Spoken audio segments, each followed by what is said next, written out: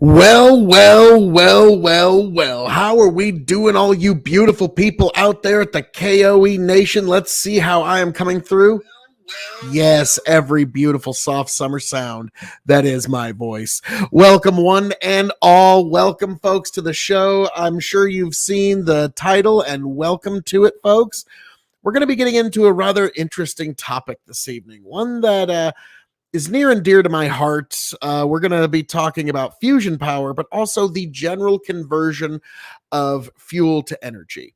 We're going to be talking about how we power our world in the coming 5, 10, 15 years, and even over the next few months, if you will. So, folks, this is the future of energy. Strap in. And there's the potential of a run-in guest of the one, the only Tiberius D. Now, we're going to be going over a source material here that Tiberius was so kind enough to put together. It's called Green Energy, The Impossible Future, Geopolitics with Tiberius D. Definitely a guy you need to check out. So that's going to be our source material we're going to be looking into tonight. But I've got some issue with a few things that Ty says here, but we're going to get into that a little later. So, folks, strap in, grab yourself a drink, grab yourself a snack, and that's the last glass I got in the mill, so I'm going fancy tonight.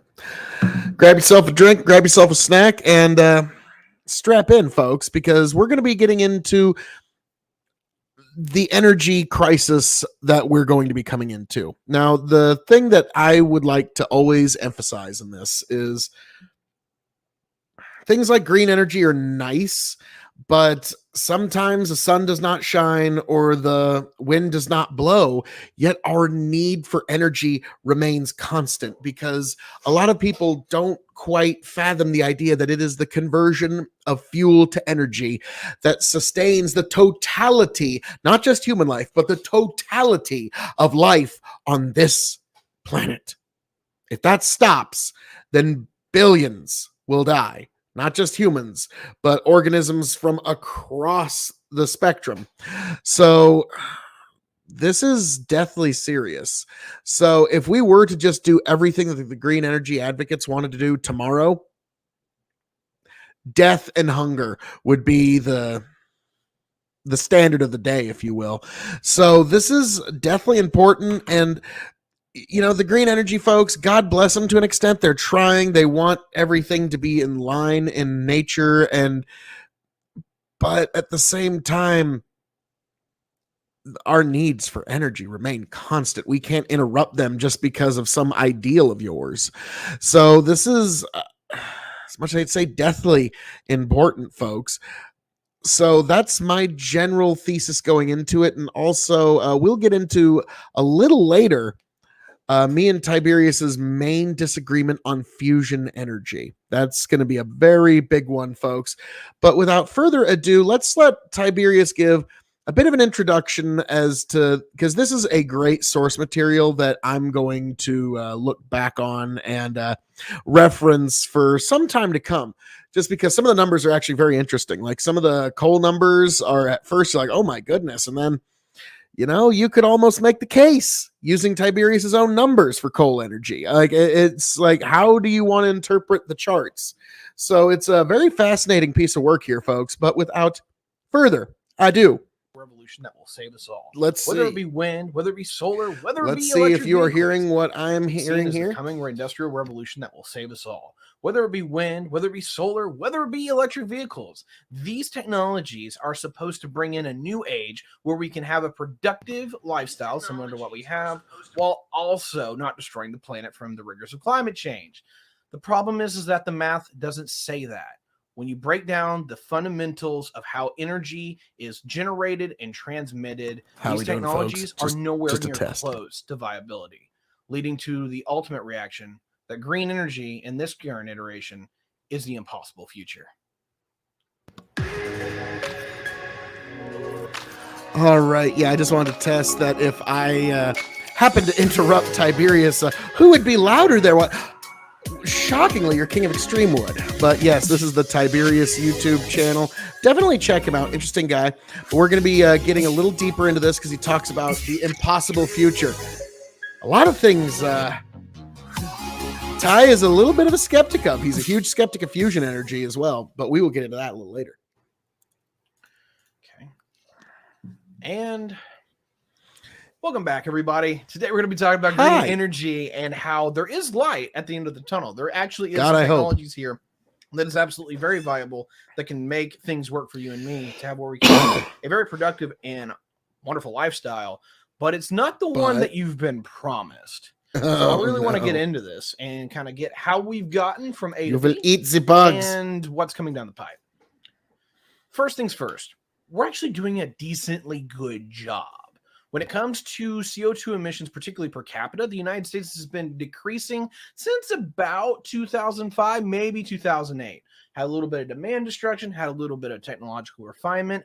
We have been doing better. If we're talking about just in particular that each one of us is contributing less to CO2, we're making a win there. If we're talking about bringing down CO2, we've largely plateaued. It doesn't look like we're really making a lot more or any less. We're just kind of stuck there, and as we add more people, we're just kind of maintaining the threshold. But that's not probably for the reasons that you think. This is coal. Basically, since 2008, it started crashing, and it really hasn't had any kind of rebound until last year. We don't know if that's going to be true this year. The preliminary estimates are kind of all over the place. But the long and the short here is that overall, this looks to be a general trend where we're going to see coal largely phased out from the. All right, we got production, consumption, imports, exports. Those are the 4 lines there.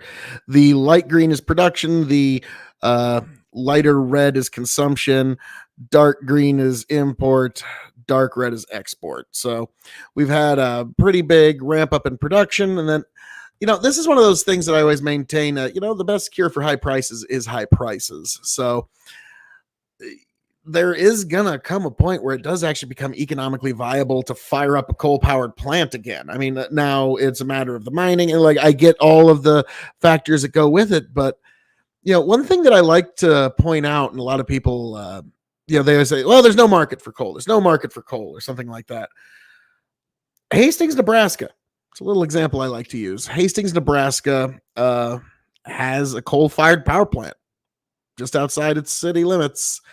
And I tell you what, come wintertime, they don't ever seem to have shortages, and they don't have to go without power for days on end. It's just a matter of rehooking up the wires again if something goes wrong there. So, and there's actually some interesting charts that Tiberius gets into a little later, but everybody likes to shit on coal, but a lot of these charts indicate some very interesting things with coal power. I'm going to get a little ahead of myself and say now natural gas that has been the case is awesome. Don't get me wrong. Is natural gas. And while natural gas is a fossil fuel, coal has not largely been replaced by green energy. It's largely been done by natural gas. Now, we'll get into some of the finer details here later in the presentation about how good natural gas is. But I'll suffice it to say what is you're that paying it's got per a therm energy compound, as in it doesn't have, it has more energy within it per unit of space than coal does. So natural gas is actually more energy efficient as far as the ability to have it, but also it's cleaner. It releases less CO2. It releases. Yeah, all that's nice, but I think really it just boils down to what you're paying per therm. Like if that wasn't marketable, if that wasn't on a marketable scale there, I don't think we'd be having quite the same discussion. Pollution. Just generally a better thing. And right now it's been cheaper. So across the board, whether it be through the green tech on one side or whether it be the U.S. oil industry on the other, coal is just getting wiped out categorically. And I don't see any reason why that won't change. Just to prices will make it change. An idea of where we are when it comes to your actual petroleum, not the gas itself, but the liquid stuff, the gooey stuff. About 2008, we cracked the code on shale, aka fracking. Figured out how to do the that. Colors are all the same here. Net energy. Light red consumption, light green production, dark green imports, light red or dark red exports. Independent or very close. The key issue I want to outline here is that we do a lot with oil. A lot of that consumption, about half of that, is actually exported to the wider Petrodollar. world, because what we do is we take everybody else's oil that's, crummy or crudy or, junk, or, just basic crude. We take it from the Canadians. We take it from the Mexicans. We Well, take it thank from the you, E. Venezuelans. We take it from pretty much anybody who is willing to sell it to us. We will refine that into finished products, whether that be gasoline, diesel fuel, all the way up to petroleum lubricants. Those are like your engine oils and things. And we export it to the wider world. Makes the world go round. Actually, one of the biggest things that we've been exporting lately, although this is natural gas, is LNG, due to the price shocks that we've been seeing. And so one of the big reasons why your gas bill has been so high is not that we can't produce it here domestically cheaper. It's that everybody else we can export to, and when you can make enough money to ship it across the ocean after final delivery, price competitively, we just have to fight against that. And to give you guys an idea of what I'm talking about, even though we're shipping it across an ocean, a gallon of gasoline over in Europe is about $8 to $10 a gallon. Over here it's $4. Right? So yeah, that 8 to 10, 8 gallons, $8 a gallon for gas over in Europe. And they're going to be having a real hard time wondering how they're even going to keep the lights on or keep the power on this winter. And what's funny is, it's not funny, but it's ironic. I'll give you that. It's kind of like that Alanis Morissette. Isn't it ironic? Sometimes that seems a little more unfortunate or ill-fated. I forget whose joke that is. But yeah, the Europeans are going to be funding their own war against themselves with Russia. Yeah, that's going to be happening this winter, real shortly. I mean, we're at the end of August, September, October, November. Things are going to start to get a little hairy in Europe. That's the cost differential between us and Europe, and Asia's not doing too much better. So overall, the biggest reason that we've been able to see gas prices start to go down, but why it was constantly hanging up for so long, is that we simply could take all of our spare production, and instead of giving it to the American people to bring down prices, we exported it to the wider world because it was making Exxon and company a lot of money. And I'm not going to diss on that, but there was a political conversation that could have been had there. Bringing in the actual power generation, though, this... Hang on, here we got Jesse West. Europeans might freeze. It's going to be a cold winter for our brothers and sisters over in Europe. It's going to be a rough year. I really do feel for them, to be honest with you. But yes, Jesse West, thanks for joining us. And curious, where do you fall on fusion energy? Do you think it's possible? Do you think it's weird science? Do you think it's something that's going to be here in 15 years or 115 years? Just curious. I'm going to be asking a lot of audience members that. Wood sales have skyrocketed. Yeah. And actually, this gets into how wood actually acts as a energy source a little bit later into this video. But, it's fascinating. When he gets into coal, the charts that he's showing don't show what he think. Like, it shows power generation. Like, it shows coal can do some shit. Like this chart here, we've got coal, natural gas, petrol. So look at natural gas rise here. Natural gas is the gray line. Coal is the kind of brown line, which is the big one way up here. And then petrol is the lowest line there. Chicken would love fusion to take hold. Hope 10, 15 years we see something break through, but afraid it will be 20 plus. Well, this is something because Ty is a huge fusion skeptic. And it's a line I'm going to give him. It's a great one. It's something that all the fusion skeptics have. Fusion energy. It's the technology of 20 years from now. And it always will be. Yeah, that's like, as somebody that understands persuasion, that's beautiful persuasion. Whether you agree with it or not. Like, now me, from the research I've been doing, about 6 months ago, we actually did have a fusion reaction that was actually able to last about 5 seconds, made 11 megawatts of power. And the least efficient time when anything is getting making power is when you first start it up. It's like when you're starting an engine or a diesel engine. So I'm a lot more hopeful than a lot of people, but we will get into that a little bit later. And yes, Jesse West of Big Bucket Empire. Go check him out, folks. You know it's the right thing to do. Is US by fossil fuels. You can see here that largely as coal has gone down, natural gas has grown and largely supplanted most of the differential gains. Of course, there is a little green tech in there. We'll be covering that in just a second. But this is That's the the main fascinating leaders. chart We've when he gets to the largely green gotten tech. rid of petrol a couple of years ago. Anything that's actually done with the liquid stuff, we really don't do anymore. It's not really that efficient. That's something you use in like a U.S. Navy destroyer, as an example. You take the refined products, you turn it into diesel fuel or jet fuel, and then you burn it through something that needs that high density energy punch at the source of consumption. And so that's largely moved off. Coal has been going down. Natural gas, high proof bourbon of the fuel world, and easier to come by, has been largely supplanting that. And that's a good thing. That's the number one reason that we have brought down our CO2 emissions by a massive regard, is that we've done this. But let's talk about the greens. These are technically non-emitters. Some people okay, these as now this is something I want you to keep in mind here. All right, nuclear energy is that purple line that goes way the fuck up. Hydro is that brown line in the middle there. Biomass is the gray line that jumps up a little bit. Wind is the blue line, and solar is the yellow line. I just want you to keep that in mind for this particular presentation. Not green. The two big ones here that you can see is nuclear and hydro. This isn't the chart I wanted to talk about coal with, but it's an interesting been around for a long point. time. You can think of Hoover Dam, Grand Coulee, maybe something local to you. Hydro's been on the deck for a while.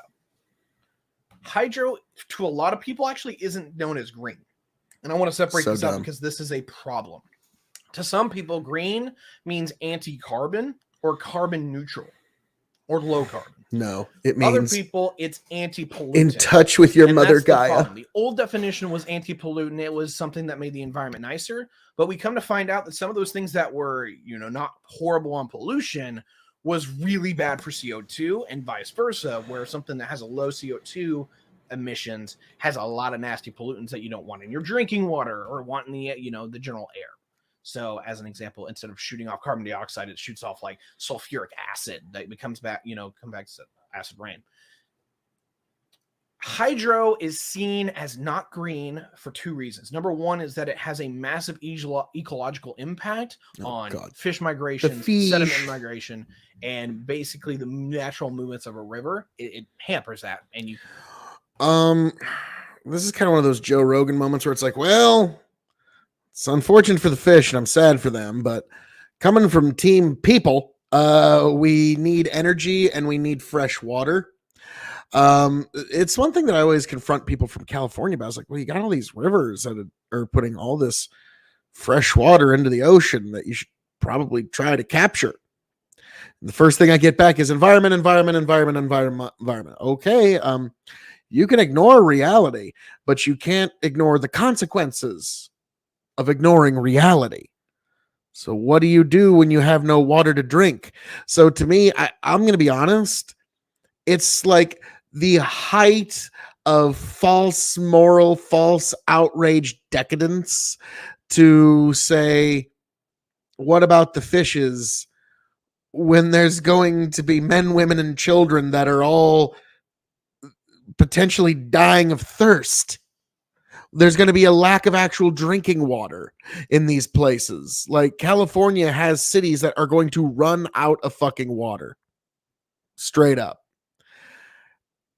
And they're just letting tens of thousands of gallons every hour just go out into the ocean with no attempt to capture it. So it's one thing, like hydro it's green if you in a terms of carbon output, but also it really helps humans survival because we need water. So it's one of those A+ team people solutions. You could probably think of why.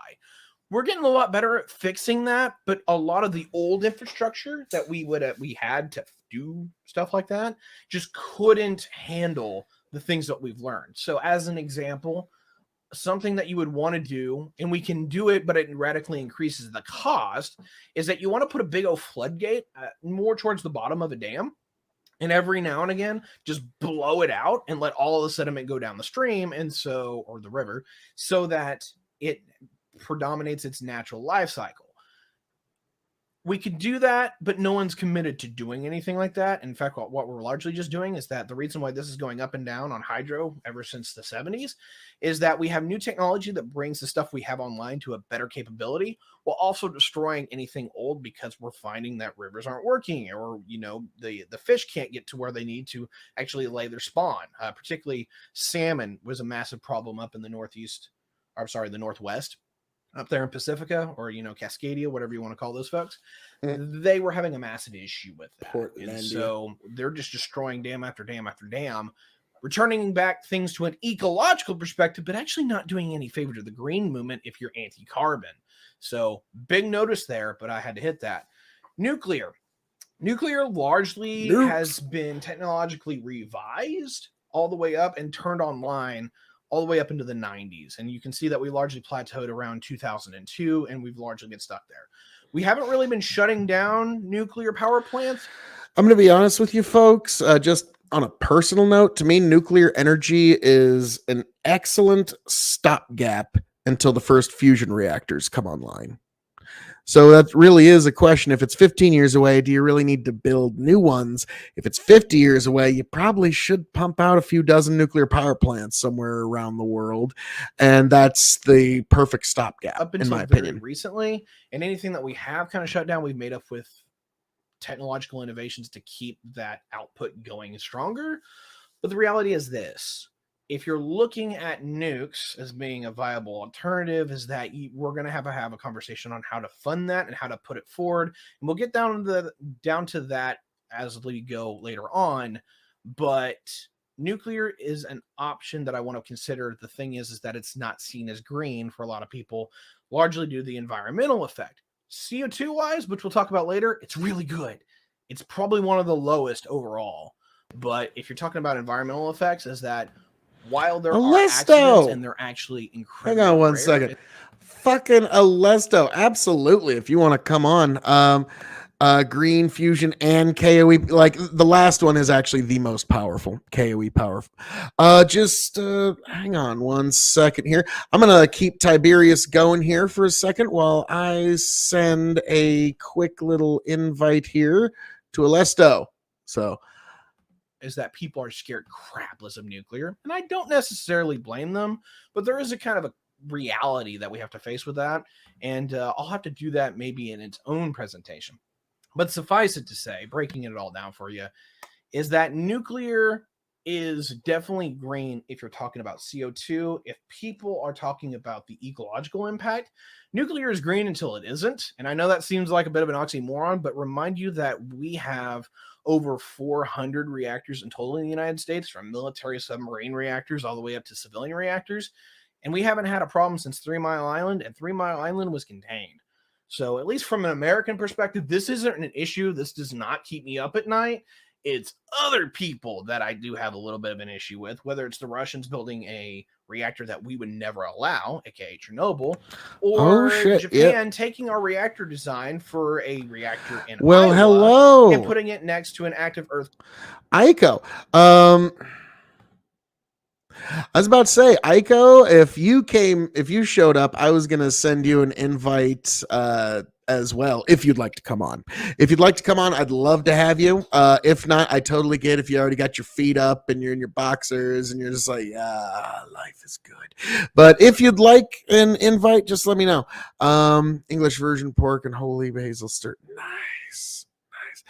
Okay, he's cooking. All right. Alrighty. Yeah. Oh, Ico's born ready.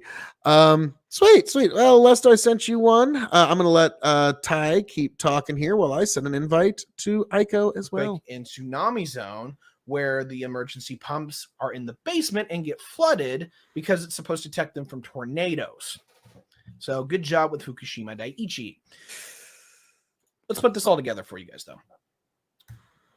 you'll notice that while nuclear looked really good Invite there and sent, hydro looks like Ico. it's been doing pretty well, they really pale in comparison to our fossil fuel industry, particularly in the fact I'm gonna hit that the restroom real quick. coal, which was the major supplier, has crashed. and Okay, it's crashed actually, down to a hang point on. where it's I gotta not wait right here parity. because this is the chart I was actually wanting to get to. And also, folks, I gotta do this, folks. We have a very special entrance here, folks. We have a very special run-in. It was unexpected, but it is here now. The one that he is the one to know for all of you.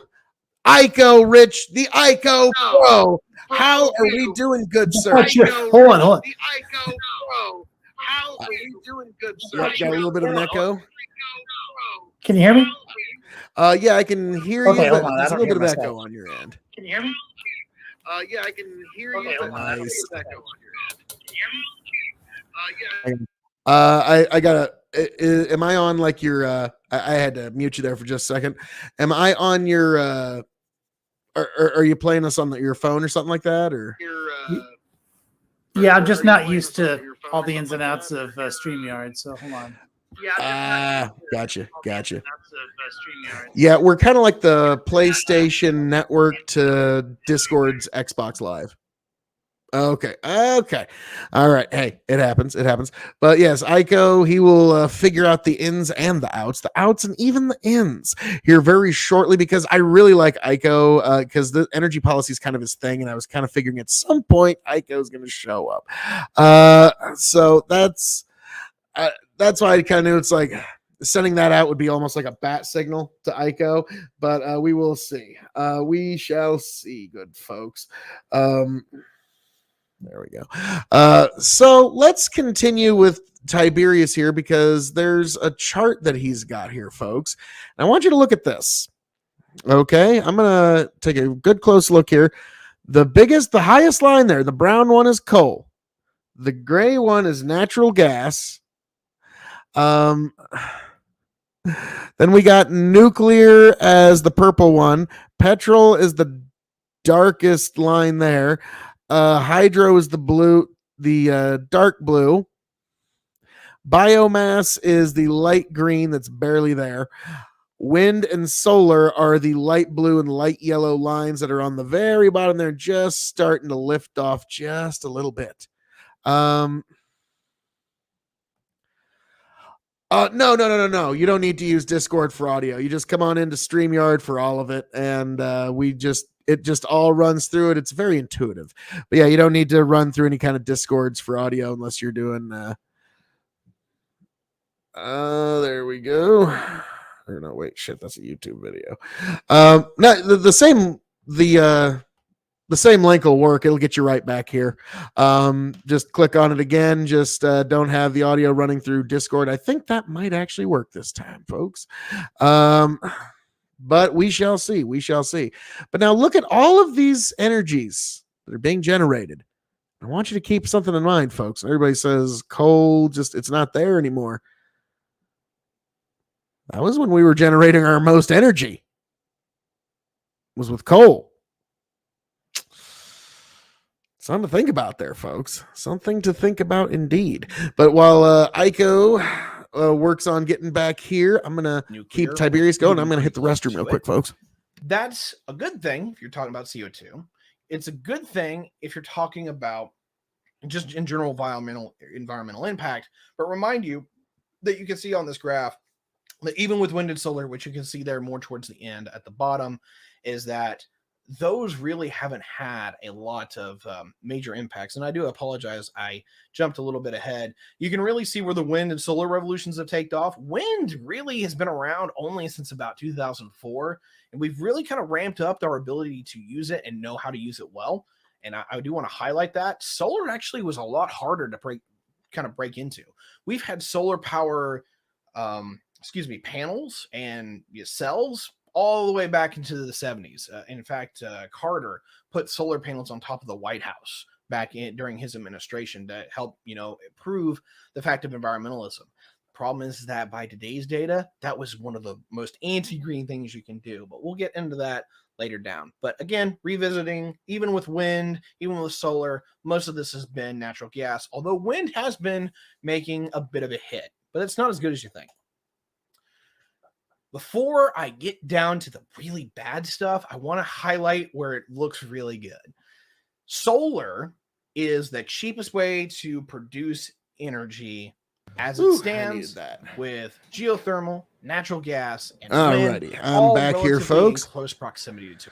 Let's hit a pause on Tiberius for a moment, and let's try a take of the second. Let's see. All right, I think Aiko, how we doing? Good. Yeah. Can you hear me?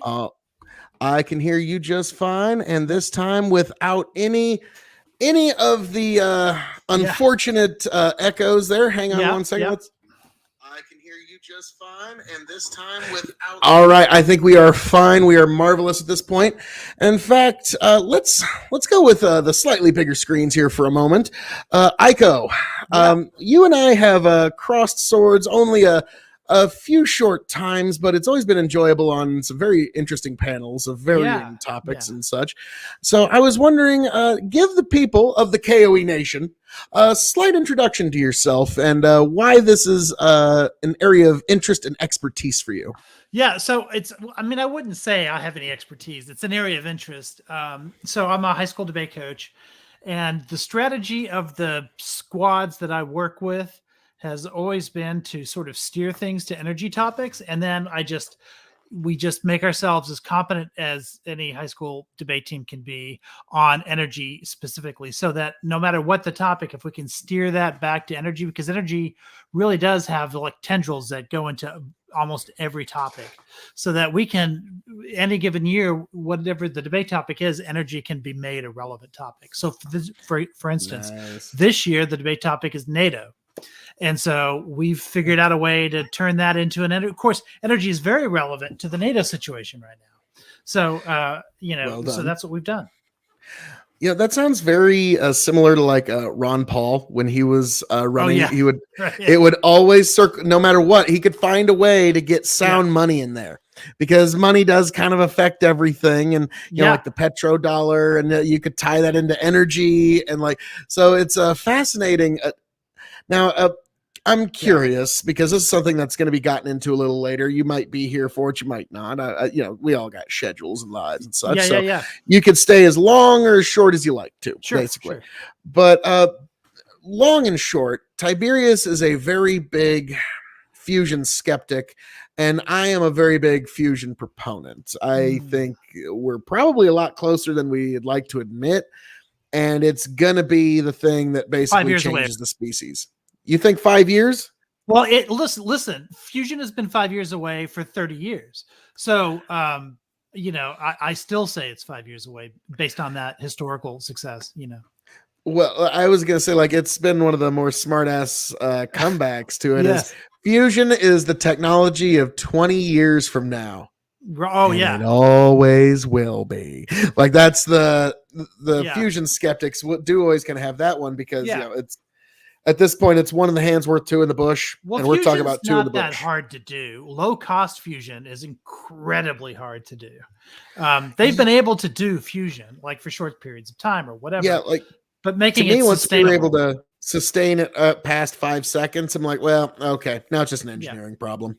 We're just have we hit 5 seconds yet? It's usually a fraction of a second that they just 6 months ago we had a 5 second test, and so that was basically when I was like, okay, now it's just a matter of the engineers tinkering with it for long enough, and they'll probably find it. Yeah, they'll probably find something pretty damn quick. So to me, it's like it's one of the main disagreements is Jesus is also coming back soon. Any minute now. We will not know the minute. We will not know the hour. Right. But but we know that it's soon. Soon. Like, it's kind of like when I say, "Don't worry, darling, I'll be there in a bit." Right. Yes, you're right. Yeah. What's a bit mean? Well, I'll be ready in 5 minutes. Yeah. Yep. But like, to me, it's tremendous possibilities, but I also think there's a little bit of like Tiberius also kind of hopes we don't discover fusion for a little while, because he doesn't really trust the species as much as I do. Oh, Because let's be frank, fusion-based weaponry is going to be like you can now blow up or turn off stars. yeah. I mean, we all saw what happens, in the Marvel universe with all this. Every time a new technology comes around, We get a Ultron new was supposed to supervillain. defend humanity, and then turns around and tries to destroy us. I mean, well, I was about to say, if we're going by the Marvel rules, and yes, any new technology is going to create a supervillain. The arc reactor. So, The yeah. arc reactor was supposed to, create sustainable energy, and instead it just like blew things up. So, Well, it was about like a fusion bomb, like with the true energy that could Yeah. put out. Like, I mean, it's all the fun and none of the fallout. yeah, right. could just Yeah, sure. Turn something to glass, and you could just walk on it like 10 minutes later. That's fucking neat. So it's Well, gonna that be, was kind of the neutron bomb, right? That was kind of the, what we were told. You could destroy it. Of course, there was fallout with the neutron bomb, but nowhere nearly as permanent or as widespread as regular fission bombs. yeah. So I think that's probably one part of it. But like to me, I'm a pretty simple capitalist mind, guys. Like, oh, fusion. All right, cheap power and fast spaceships. Like that's all. Like that's all we need. Like Yeah. if you can find Yeah. something better, have at it. We just need cheap power, fast spaceships. That's it. Yeah, I kind of look at it the same way I look at like the singularity or other applications of technology where people say, well, it could lead to this terrible stuff. But the thing is, here's the problem: is it's inevitable. So there's no avoiding it. It's going to happen. So the question is, are the people who develop it first going to be, able to put guardrails around it? Or are we going to wait for the bad guys to develop it first? Like there's really no, I mean, trying to stop it is just not a project that's going to work. Yeah. Well, it's like to me, it's like once we get that breakthrough and like people wonder about like the tremendous power. Well, it's kind of the difference between like a runaway brush fire and a campfire. Yeah. You've engineered a thing to stop the fire from spread. Like there's once you get intelligence pointed at it, like it was like, what was it? Like 120 years ago when we realized that the sun was a fusion reactor. Yeah. Yeah. And so like you take Benjamin Franklin, the time that he took with his electricity experiment with the key on the kite, whether it actually happened or not, like that, Right. the fact that that's kind of when the beginning of this time, this thinking was attributed. And then 100 years later, you have Alexander Volta actually invent the first battery. Yeah. And then another 100 years from there, you have Tesla. Yeah. Okay, Yeah, so sure. like the fact that like we're still pretty much on the same time frame as any other electric or energy technology. So Now, you sound like you come from a similar we have some similar maybe intellectual backgrounds, and I was thinking that about David Brin. Are you familiar with him, sci-fi writer? no, I'm He not. wrote But I think like Isaac Arthur is a guy that I listen to a lot on YouTube, and he's a big fan of him. Oh, okay. So All right. Yeah. so like when you say like, Yeah. no, but kind of. I mean, like people who've read like Asimov or Heinlein, he's kind of in that school of sci-fi authors that a lot of the same people have read.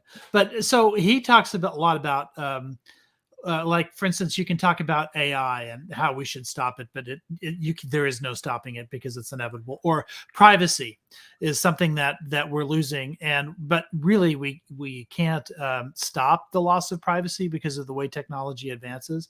And so he argues instead of trying to stop privacy, we should make sure that everything's transparent so that the bad guys don't get any more privacy than the good guys do, that sort of thing. But the idea then, of course, is always to... You have nothing to hide, you have nothing to fear is kind of what that sounds like, well, to be honest. no, it's really more that a lot of these people, especially the more powerful people in society, have a lot to hide. And therefore, we should make sure that what they're doing is as transparent as the shit that we're doing is made to be. And what he says is, look, you can try to protect your privacy, but it ain't going to work. Like there's no, that ship has sailed. There's no getting around it anymore. And so the best you can do is make sure that nobody has it. That Oh man, yeah, how far we've yeah, come or fallen, depending on how you want to look at it in right. 10 short years. Yeah. Like it went from don't worry, these phones aren't going to invade your privacy to privacy's already gone and just fucking deal with It it. was gone 20 years ago too. Honestly, it was gone when DARPA got a backdoor in the Internet of Yeah, right, in Things the all 1950s. way Yeah. back. Well, that's something the kids won't even know about. Yeah, Like yeah, so, yeah. it's Right. it's like, Yeah. oh, kids, Oh gather around man, the campfire. when Let me tell you kids about try to tell DARPA. me that the internet started in the 90s, I'm like, oh my god, no, I was on the internet in the 70s. I was about to Anyway. say, it's like if you really want to get technical, you got to credit like 8 dudes in Japan in the late 60s, and then you're Yeah, getting something, yeah. closer to like. Right. Well, it was It's MIT. It was okay. MIT, and then one of the colleges in California. I want to say, was it Caltech? Berkeley. Was it an MIT? Yeah, it might have been Berkeley, but they sent the first email. So somebody in the Northeast sent an email to someone in California, and boom, Just curious what your thoughts are on this, because to me, I think it might be a little much, because that's kind of what they said about the first nuclear bombs too. Didn't the scientists yeah. not know for sure that the fusion bomb would never stop exploding?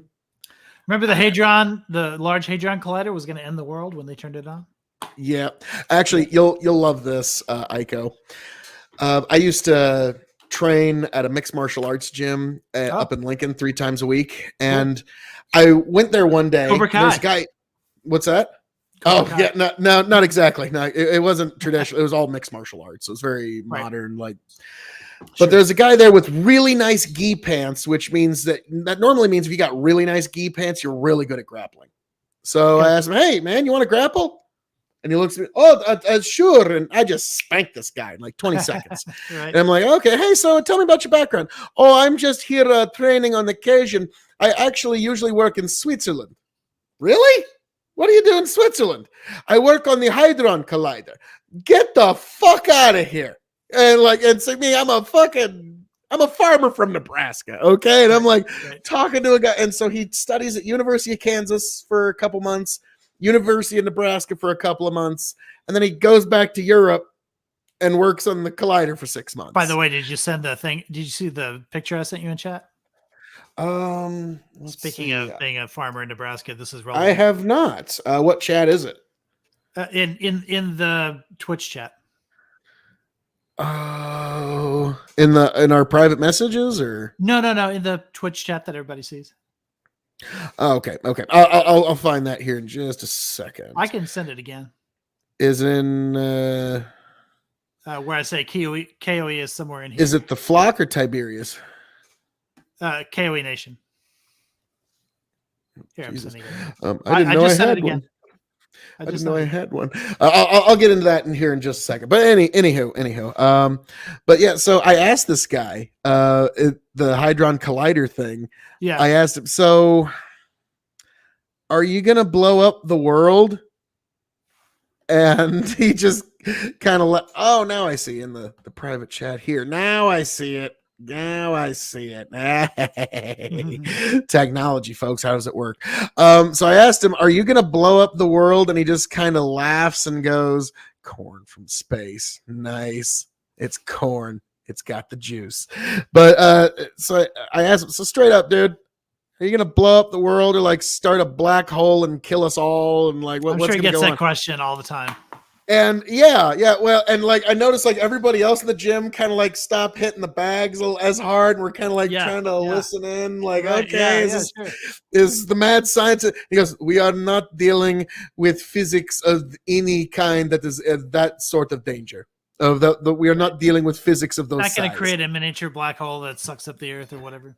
Well, yeah, like that's like no. To me, it's just like, are you going to accidentally create like fucking atomic bomb 2, electric boogaloo, and then Switzerland's gone? Like I was a little worried about that shit, but he kind of reassured me no. But that was just kind of funny. Well, it's like, wow, of course he would. Well, of course, but like the way he was talking, like we are dealing with basically the building blocks of the universe, and I was like, he just, if you were going to cast in a movie Russian scientist, Right. This is the guy you would cast. Like, I don't know how else to put it. Like, and it was just fascinating because like that was the one time that in MMA my like trying to read a person was totally off. Like, it's like, okay, he's wearing really high end expensive gear. Well, because of his job, he can afford the nice grappling gear. Sure. It's like, and so that was a interesting moment there. Because like, dude, I spanked you in 30 seconds. You should have given me some more resistance than that. But so yeah, when it comes to the Hadron Collider, Yeah. it's all just one piece of this big fusion research. I was kind of joke that fission is fusion's cousin that like got kicked in the head by a horse. Yeah, sure. Yeah. But so now one thing I wanted to get into it with you a little bit is we were talking about coal the last time we were getting into discussions on energy. And there's one thing I totally forgot during that discussion, because you're saying there's just not the demand for coal anymore, and which is true. Like even Tiberius's charts, we were like, it's fucking cratering, collapsing here in but Texas too. Here in Texas, there are still some places that do rely on coal. Like a great example, Hastings, Nebraska, about 40-mile drive from me. Right. It's got a coal-fired power plant on just outside of town, and it provides the city through even the worst. Like during the worst, I think it was not last year, but 2 years ago, we were actually the coldest place on earth for 7 solid days. We were negative 40 fucking degrees. Right. And so Hastings was one of the few little spots that never ran out of power that whole time. And so that's one of those things I always say, maybe keep them coal-fired plants around in case you got to fucking fire them up for about 6-8 weeks at some point. Like, just I know it's not a great answer, but like no. There's no reason you can't keep it keep it open and operational and just not use it unless you run into an emergency and then you fire the thing up. Like I'm 100% for that. I'm not one of these guys who, like, it's a little bit cringe to me when people say, we have to be at 100% clean energy, or it's the end of the world. Like that's crazy. Well, if we can get down to 15% fossil fuels, that'd be an amazing result. Like, I don't have a problem with keeping those things. We have peaker plants that we're building here in Texas, and I question the economics of it, but from an environmental point of view, I don't have a problem with that, because peaker plants would only operate during the height of summer, or like when we have some kind of an emergency, like, well, I was going to say the winter storm, but of course, natural gas all froze up during the winter storm, so it wouldn't work there. But at the height of summer, I don't mind firing up some peaker natural gas plants, just for 5 weeks, and then turning them off again for the rest of the year. Like, I don't have a problem with that. I don't think it's cost effective, but that's a different matter. Yeah, I was about to say, like, cost effective, not exactly, but it's one of those things that when your alternative is either fire up that plant for a little costly bill or be cold for 3 weeks. I know what most people are gonna, but like, and this is something that I find very concerning here, because this is a chart Tiberius put up, and of all the lines here, the one that is actually from about 2000, I'd say 98 to about 2008, coal was doing a lot of fucking power. Like that's the highest King line coal here. And it was called. What's that? It was called King Coal at the time.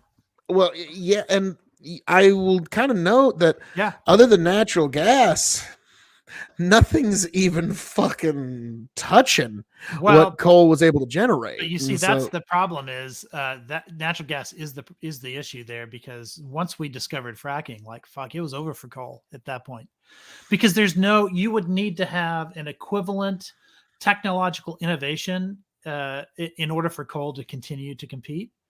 And fracking was, fracking's been around for a long time, but it really it's going, what is it? What do they call it when you drill sideways? Oh God, like I think it's angular drilling or some shit like that. Yeah, whatever that is, like lateral drilling, something like that.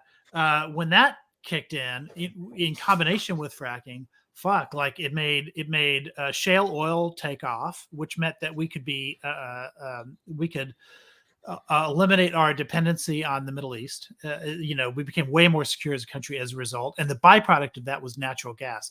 And because we were actually drilling for oil and not natural gas, man, like Here the question is, I'm in the Dallas area, but Nice. I'm very sympathetic with regards to energy. Like Houston has a lot to do. A lot of the big energy companies are in Houston, so like I appreciate them for that. But okay, Nice. so anyway, that kind of that lateral sort of sideways drilling in combination with fracking is what really is. Since we're drilling for oil and not for natural gas, all the natural gas that comes up that's just bonus. Like we're basically getting our natural gas for free. So how can There's some places that straight up burn it off just because they can't. Except Move this new mansion bill, the reconciliation bill that just passed, now requires them or taxes flaring to such a degree that they won't be burning it off anymore. Like they'll be capturing it because now it'll be profitable to capture that, which means natural gas will be even more abundant, which we need now because of the Ukraine war and Russia cutting off natural gas and all that stuff. So it's really good for North America. It's not quite like to the level of like the hydrogen gases that we would need for fusion, like helium-3 and stuff. But I've heard that like natural gas has a lot of really interesting, for lack of better terms, properties within physics that could make it even way more efficient in the future as a fuel, to the point where it almost does seem damn near like a crime to just burn it off. You know what I mean? Like it could be it's the a total gasoline waste of tomorrow. It's a total waste, and of course, it results not just in CO2 emissions, but methane emissions. And we all know that methane is, it makes CO2 look like nothing in terms of its properties in the atmosphere, in terms of trapping heat. The only reason we care more about CO2 is because methane also drops out of the atmosphere pretty fast, whereas CO2 will stay up there for centuries. But at any rate, you get both with natural gas. So if you burn natural gas, you get CO2. But if you just release it into the atmosphere without burning it, you get CO2 and methane, which is you just don't want to do that. So that's why I'm glad that we're capturing this stuff now instead of flaring it away, or we will be soon. Yeah. I mean, like I imagine there's still some spots that are doing that. Like I even see one spot in Nebraska that's still doing that. But we will see. They are, because this bill just passed. It's going to take a year. Green energy tastes great. Well, we will see in the future here. Now, you grow some green energy, right? I mean, some of that corn's got to go to ethanol. Oh yes. Actually, I got an we can debate whether that's green or not, but I believe it is somewhere in between green and there's certainly a debate to be had there, but you certainly are doing quite a bit of photosynthesis in the process. Like there's no way that you can deny that. But I actually do have an ethanol plant just a few miles away from me, so if I want to take some in, if their price is good, just another now. I'm in favor of it. They're like all of these, like I keep saying, whether you're talking about nuclear, whether you're talking about natural gas, like pretty much any chemical fuel to me is a stopgap until the first fusion reactor comes online. That's all I kind of view it as. No, I agree with that. Like even though, like I said, I support ethanol, but really I support it for national security reasons. It makes us less. You think about it, all of the big oil producers, they're all enemies of the United States, right? You've got Saudi Arabia, you've got Russia, you've got Venezuela.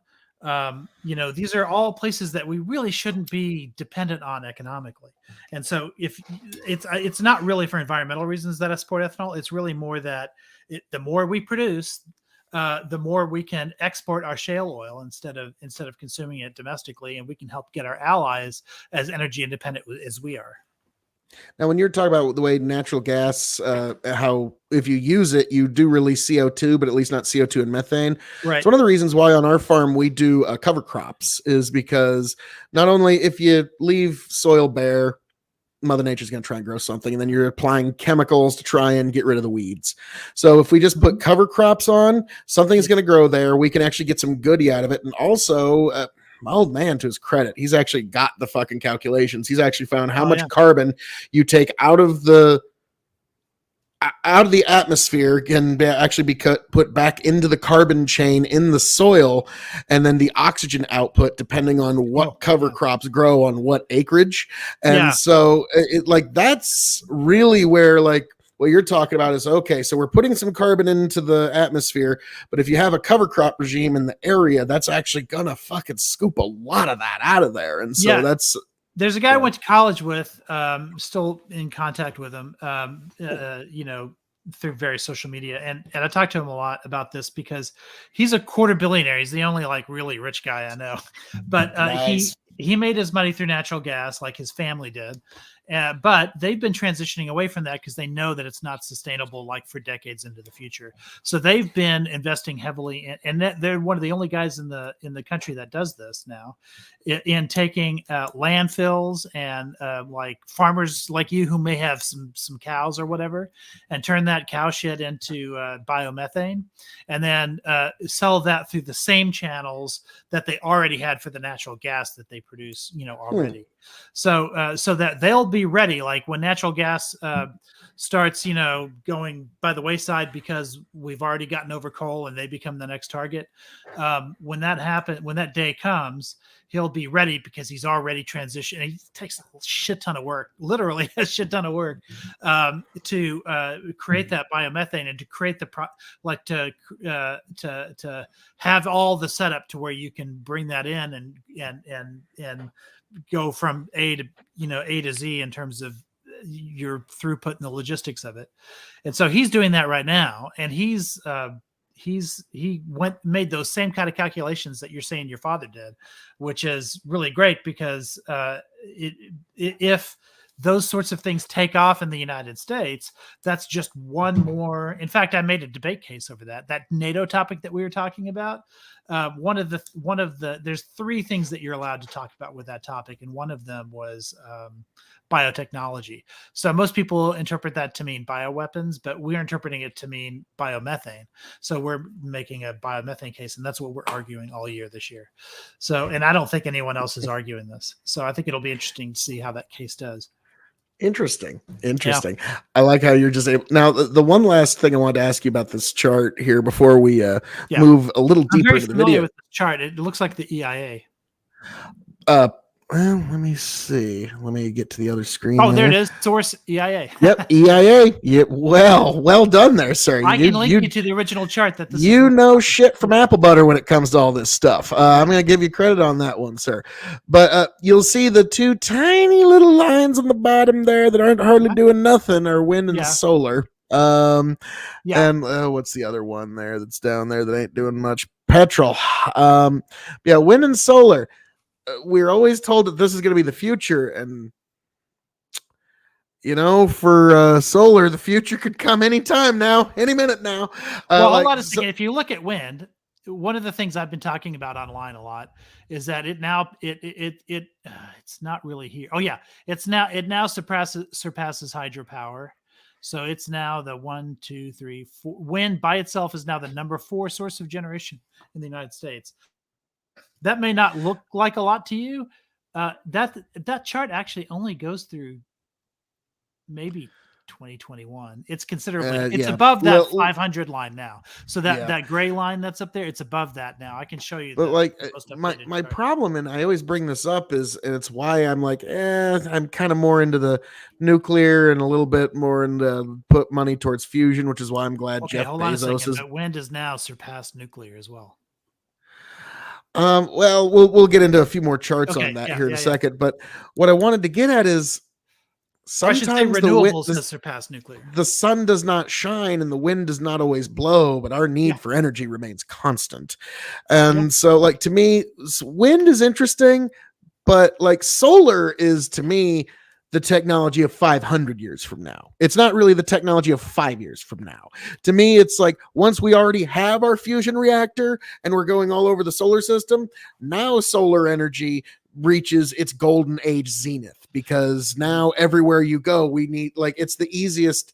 It's the fusion reactor we have in the middle of our solar system. So no matter where you're colonizing, you can utilize it. I think you have unintentionally hit on the counterfactual. It is the technology of 500 years from now, in that we may have to wait 500 years for that technology to get competitive. Now, the reason I say that, of course, that's an exaggeration. It'll be competitive sooner than that, but it is not competitive right now. Look at the United States. In the last 30 years, we have there have been many attempts to build new nuclear reactors. Only one went past the planning stage, and that was Vogtle. Vogtle has been from the planning stage to now over 15 years, still is not producing a single kilowatt of energy or a single watt of energy.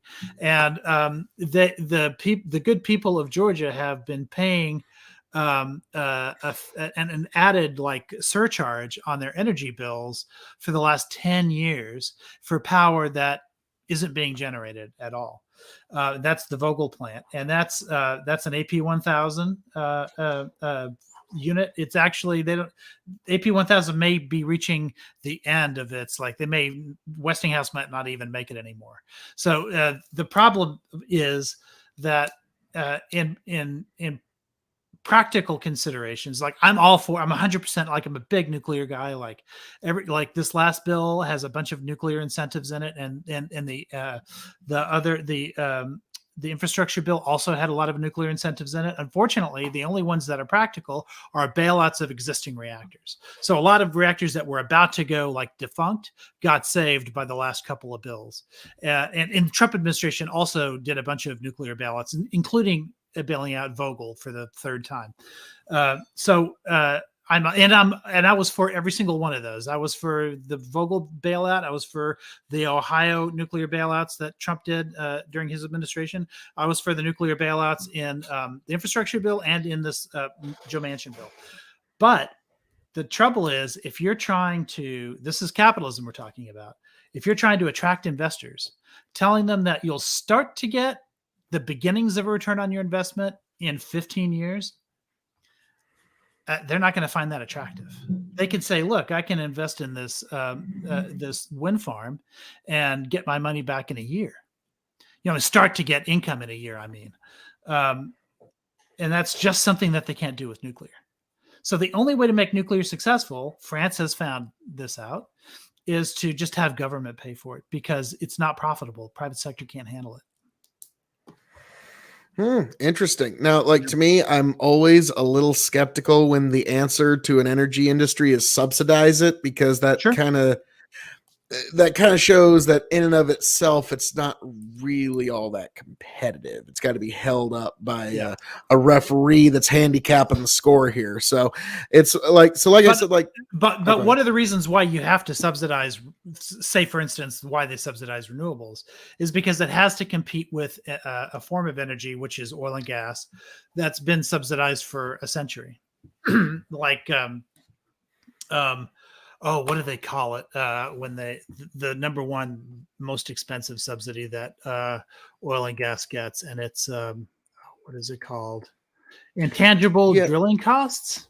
I can understand where folks are coming at with that, but you got to remember, before these great, like, there literally was no other way to convert fuel to energy other than these very slim chemical fuels, and so it was a matter of national security. There was whale oil. There was kerosene. There were, and those things got pushed out, right? Like coal. This is something that I say a lot. That like some environmentalists hate this, but it's like technically it's true. Yeah. Rockefeller, he saved the whales almost single-handedly. Not only we were using whale oil before that motherfucker came along. Yeah, not only that, but we were using wood and for heat in homes, and transitioning to coal was superior in many ways. First of all, coal, as dirty as it is cleaner than wood. Now, some people say no, because wood sucks in as much CO2 as it releases, or whatever. We can argue that. But if a tree grows for 50 years and you burn it in 30 minutes, you're not getting a good ratio of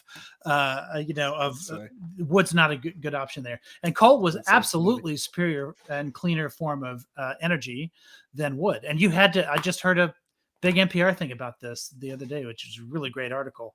And it was about how hard it was to convince Americans to burn coal in their homes because it smelled funny. It didn't cook food the same way that wood did. Like, you know what I'm talking about? Like if you barbecue something with mesquite, it tastes a heck of a lot better than over coal, right? There were a lot of disadvantages. And so they had to, the government, even like it is right today with renewables, the government 100 years ago had to convince people that coal was better than wood. And they had a whole campaign over why you should do it. Why, I think it was Teddy Roosevelt was involved, all that stuff. And so they had to say, hey, here's why you should use coal instead. And we're doing the same shit today. It's fascinating because actually just today, and it drops tomorrow on K.O.E Nation, I actually recorded Teddy Roosevelt's speech, "A Man in the Arena." Oh, I So love like TR's my second favorite president. he's up there. He's up there. I mean, Yeah. he's like, I forget how it was. If you've seen the political compass, there's the 4 different like spots that you can be in the political compass, Yeah. and they had how Teddy Roosevelt was in all 4 of the metrics of the political compass. Like Yeah. he was a trust buster, so he's an authoritarian lefty. Yeah. He founded he the was a American progressive. Empire. And then the libertarian lefty, he was he So he was a founded the neocon. national parks. The libertarian right winger Yeah. shot exotic animals on hunts. So he's like, Yeah, he was yeah. all over the fucking place. So He was. he was. But those are the things. I mean, all of the, like, I forgot how much of a neocon I was, because during the Iraq War and Afghanistan War, I was just got really black pilled on American adventurism or whatever. But fuck, Putin is turning me back into my old neocon days. He's reminding me, why NATO's important and all this other stuff. And Oh God, but this is one of that's one of the okay. things about TR that I love, is that he believed that there was he believed that there was a place for America on the world stage. And but he also, like, yeah, I agree 100% agree with, like, our country would not have been the same without the creation of the national parks and where they are today, and we need a trust buster again. In fact, I thought Trump would be that trust buster. Like, obviously I wasn't for him, just because of my own politics, but I thought one of the side benefits of him being in president would that he would be willing to sort of break up some of these big companies, just because that part of the right is not a fan of corporate America. So I thought maybe he would don't worry, Aiko. We still have plenty of time. Don't worry about it. Like Aiko's like, damn it, no. No, like, yes. I want to see Sorry, it. the Republicans are pretty much like, as things stand in this year of our Lord today in late August 2022, it's looking like Trump's basically going to be the nominee. Well, you know how many lefties were applauding DeSantis for his anti-Disney stance, right? They were like, "Yeah, do it." Like, we don't think it's fair for Disney to have its own, like, government, like within Florida. We thought it was corrupt back when it was done, and now that DeSantis is doing it, we're saying, "Hey, go ahead." Jesse West goes, America is the world stage, or at least it was. We used to dictate who was allowed on our stage. Yeah, now, unfortunately, there's a lot of folks on this stage now. DZ, Trump 2024. Oh, DZ, if he decides to run, the likelihood of him winning the Republican nomination is pretty much 100%. It's slam dunk at that He's point. very popular with the party. Yeah, for sure. Oh, yes. But also, okay, so now that was brought up, I just want to say, now it's just left my head. I'll think of it. Trump 2024, 100% chance that he wins the nomination. I'm trying to see if any of that's trigger words or. Oh, America's on the world stage. At least it was. We used to. Now I remember. Yeah. So what I was going to say was, people don't realize, like, yeah, you can talk about American hegemony bad or whatever, but what's the alternative? Because what people don't realize is that anytime we withdraw from parts of the world stage, someone's got to take its place. It creates a power vacuum, right? And the only two real alternatives to American hegemony in parts of the world are Russia or China. Like, so if you're in a part of the world that might have plenty of legitimate gripes against American hegemony in your region, just ask yourself, who do you want to take our place? Would you rather live under Chinese hegemony or Russian hegemony? I mean, there's no comparison. Yeah. Like, let me tell you, as coming from somebody in Team America here, I think America should run that hegemony. Petrodollar is pretty fucking sweet. Like, when that was, I remember when I was like 20, maybe 19, and the petrodollar was like fully explained to me. I was like, dude, this is sweet. So what you're saying is America runs the world, and we're all part of the new world order, and this right here is your fucking membership card. Oh, wow. Okay. Now it all kind of makes sense. Jesse West, Russia has no chance. China is the only real threat. Well, in the long run, that's true, but in the short run, Russia does have its fingers in a lot of pies. More China's than got the world's biggest navy right now, but they only got like 40 nukes, which I know only 40, but when you compare to like America's just been in a dick measuring contest of nuclear bombs with another country for 50 fucking years, obviously they're going to have a head start on that little race. Well, and they also have a demographic time bomb that's happening. Like they have a banking crisis that's happening right now, but in the medium term, they also have their population is going to implode, and that's just going to mess with their ability to really compete long term. I think American hedge is going to last for the rest of my life. Longer. Yeah. Well, now Petroyan exists as DZ Drunk. We'll see how that goes. We'll see how that actually turns out. And also, never forget, America is the final boss of planet Earth. So we like that. That might actually be what triggers the final events of World War III. I kind of contend we're kind of in it now. Nobody really wants to admit it, but we're kind of in World War III. Russia's not going to back down. They're eventually going to build a wall somewhere. And I predicted the day this whole thing happened, Russia's going to build Berlin Wall 2.0. And then we're all going to have to play hopscotch around this fucking thing for the next 20 fucking years and get ready for it. And I called the recession. And if this one comes true, I may never predict anything ever again. That's right. I'm just calling it now. But let's see. Jesse goes, Russia can starve a chunk of the world, but won't withstand a real war. Like, it's kind of interesting. Yeah, that's why I say that they're a threat in the short term only. Like in the medium term, I don't see it. Yeah, I think they're collapsing. But I think that there's a big risk in that, because what happens when they start to see their nuclear weapons as really their only source of power? It's like, Lesto, we're old enough to remember when that shit happened in the 90s. Russia just collapses about every 50 to 30 years, and then they just kind of start over. So, like, we'll see. I hope it's at least as orderly a transition as it was last time, because Russia, it's going to get bogged down in this war. They're going to build their wall, and they're going to never admit that they ever lost anything, even if they have 5 governments collapse. So that shit's going to be around forever in Ukraine. They're always going to, this is our piece of Ukraine now. We're not fucking giving it up for nothing. That's unless we do a deal with the some of the oligarchs there to support, if not another Gorbachev, because that would be a little bit of wishful thinking, at least another, another Yeltsin, like someone we can do business with. I don't know if that could really work out, because, I mean, here in America, you saw how people reacted to even the fake made-up story of people in power working with Russia. Like, we had a fucking meltdown. But we need to.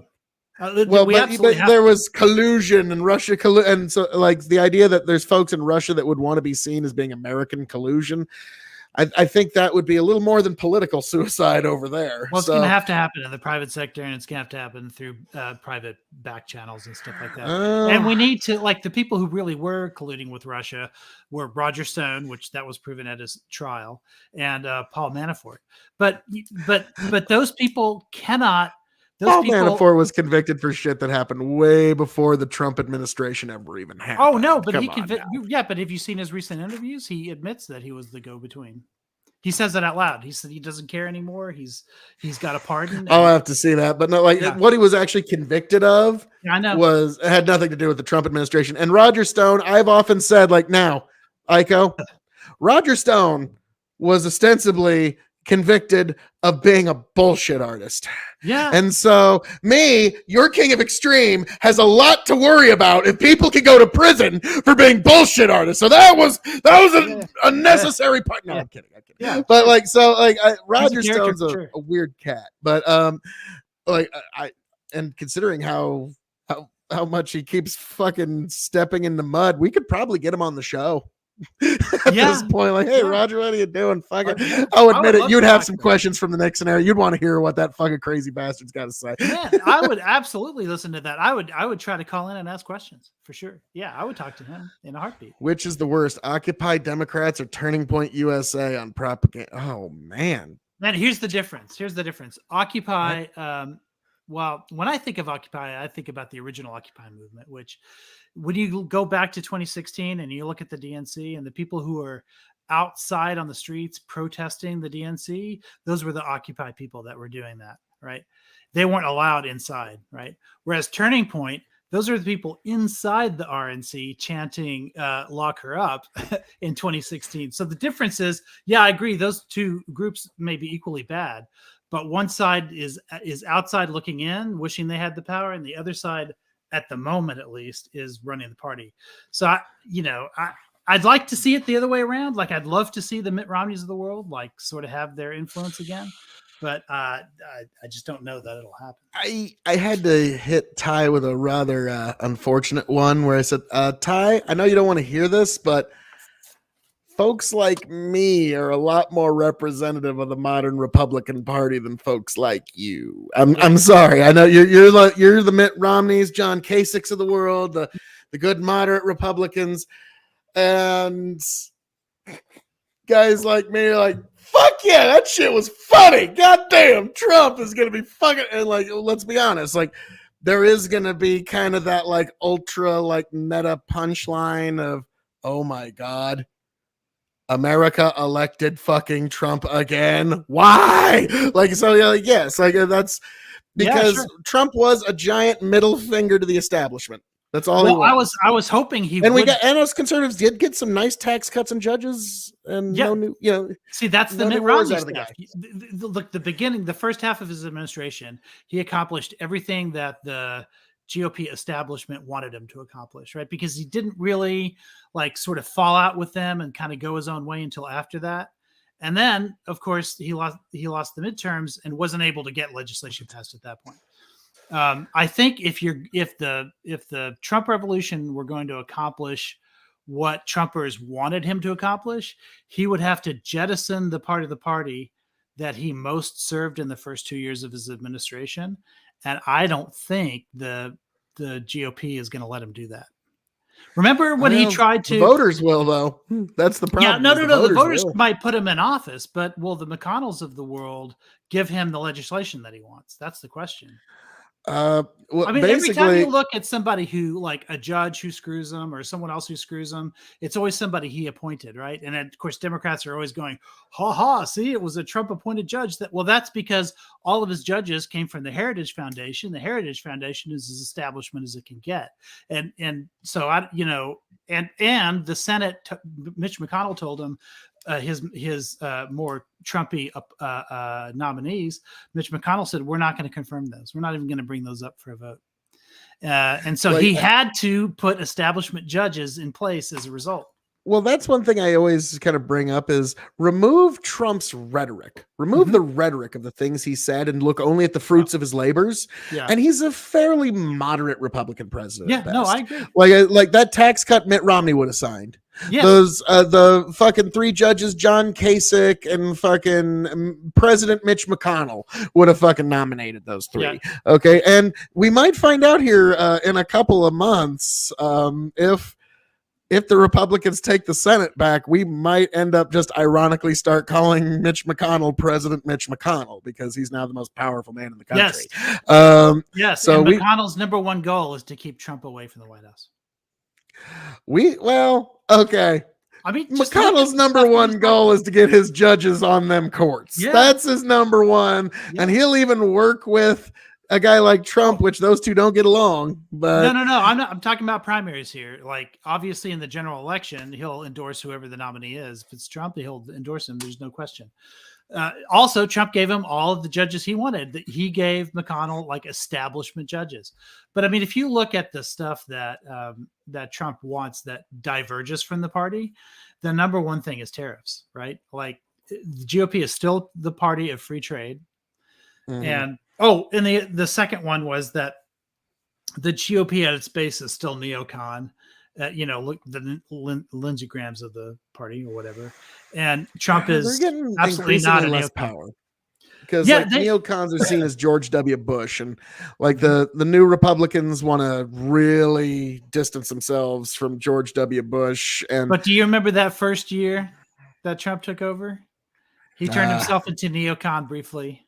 He took those are those great. he took those ships and he sent them over to North Korea and like threatened war and all this other stuff. I'll never forget Trump when he was doing Called him Rocket Man. his inauguration address. I was watching it live Yeah. because I think we all were, because we were like, is this actually going to fucking happen? Are they actually going to let this guy put his hand on the Bible, or is somebody going to go, okay, all right. We let the joke go on long enough, America. Now we're going to find out who really gets to be president now. Yeah, No, we were all wondering up to like, but when he made his speech, it's like, and I will always be there for you, and I will never, ever let you down. Yeah. And I remember George Bush and Barack Obama just look at each other like, fuck, really? We're going there with our inauguration speech. Jesus. Yeah. And like that. I don't That even. one I I'll never forget who forget. wrote that speech too, because it was Great speech. Like now what they he called mentioned it, the wind American plane. Carnage speech. The windswept plains of Nebraska. So folks in Nebraska be like, Yeah. that was a great fucking speech. We actually got mentioned one time in national politics. I'll fucking take that shit. Speaking of Nebraska, I was going to show, Uh-oh. if you look up a map, this is getting back to energy now. Yep. If you look up a map of, because you were talking about that coal plant close to you. Yeah. If you look a map at the wind corridor in the United States, that's where wind is most profitable because it blows harder and longer there than anywhere else. Nebraska is smack in the middle of it. So there's going to come got up, fucking windmills going up all over the place. And Yeah. there's one thing I want to talk about wind power. Something because years ago, me and my father and some of my family, we went out to like Oregon, Washington, beautiful part of the country. And there was windmills on the horizon. And my old man coined a phrase that I'd never thought of before. He says, at what point is this scenery pollution? Right. Sure. And I was like, wow. Because like, think about it. Like in New York, think of how many millions of dollars people pay for an apartment with a view. So apparently a view is actually some sort of tangible economic, like there is something of value there. And so at one point, like he was like, this is just kind of scenery pollution out here. Just kind of destroyed this beautiful fucking scenery out here. And it was one thing, like, and so that's one reason I've always kind of stepped more on the fusion, more on the solar, more like stuff like that has always been kind of like what I've advocated. But now you've shown wind is doing really fucking good though. Like you can't. What's your opinion of billboards then? Because that's there's so many billboards everywhere now. And I've looked at legislation to try and like limit the number of billboards that are up. And the GOP is absolutely not for that kind of legislation. And this is going to sound really weird, but keep in mind, all politics is local. Mm-hmm. I don't know what it's like in other states, but I know in the state of Nebraska, I imagine we're not the only one. There's actually a trust. It was some little old lady that like her husband was like buku rich. And she basically just paid the money. If there is a billboard anywhere in the state of Nebraska that is not currently filled, a pro-life message will go up on that billboard. Some choose them both and a mother holding a baby. You're like, life, adoption, the life option, and like all that kind of shit. Like you'll find that everywhere across the fucking state. Yeah, so when you mention billboards, it's like, yeah, I don't know. Because like, to me, it's kind of like, I certainly wouldn't want one on my property. Texas is a red state. It'd be scenery pollution. Texas is a red state, but Dallas is a big blue city. So they've been starting to pass some of those billboard ordinances here. And what's happening is the people that the billboard and big billboard, I guess, is been like trying to buy off like local politicians and stop those ordinances. And now they're in Austin lobbying legislators in Austin to try, because this happens a lot in Texas. You'll get these blue cities pass one thing like anti-fracking stuff or whatever, but then Austin passes a law that says no one's allowed to pass anti-fracking stuff in their cities anymore in Texas. And they're doing that with billboards too. Well, one moment, I just got a preacher raid. Preacher, you philosopher king, you. Thank you for raiding my show this evening with all of you beautiful people. We are discussing green energy versus fusion energy, and I've got one of the great titans of Twitch energy talk right here with me, Aiko, and we're going deep into this particular topic. But Although We- we've sort of distracted ourselves for a moment there. No, let's go dark, Brandon. Actually, my buddy Tony, to his credit, he whipped up a meme where it was all the dark, but it was a Biden with the eye patch, like sniffing all the people, and it's a dark pedo Pete. I'm like, God damn, dude, that took you 5 minutes. Like my buddy Tony, he's a fucking meme factory. Well, so you know where Dark Brandon came from, right?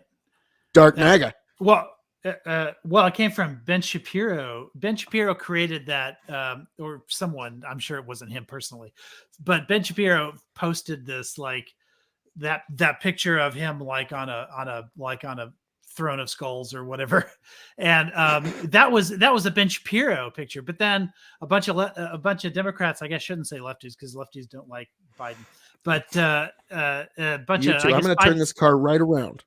Yeah. But a bunch of Biden supporters were like, that's a pretty badass picture. We're going to use that. And that's how it got popular. Yeah, and so it just spread from there. That's what Yeah. I love about memes and just how Yeah. shit goes mimetic. But yeah, so basically, so wind power. yes, wind. I because I like how you went. Well, what do you think about billboards? But Right. you do kind of have to give these windmills are massive structures and they change the entire skyline of wherever they go. Yeah, that's And true. so my father's idea of this is kind of scenery pollution. Like there is kind of something to it. And that's why I'm glad that when you look at them, there's 4 giant fucking bolts that hold them there. So if we get some kind of better technology, we can swap out if need be. Yeah, and I think one of the reasons why you don't see a lot of purchase when it comes to the scenery stuff is because it makes sense for you to say that because you live in a rural area where you're likely Very to see a flat lot of wind farms. And here in Texas, we have a lot of wind farms, but just like everywhere else, they tend to be in less densely populated areas. So people where there's 1 million people, like Dallas, or really 2 million at this point, they're not going to see a whole lot of that stuff. And even if they do, it's no different than seeing a skyscraper or a whole bunch of other medium-sized buildings. You're just not going to see them here. But if you're in other areas where big wind farms are likely to be, you're going to see them all over the place. My first time to drive through West Texas on my way to somewhere else, I saw them everywhere. I was like, oh, I had no idea there was so much of this stuff. But also, it's an aesthetic because some people might find them an eyesore and other people think they look great. Yeah, and that's generally going to be the people who don't live there. Sure, but how many people in Dallas like to see the skyline of Dallas? Like skyscrapers all over the place. You could certainly argue that impedes your view of the Trinity River or whatever it is that you want to look at. And you can see it for miles and miles away. So that's absolutely an aesthetic. And when cities first started popping up, when large, tall buildings first started popping up, people did complain about skyscrapers being eyesores for sure. Oh yeah, I remember when me and my buddy in January of 2020, right before COVID hit, right. We went to Royal Rumble in Houston, Texas, and to me, it was one of the I had forgot when you go to the big cities, you can't see the stars anymore, right? And so just that alone was kind of jarring to me because I can navigate, I can find the North Star, I can find I've known the constellations and how to navigate from them since 4th grade. Yeah. Okay. And so that was just that alone, how the fuck, where the the sky's just all kind of a weird orange. And can you imagine, because if you look at the economics of wind power versus the argument about aesthetics, you can kind of see an analogy there with saying skyscrapers are terrible eyesores and therefore we shouldn't have, and Europe does this. Europe does do this. You'll see these historic downtown areas where they say you cannot have a building taller than the Duomo at the city center because, in fact, all of the architecture has to be the same in that city, so it continues to look medieval or whatever. And so there are legitimate arguments as to why these modern buildings shouldn't be built. But can you imagine in America saying that Trump Tower can't exist anymore because it's impeding the view of whatever it is that existed before skyscrapers and back when we were trading beads for Manhattan or something well, I get what you're talking about there, but there is something to be said for we shouldn't have a skyscraper 2 feet away from the Alamo so nobody can see it. You know what I Right. mean? Like that, like that. So there are certain, like, we do all kind of understand. Like, I remember one time, an ex of mine made me watch one of the Sex and the City movies, Oh yeah. and they get to this nice big loft, and the male character looks like goes, "Huh." So this is where they keep all the light, and I'm like, people pay for light, and like, yeah, I didn't even know that was a thing, and so yeah, like there is something to be said for what's your view worth and all that kind of good stuff, and so Yeah. it's, but like, We have a museum here in Dallas that and there was a great like modern art exhibit piece or whatever. And part of it was that if you stand in the middle of it, you can see certain portions of the sky. And that was part of like that was inherent into that piece of art. And then they just built a big like tall building right next to it, so it just blocked that. So now when you look through that piece of the art, you just see like part of the building that's next door. And so it totally ruined the value of that piece of art. So what's the value of that art? What compensation should that building owner now give to that artist for ruining his piece of art, or to the museum that permanently houses that piece of art? And you can't move it somewhere else because it was designed to show specific parts of the sky. So and the sun, where the path that it takes and everything else.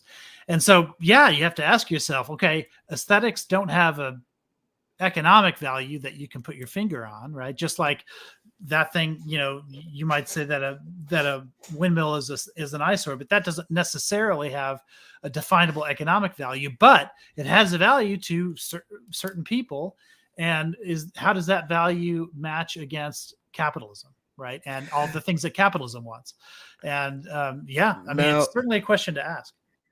Now, I'm going to give you credit, Aiko, because that was the most polite way possible of saying, yeah, windmills are in the rural areas and most people live in cities, so nobody gives a shit. Sorry. Like, that was the nicest way possible. But that's true, because if you're looking at capitalism versus the people who are adjacent to capitalism and how they're impacted, that's always the way it goes, right? Capitalism, like, just kind of, and don't get me wrong, I'm a capitalist, but I'm just acknowledging that these are the downsides to it. And one of them is, yeah, you get railroaded by the economic interests of things.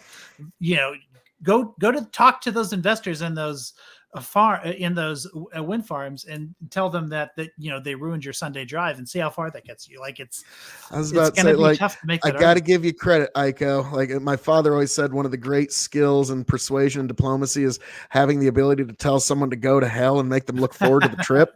Right. Yeah. You're quite good at that. But no, like that in reality. But But it's a yeah, numbers like game, right? It's it about the is number like, of people who are impacted by whatever the thing well, is. it's mostly just a that dog don't hunt type of ideas. Like, yeah, I Yeah. get what you're getting at, but that dog don't hunt, Phil. Yeah. It's too Yeah. persuasive to too many other people that they want the wind power, and the Mhm. numbers are backing it up.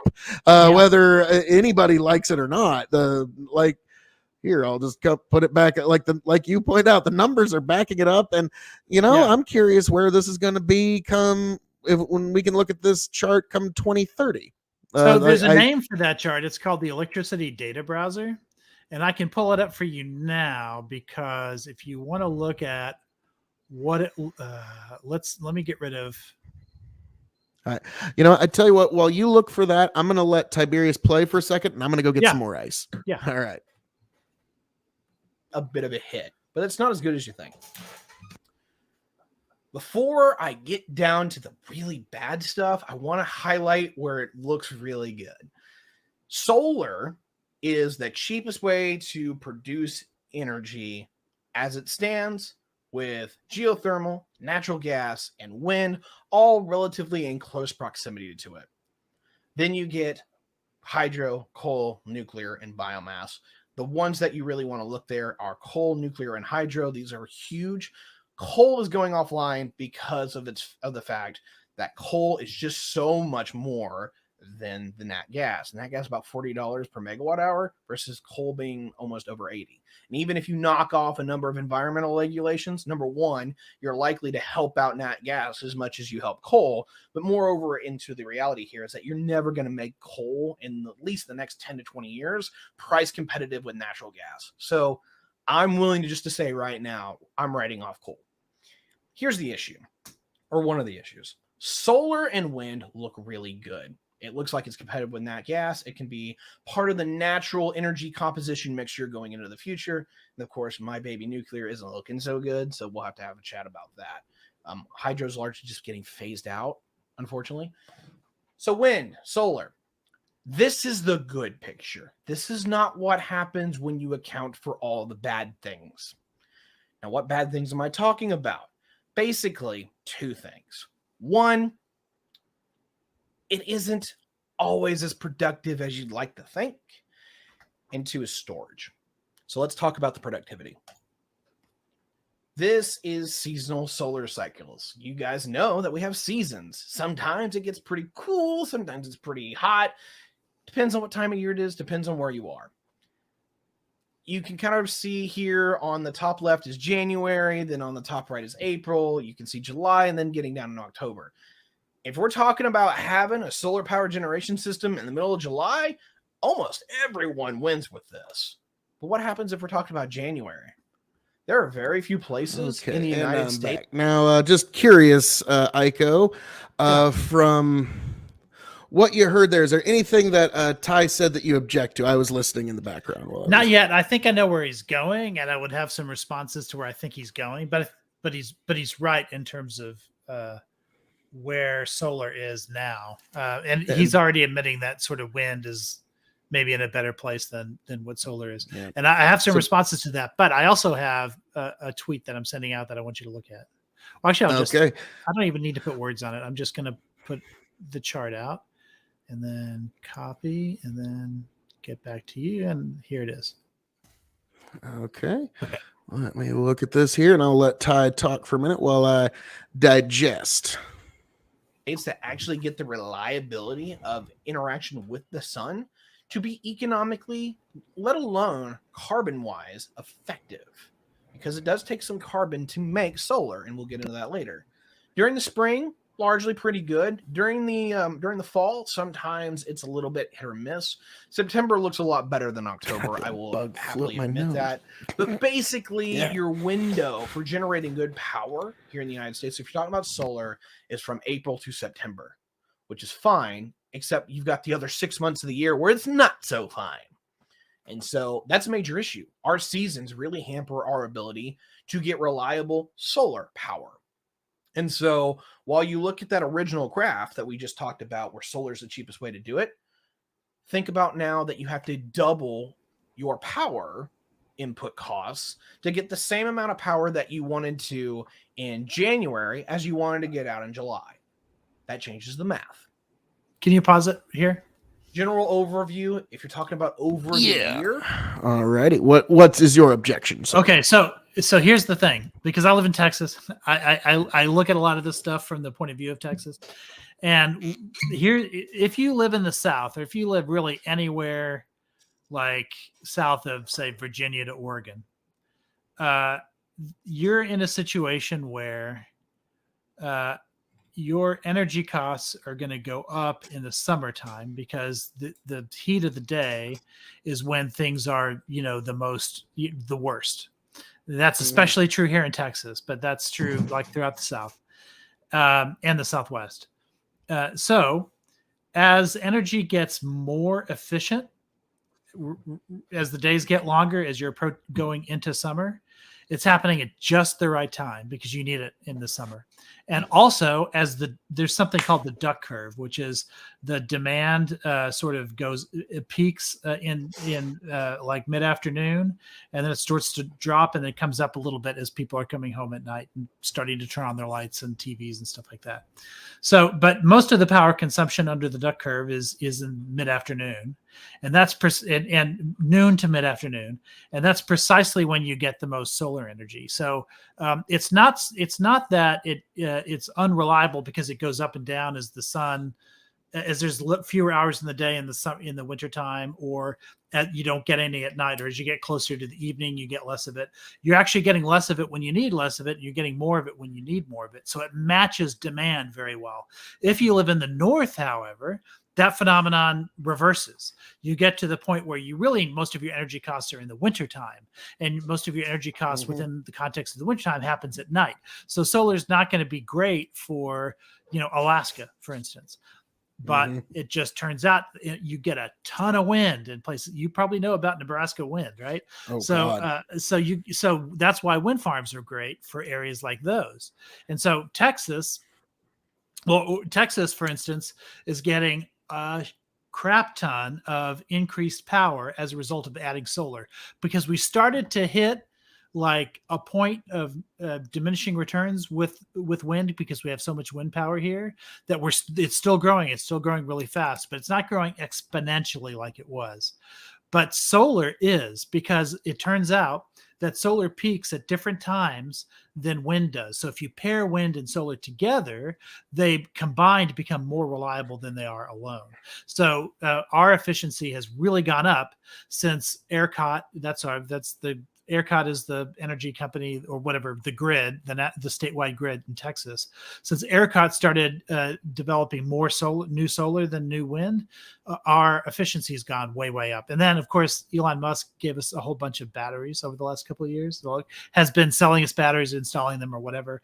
And those batteries are also like filling in a lot of gaps. They're doing something called arbitrage, which is where it buys it buys energy cheap and sells it expensive. So it ends up, anyway, I didn't mean to get too technical on it, but the point is things get No. way more efficient when you start combining them. So, but on its own, wind is less efficient. On its own, solar is less efficient. But when you combine them, they get more efficient because they compensate for each other's lack of reliabilities.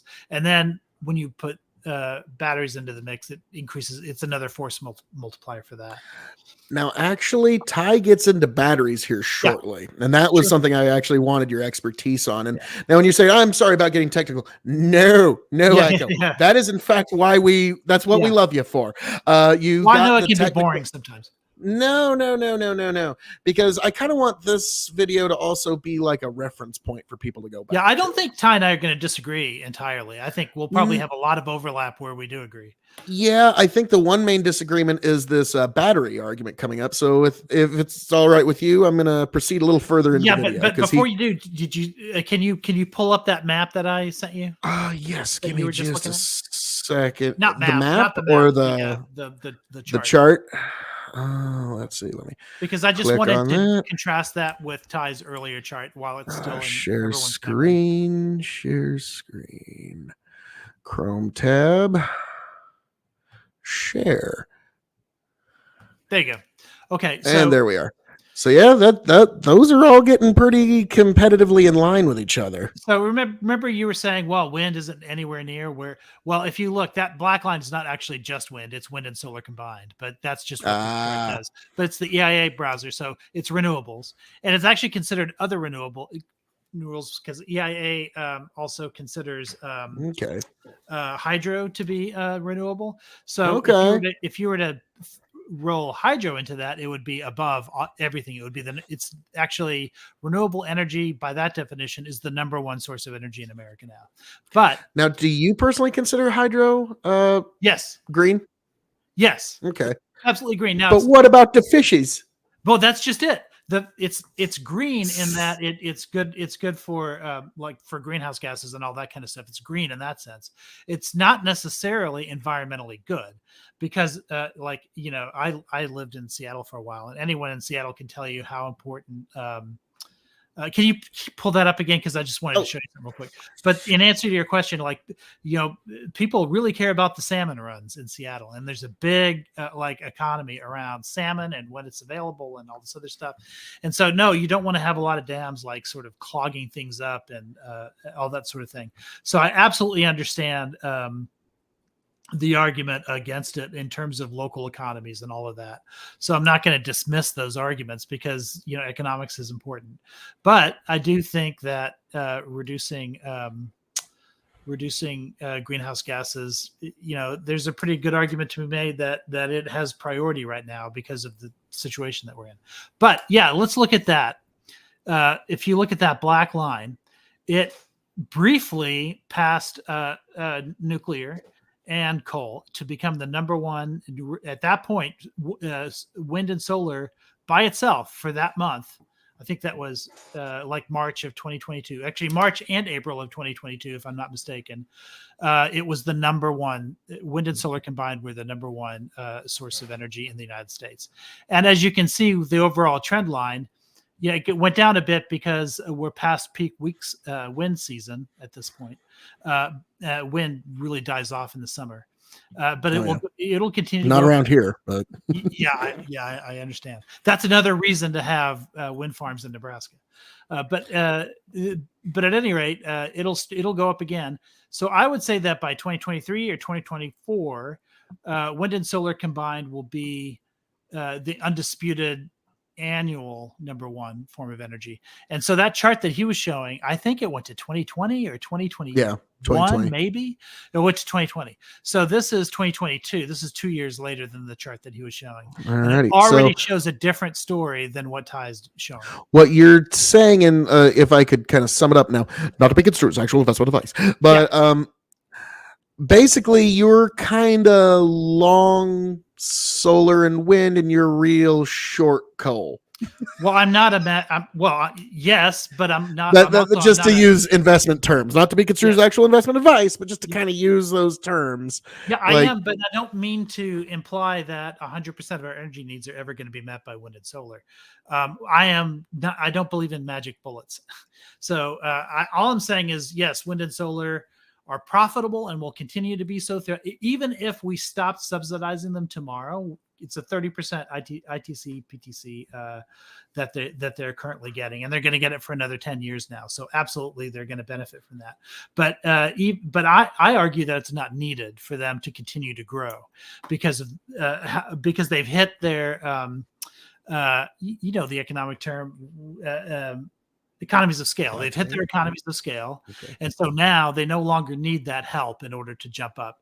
But the reason that they're still doing it is because they want it to increase at the speed at which other forms of energy that still have subsidies like oil and gas, and everything else. They accelerated really fast at the beginning of the 20th century. And the same thing is going to happen with renewables, both because they're getting subsidies. And again, they're getting smaller subsidies than oil and gas got and still get. But even without those subsidies, they would still do so because they're just getting cheaper as economies of scale kick in. Now, I'm curious. Don't Tread on Me asked an interesting question, and I'm curious. As a proponent of wind power, I'm just curious what your thoughts are on this. I'm pretty sure windmills and solars are horrible long term. They last like 15 years and they go to landfills. Or am I wrong? Because we've all seen the pictures of the thousands of wind blades that are just being buried under, and it seems like a very peculiar use of resource. And we were actually joking about this on Big Bucket Empire about 2 weeks ago about can you imagine the mind fuck 40,000 years from now when archaeologists stumble and wait, what the fuck was this? We're just So what's your thoughts on that? The problem is windmill blades are currently made from unsustainable technology.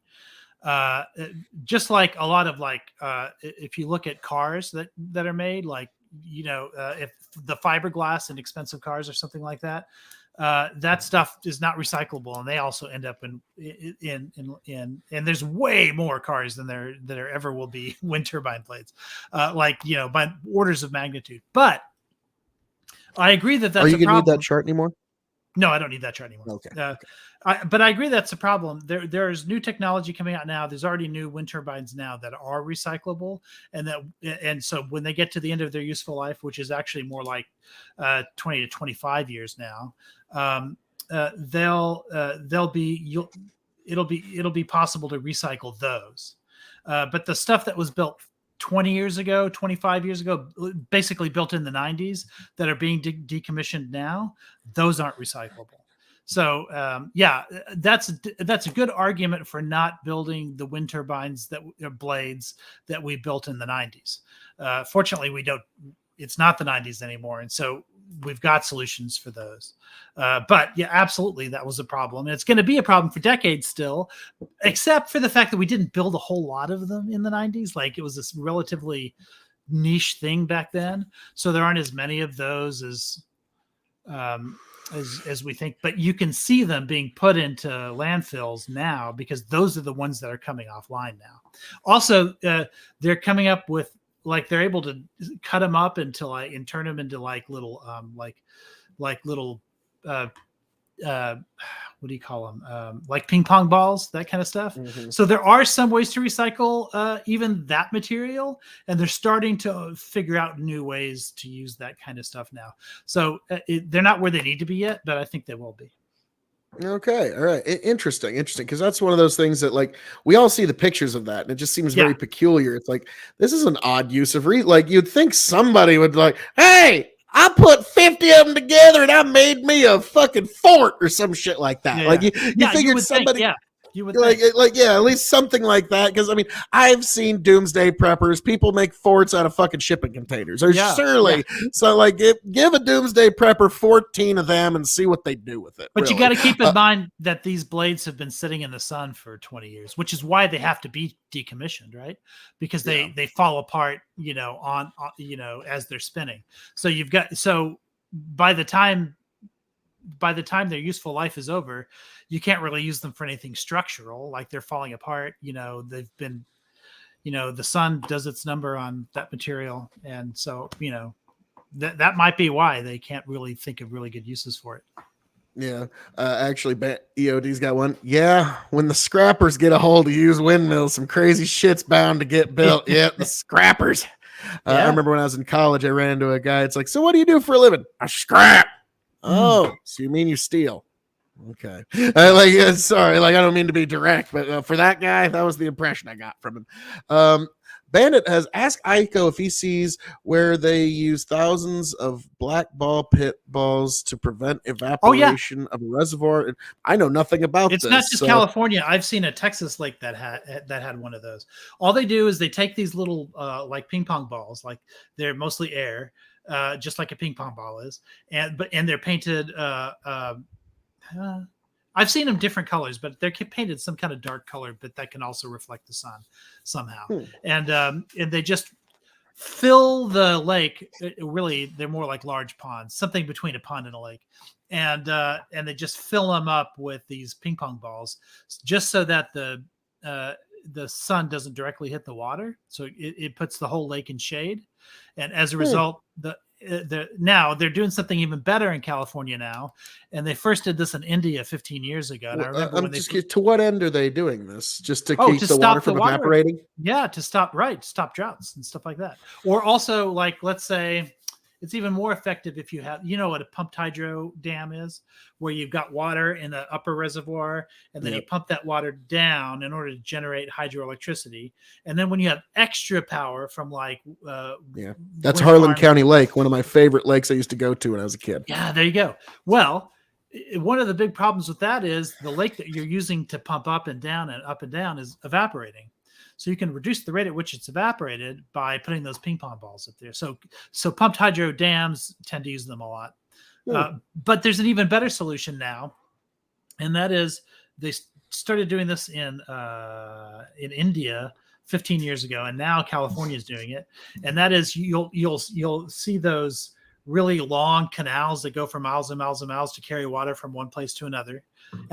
You guys use canals like that, I'm sure, in the farming industry all the time, right? For irrigation and whatever. So we definitely used to, but like you said, evaporation is such a fucking killer. So here's how they solve it. They put solar panels on top of there, and then they use the solar panels in the ways that you would expect, which is it's in effect a solar farm, but it does double duty because it's now also providing shade for those canals. So you're getting reduced evaporation and big drought in California, so they need it, and you're getting solar power on top of that. So you combine. It's sort of like how oil and gas uses oil drilling and natural gas as two sources of income for the same activity. It's the same thing here, right? You get reduced evaporation, so you get the economics of water in California, and water's more and more valuable now there than it was, and you're getting electricity.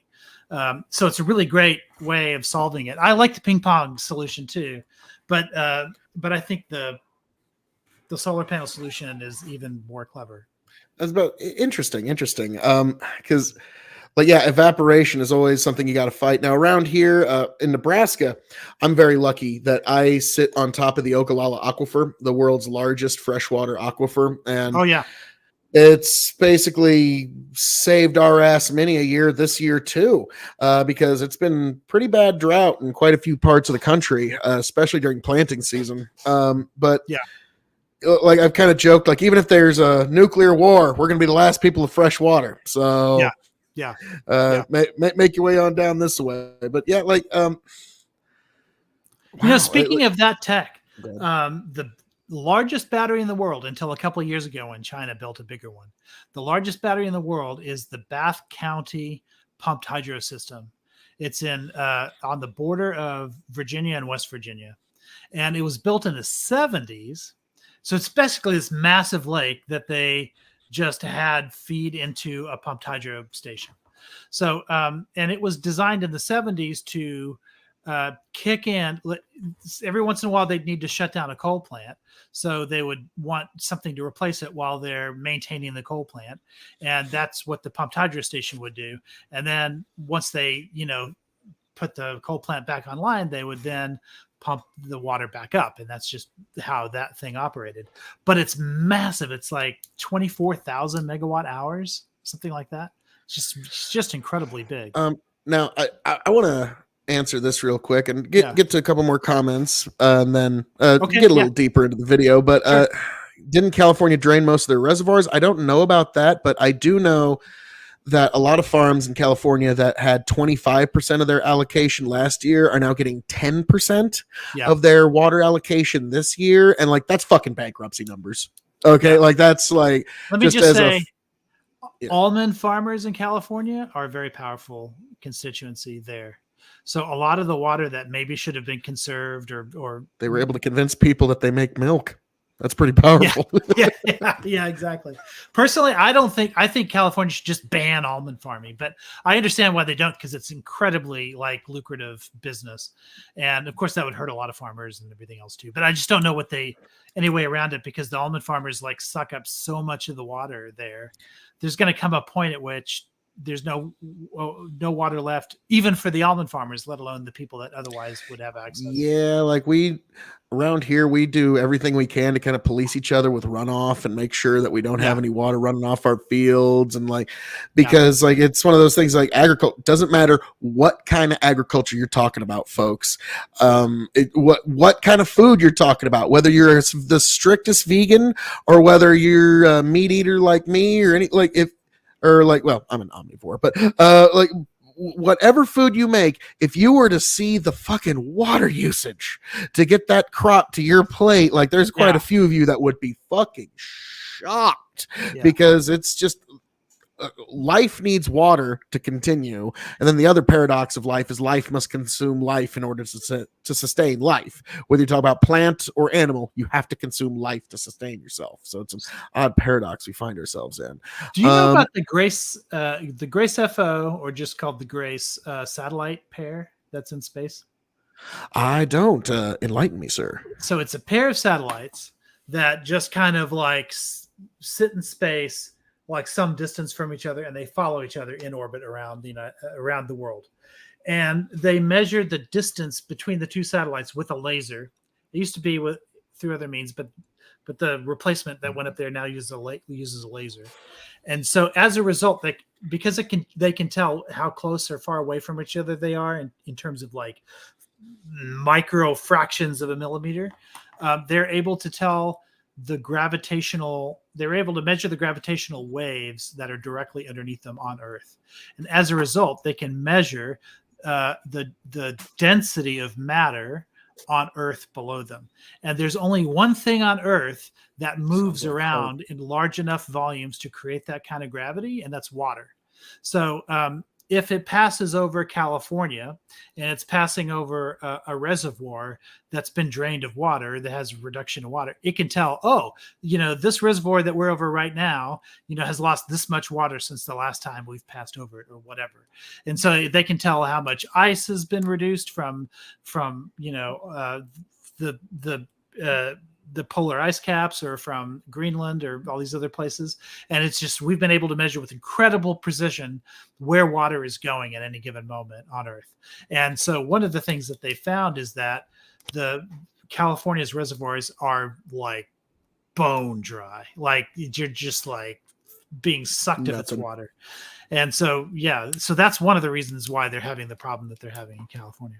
Oh God, like, because I got some kinfolk out there in California, and so I'm kind of like, you're gonna run out of water. Yeah. You can't drink the ocean. I know you like the ocean, but you can't drink that shit.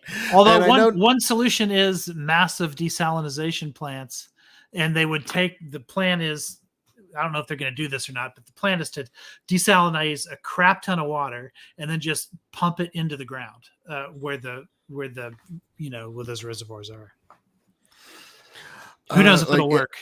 Don't tread said solution is to allow people to collect rainwater. Yes, on an individual level, we should all be allowed to collect the fucking rainwater falls over. But like, yeah, state of Nebraska is one of those. Like, nope, that's Nebraska's water. Now it's to recharge our aquifer, which we're one of the few states that seems to actually kind of manage its commons.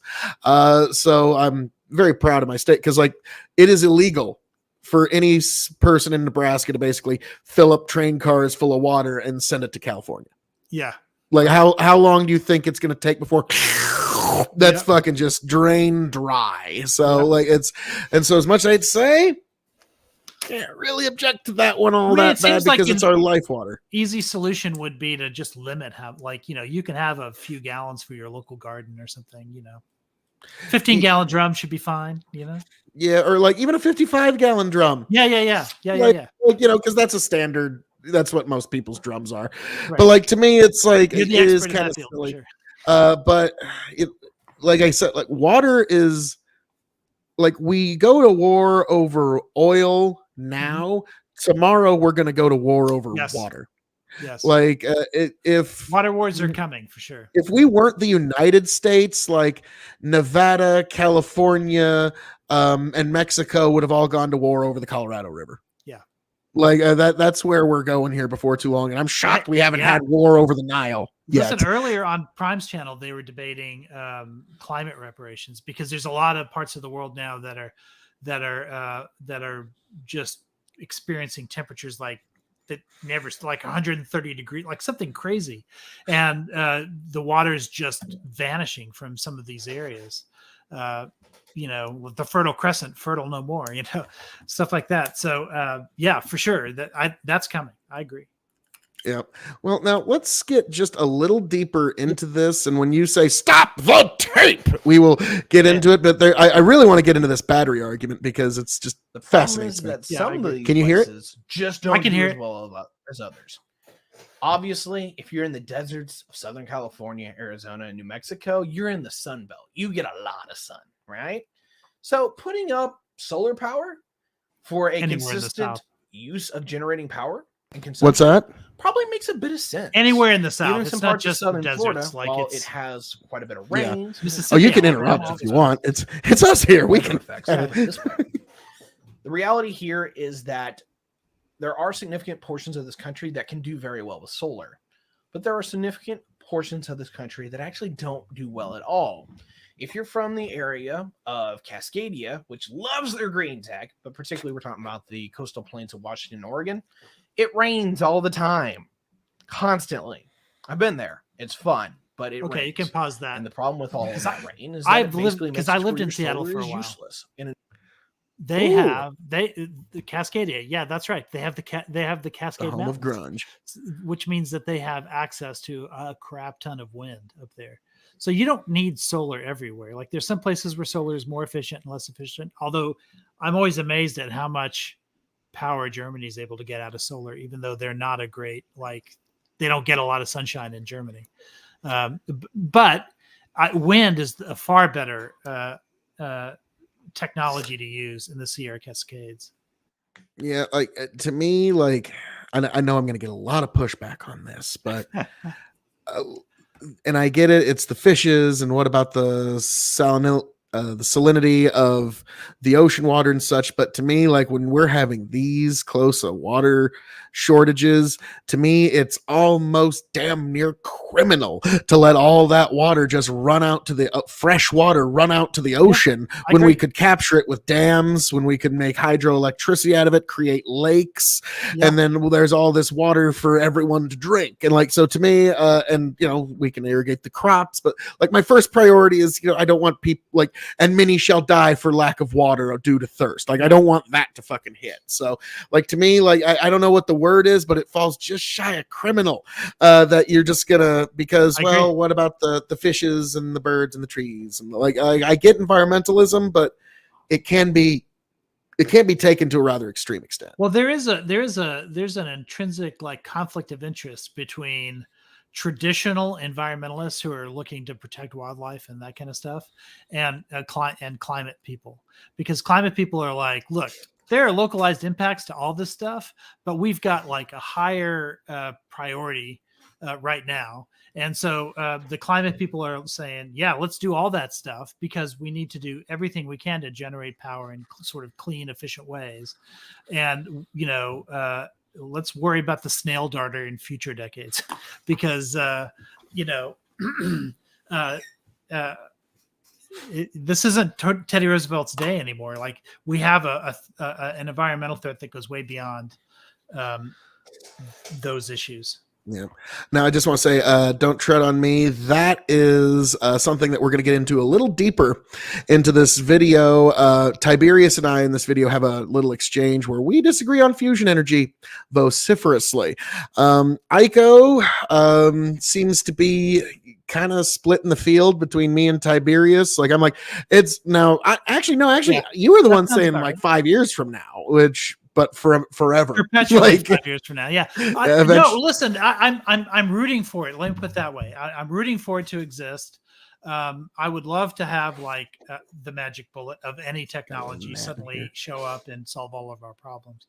I just don't think that we can ignore all the other solutions because we're convinced that one's going to save us any minute now. Very true. But like I said, the nuclear and all these other energies, yeah, they're all just kind of stopgaps to me until the first fusion reactor goes online. But and like wind, excellent, and it seems to be putting out some excellent numbers. And if it is truly 20 years, I'll fucking use it for the next 20 years. But to me, like I keep saying, like solar is what we're going to use when we start exploring the stars. Hey, listen, that's where it gets fucking. 15 years ago, everybody was talking about natural gas as a transition fuel. Like one day we'll be able to do wind and solar and all that kind of stuff, but we're not there yet. And so while we're scaling up wind and solar, let's use natural gas because it emits half the CO2 of coal. And they were absolutely right. That's what America did. And it brought our emissions down. Like, it was a wonderful solution. Now we may be getting close to the time where that solution, like that stopgap, is not the stopgap we need anymore. Now maybe wind and solar are that stopgap, right? Until we can get to some, even better solution. But yeah, for sure. Like, I'm just kind of shocked we haven't, like, I know Tesla's nice and everything, but I'm shocked we haven't had somebody hit the market with a car that runs on compressed natural gas. Oh, yeah, we did. Do you remember the Pickens plan? God damn it. The Pickens plan. Yeah. That motherfucker. I got to give him credit. Yeah. He spent the money to get his. Let me tell you about the Pickens plan. But no, like, the reason we have wind farms in Texas today is because of T. Boone Pickens 15 years ago. And by the way, he's no lefty.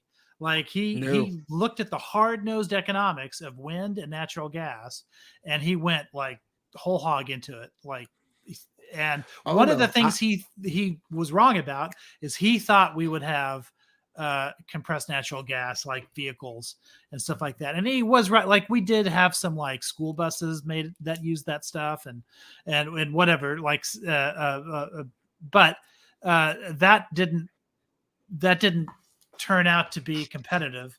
But natural gas was incredibly competitive as a source of grid power. And he was right about that. And of course, he was also right about wind. Yeah, like when it comes to shit like what fuel you're going to pick up, like, oh, trust me, the farmers and everybody that's involved with ethanol would love to hear E85 catch on. Yeah. But it just ain't quite caught on. And it's kind of the same with compressed natural gas is until you have a car that's sexy, that runs on compressed natural gas or E85. Right. Like, weirdly enough, Elon Musk, he fucking did the right thing when he would actually, contact studios like NBC when they've got their show Suits, and no, I want the main character you showed. Like, no, I don't want the Ferrari, I want the Tesla. Yeah. He And was like an that Iron kind Man, of, for crying out loud. what's that? He put himself in Iron Man. Basically, Yeah, I mean, yeah, like it was a genius marketing move. There's no question. now it's one thing I disagree with Ty when he says fusion's not powerful. Well, we have capitalism's Lex Luthor himself, Yeah. fucking Jeff Bezos, fucking pumping goddamn money into this fusion thing. So it's not only probably going to get done within about like 8 months, but like before long, we're going to be bitching about it. Be like, god damn it, Jeff Bezos charging me for his fusion shit. Yeah, it's going to be like kind of funny how quickly we shift on that. Do you know the TV show For All Mankind? It's like an Apple Plus like television series. I do not. Okay, so it has an interesting premise. It's the space race if Russia got to the moon first, and how like American history then changes. So everything's the same up until the mid 60s, and then all of a sudden it diverges from real history. And it basically, what it means is that the space race doesn't end in the 70s like it did in the real world, and as a result, like things start moving forward in very different ways. And so one of the things is like private industry, sort of like Jeff Bezos and stuff like that. They start launching their rockets like in the 90s, and they make it to the moon, to Mars in the 90s, and there's a whole bunch of stuff that happens in between. But anyway, that just kind of reminded me of that. You know, like I've often thought, like I think it was one of the Rockefellers. Like it was one of the people that everybody said he's the secret head of the Illuminati. I think it's like David Rockefeller or whatever. Yeah. Towards the end of his life, he had one thing that I thought, that's not a bad idea. Like, why don't we convert all these militaries to space exploration? Yeah. So rather than we keep bombing the shit out of each other, we launch those rockets into like the asteroid belt to find which one's got the most gold in it. Like shit like that. So yeah, like I was like, you know what? And like I like Musk SpaceX, and then Space Force for the win.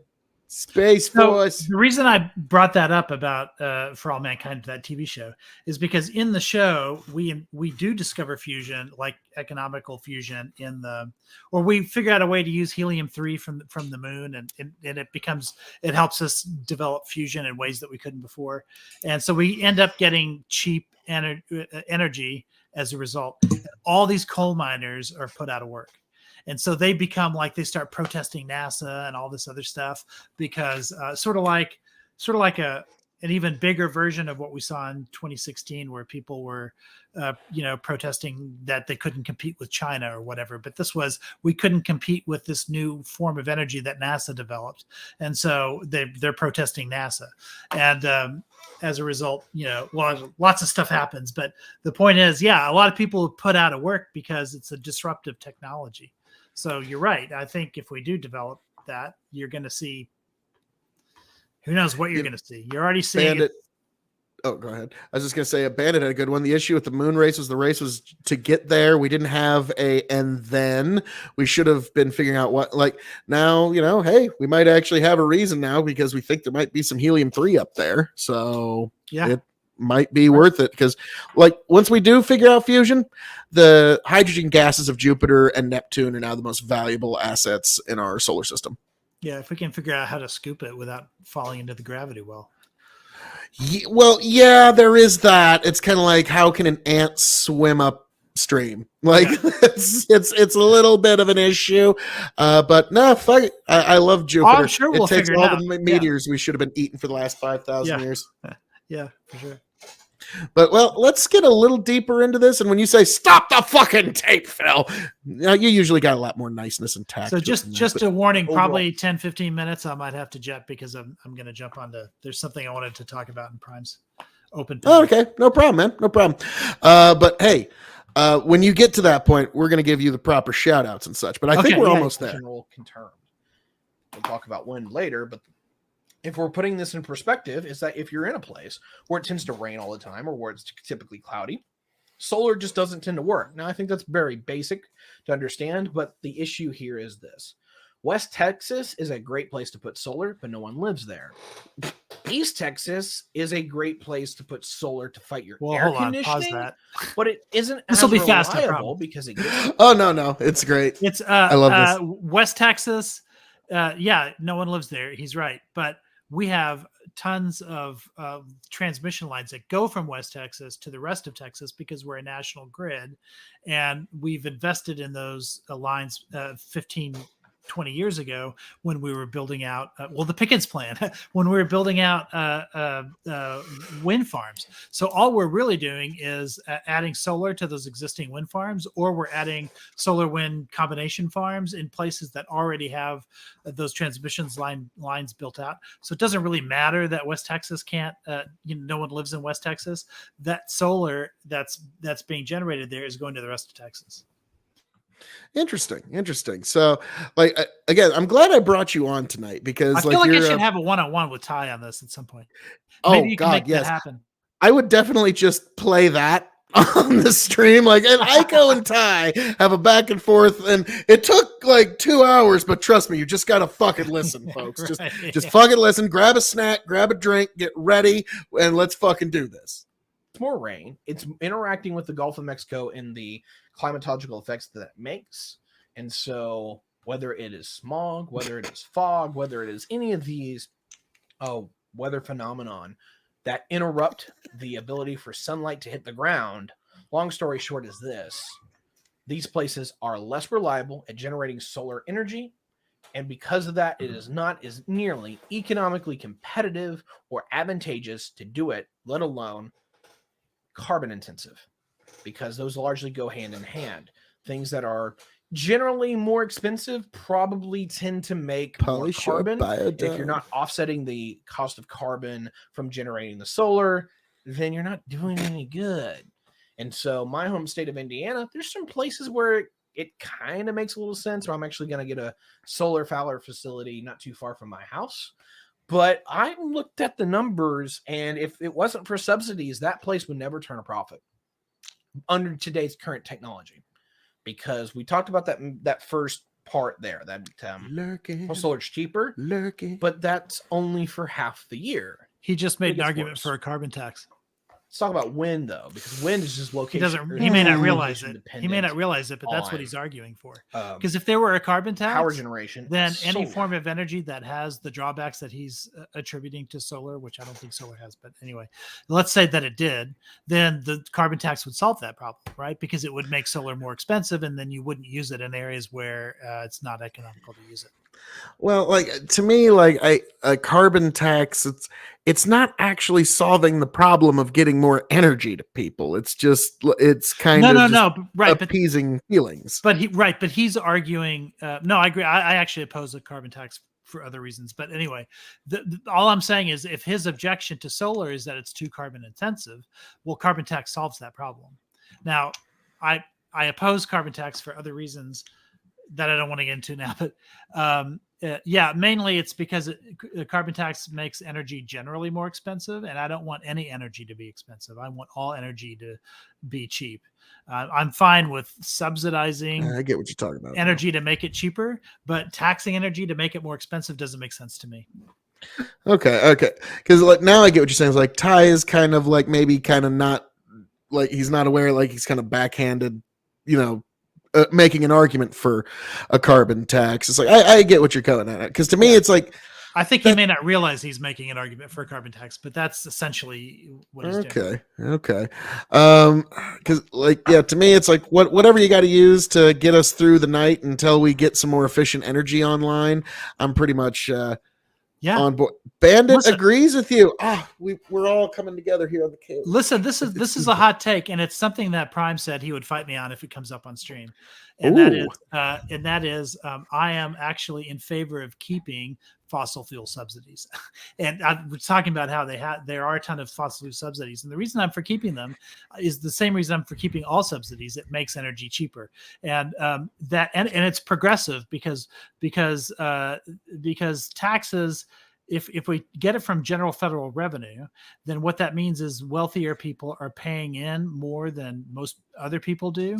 And so if you use part of those GFR to fund fossil fuels, what it means is that gas gets cheaper, which disproportionately helps lower middle class people who rely on their cars to get to work and all that kind of stuff. And so what it means is, but a carbon tax would make gas more expensive, as we see in California. And because we've made gas more expensive, we are solving a problem related to climate, but we're making poorer people pay for it.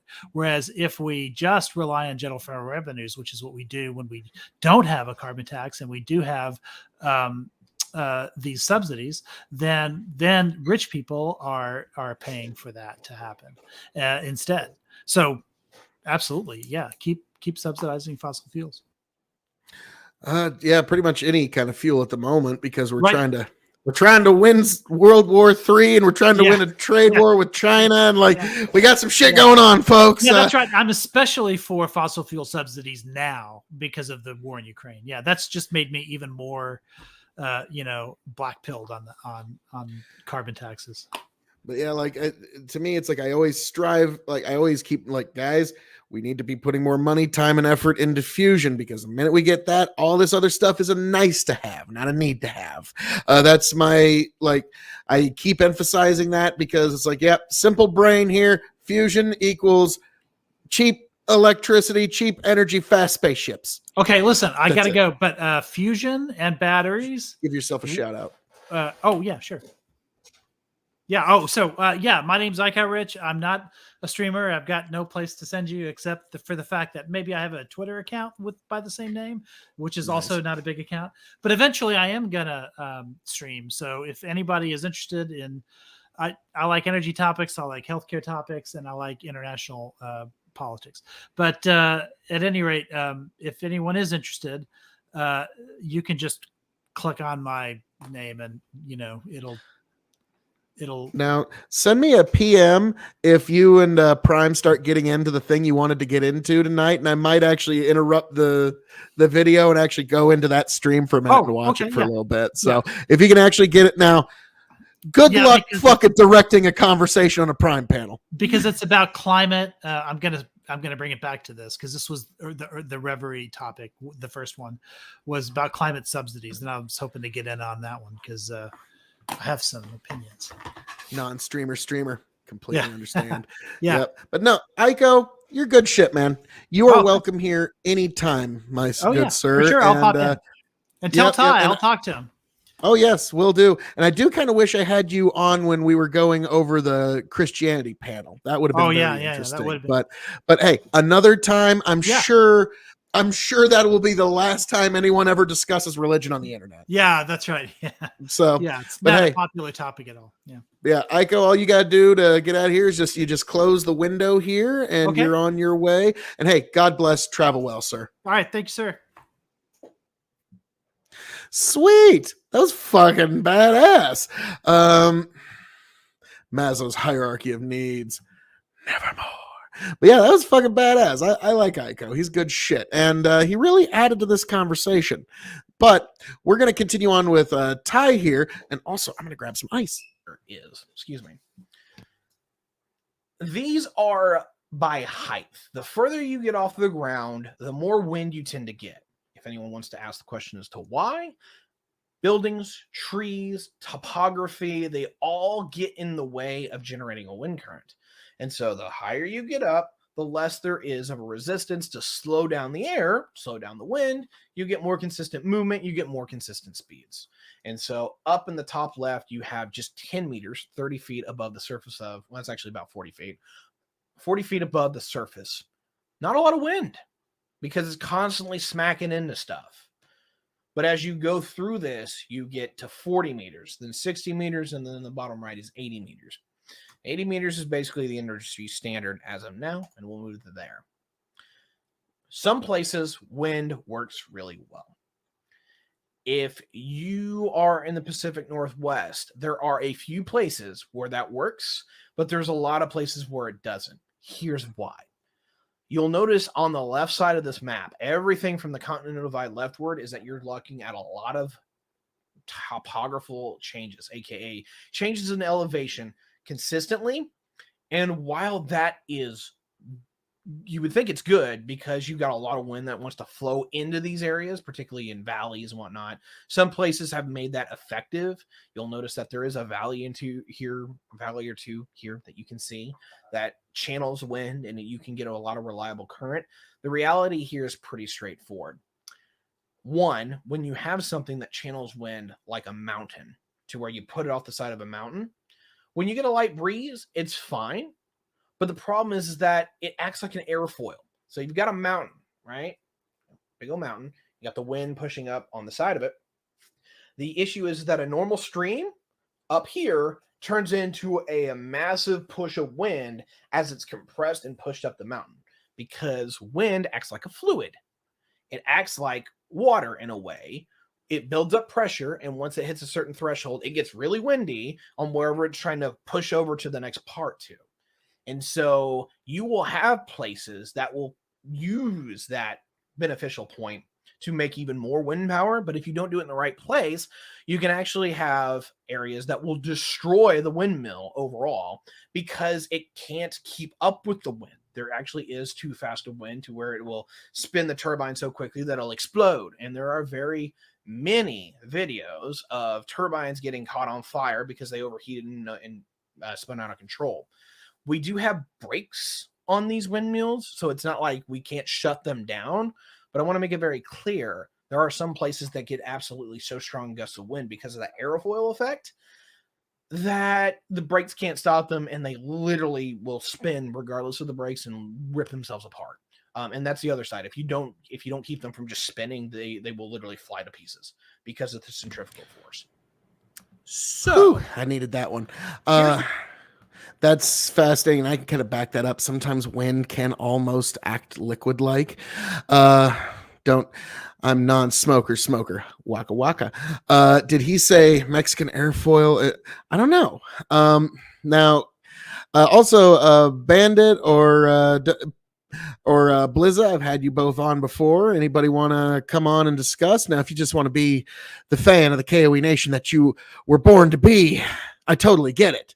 It's always nice to just have your feet up and throw in comments once in a while. But if any of y'all want to come on and discuss this topic, that we want to you're more than welcome. Next, and there's no reason to believe that we can't technologically Internet's do it. crapping out on me here, so I'll just and it's make my big face big. Standard. Right now, we've been shooting for 80, but they're talking about getting it to where we can get to 100, because even though it's only 60, 70 feet higher, is that the reality is that makes quite a bit of a difference. And you can see where these work. And I didn't talk about this in the last slide, but I'll definitely talk about it here because it's just kind of exacerbated. If you're in Nebraska, South Dakota, Iowa, Minnesota, Kansas, Oklahoma, and most of northern Texas, Nebraska, wind works for you. It is consistent and it is varied. And the reason why is that it's pretty flat in the Great Plains. That's why it's called the Great Plains.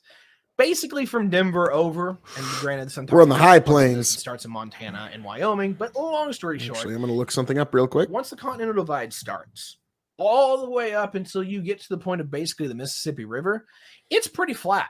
I've driven it. And if you have drove on I-90, I-94, I-80. Now, this is going to sound crazy, folks. Now, I'm actually currently sitting in Nebraska. I just looked up the town I'm sitting in. Our elevation is 1,644 feet above sea level. It's the high plains.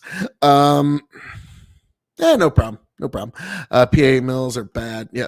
But yeah, so we're actually 1,600 feet above sea level where I sit, and that's basically where I am all the time. So, like, I remember one time I got really bad altitude sickness when I was a little kid, and I went out to go see my cousins out in San Francisco. And because, sea level is not what I'm used to. Yeah, sorry. I got a bunch of little gnats in here that keep trying to fly into my face. Like I had one almost flap my nose earlier. So if you see me like swatting at shit that you can't see, it's just little tiny gnats. I haven't gone crazy yet. But all right, let's get deeper. Or I-70 or maybe even I-40. You've probably seen it. I-40 is a little bit more hilly, but the long and the short here is this. If you've ever been through the Great Plains region or through these central line of states here that kind of divide east and west here, it's relatively flat, and even with the hills that are involved there, it's nothing like what you can see throughout the rest of the country. Driven. He's a Midwesterner. Let it go. They get up to quite a bit of speed before they have climatological effects that will either slow them down or topography that will slow them down.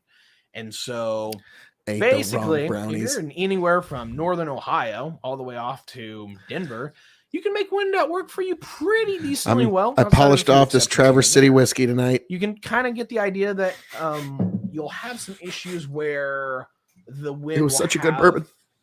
a problem interacting with a drainage basin. You can actually see that. And you to might some actually degree. find out The if it long and short of becomes the what I'll do bourbon of right extreme here or not. is that It's entered. if you're talking about the central part of the country in kind of the form of a triangle, and this largely extends up into Canada, so Alberta down to North Texas, over to northern Ohio, and then back over to Alberta, makes a bit of a perfect triangle, perfect for wind. Anything west of that, the topography doesn't work for you. It kills your wind, or it makes it funnel to the point where it'll destroy your windmills. So you don't want to do that. Off to the east, So you're about 180 feet. See, I'm over 1,600 feet above sea level. So it's kind of weird. Like if I fly places, I always kind of keep in mind, okay, I could get altitude sickness. Now, it hasn't happened to me since I was like 15, but I always keep in mind it could happen. And that's why I generally like to drive places, because you drive down gradually off of those high plains and you get to where you're trying to go. It's not nearly the same elevation shock. But yeah, that's a real thing. it's kind of the same thing as the West, but a little bit different. Southeast of the United States, we're talking Mississippi, Alabama, Georgia, Florida, they get wind, but it's not consistent at all. So you can generate power, particularly during like a storm, but you don't want to generate power during a storm because it has that same problem where if you're going from, 10 mile an hour winds to 60, 70 mile an hour winds, which is why a lot of this area has, because they have Gulf of Mexico storms, it's actually a little too fast for the turbine. And so you'd have to apply the brakes. So long story short, you would think this area, because of its weather, would actually generate wind. It really doesn't consistently in the way that we want to. You want something that's 30, 40 miles an hour that is, relatively strong, gives you a nice gust, makes the turbine go, but not so much that it just absolutely spins crazy. So wind power is certain great if parts of the everything is East get perfect. this a little better.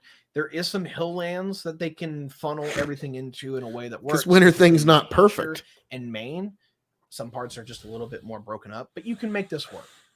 Don't do that to me, Making this work for Trad. New We York love City you. on Don't do that, anything Trad. Around the urban area does not make sense. Do like the fire marshal bill. You're doing offshore. Breathe! And I It's will not say, your time yet. right now, there are some places offshore wind makes a hell of a lot of sense. You put things just off the continental shelf where it's got maybe 200 or 300 feet of stand, and you just put a wind farm out, a couple miles away from New York. Let's just say 20, and it's expensive. It's quite a bit more than what we see on land, but you can get a lot more reliable power, particularly in that region. You can make that work. But if you're talking about on land, you're largely looking at the funnel areas that you can control and account for. The only places that are really good in New York for making power. That's just not the only problem, though, because you notice that the seasons and the height change everything. But you'll notice that on an average day, sometimes it's not sunny. And I'm not talking about just in the regard of the weather. I'm talking about there's this thing called night. And it sucks because for all the time that Unless it's you're a not vampire. light out, you're not generating solar output. Now, I think that was kind of a given, but it is a bit of a dig. Solar is largely consistent, but only for a certain time of the day. The issue is that when we're wanting to use the solar power is not when we're actually going to use it. And you can see this on this chart. This is not my chart, by the way. Average energy demand is increasing in the afternoon, largely because it gets hotter, largely because people are going indoors, doing their, family dinners, what have you, as the sun is going down. And so we see an actual inverse problem to where when we really need the solar, we don't have it. Wind is even a worse problem. The best wind is usually about 1:30 in the morning, depending on where you are. But just as a general overview, the best wind is absolutely in the middle of the night, and no one's awake for that. So you can see on this chart, wind and solar don't wind up very well when it comes to the energy that we're wanting to use. So we have to talk about the problem too, storage. And this is a bigger problem than the location part. This is what I was hoping he was going to get to before. Number one, Ico left his battery part A, waste. excuse me. This is where I think they're going to clash. Is a little finicky. Obviously, you want to be able to charge your batteries. I'm gonna let Ty But take the this for just issue a with minute. charging your batteries is this. What happens if you aren't having peak efficiency? You do have a slower day. You do have a less sunny day, a less windy day, what have you. You need to put up more stuff to get a full charge of battery. So let's just say you double the output that you would have. So you got double the solar than you could possibly ever need to make sure that you get your batteries charged. Well, you get back to the normal day where you would expect things to be going well. And the moment that you've charged that battery, all of that power you could be using is completely pointless and completely wasted. And if you're already about to ask the question, what happens if I can just turn off the other power plants? That's one of the last slides we have. I'm going to get to that. But the long and the short here is that when you're talking about charging the batteries to store from when we're generating the power to when we need to use the power, Nice RWP. there's a problem. Phil K.O.E. of 2024. you want enough ICO for batteries so EPA that you chief. can charge up all Nice. the batteries. You can supply everything that you're going to use for later, but you don't want so much power generation paired with it that you're throwing 2, 3, 4 times the amount of power generation than you actually need. And so when it comes down to the actuary parts here, you're starting to see where the costs of generating the power versus the cost of actually using the power are probably not lining up. Problem number 2, energy density. You may notice a lot of these are the things that you use to put in your car and go, or the things that you put in your house to keep your lights on or keep warm, right?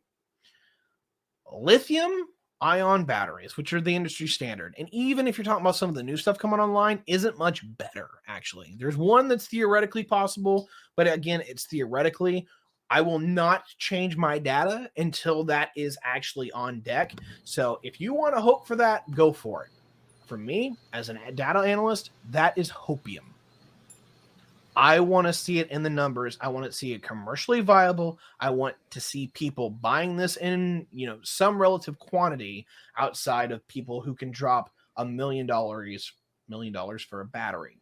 So right now, industry standard is lithium.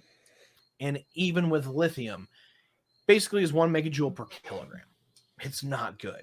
Wood is 16 times more energy dense than a lithium ion battery. And these are the better ones, mind you. I will say that all the theoretical ones are Bandit dropping the fucking. Oh, he's bringing it, Bandit. Oh, like I'm sorry, Bandit, but I'm taking a picture of that right now. And I'm sending that to Tony. That's beautiful. Tony is an independent or a liberal with body armor. Well done. Well done. Well done, Bandit. I give you 2 gold stars for that one. That's beautiful. 2 that actually break from the mold here, and I'm hearing ratings of 6 megajoules and 7 megajoules for these per kilogram. That's half the decency of wood. Almost half. That would be better Stetson. by a significant margin, but we don't know how cost competitive it is. We don't even know if we can produce it, and we don't even know what materials exactly we're going to need to get it, because it's still more theoretical and something people are working on in a lab than actual concrete, hey, here's the data. So I will revise this, but the long and the short here is that even the theoretical stuff is still, by the numbers, worse than wood as far as energy density. And so this is why you can put fuel in your gas tank and take the entire car and the fuel and you and other things along with you for the ride. I've been lurking, playing cities. Hells yeah. Thanks for being here, man. Up is radically worse. And so you can move from A to B because of fossil fuels. Green energy is having an issue with that, because if you can't store it and you're using it on, at the time, it doesn't line up on the time and the storage isn't working out. I got a hype beast for my friend Nuclear here for just a second. This is why nuclear matters. Nuclear If overpowered. You can't see this. That is because all the other ones are literally less than 100 megajoules per kilogram. Uranium usually goes for 3.5 million to 4 million megajoules per kilogram, depending on how good your refinement is. There's a bit of an issue with that. But that's why you can put some fuel in a nuclear reactor that can power 10,000 homes and refuel it, every 3 to 5 years. That's why you can take a U.S. Navy nuclear reactor, plug it full of the fuel rods, and replace it every 10 years. And it will go literally millions of miles before it needs refueling. Nuclear is incredibly energy dense. And if it wasn't for this, nuclear wouldn't even be an option. But it is. And this is the reason why our planet is still hot, actually. The reason why we have a bunch of geothermal and basically lava coming out of the planet, magma, is that the radioactive isotopes within the Earth fusion are is breaking down. fast And because spaceships it and takes cheap uranium, energy. as an example, I'm ready for 4 it. billion years to reach its half-life. It's constantly emitting energy, and when you have something the size of a planet emitting energy, Excuse me. it keeps the the inside of it all nice, hot, and toasty for us. So this planet, on the inside at least, should be alive long after we're dead. Just a nice little tidbit side note. Here's the cost of storage. For 1 day of use, in case that your power, you can't generate the solar that you're expecting. You can't generate the wind that you're expecting. Liquid hot magma. This is how much it costs to power the average business, home, hospital, or factory for a day. Now, you can parallel this out for the other way that this is going, whether you want to say that it's 8 days going down the pipe, or you can say it's 8 homes. Either one works. But the long and the short here is that to power the average home with battery for a day is almost $24,000 right now. There's some wacky numbers out there, so that might go down. But even if you're talking about a 20% reduction, let's just say we're going to get around 17,000. You're talking about the average battery that you need to power a home being anywhere from 1/10 to 1/15 of your home bill. That's a lot. $23,000, 24 really. Even if you reduce down to 18, 16, you're talking about over a year's worth of man hours to be viable. Now, I'm not saying it isn't worth it to do that kind of thing when you're dealing with, quote unquote, the fate of the planet, as the Eco Geeks want to put it. But you're looking at a fundamental rebalance in how we operate our homes at that point. Of course, businesses, hospitals, factories, even worse. And these are just average numbers when it comes to businesses, hospitals, and factories.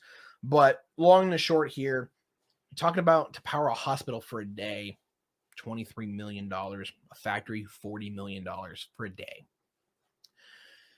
It only gets worse from there. The average, town, something like what I would need, or that I live in right now, you're talking about $100 million of battery to power the whole town and all of its housing. And that's just my hometown. You're talking about New York City or what have you, you're looking at billions of dollars. So the long and the short that I really want to point out to you guys is this. Batteries are expensive. Batteries are really not energy dense. And when it just comes down to it, it doesn't work out when it comes to the price. Because this is what happens when you take that earlier graph that we said, where we had solar and wind as being some of the best ways to produce power. This is what happens when you add batteries to it.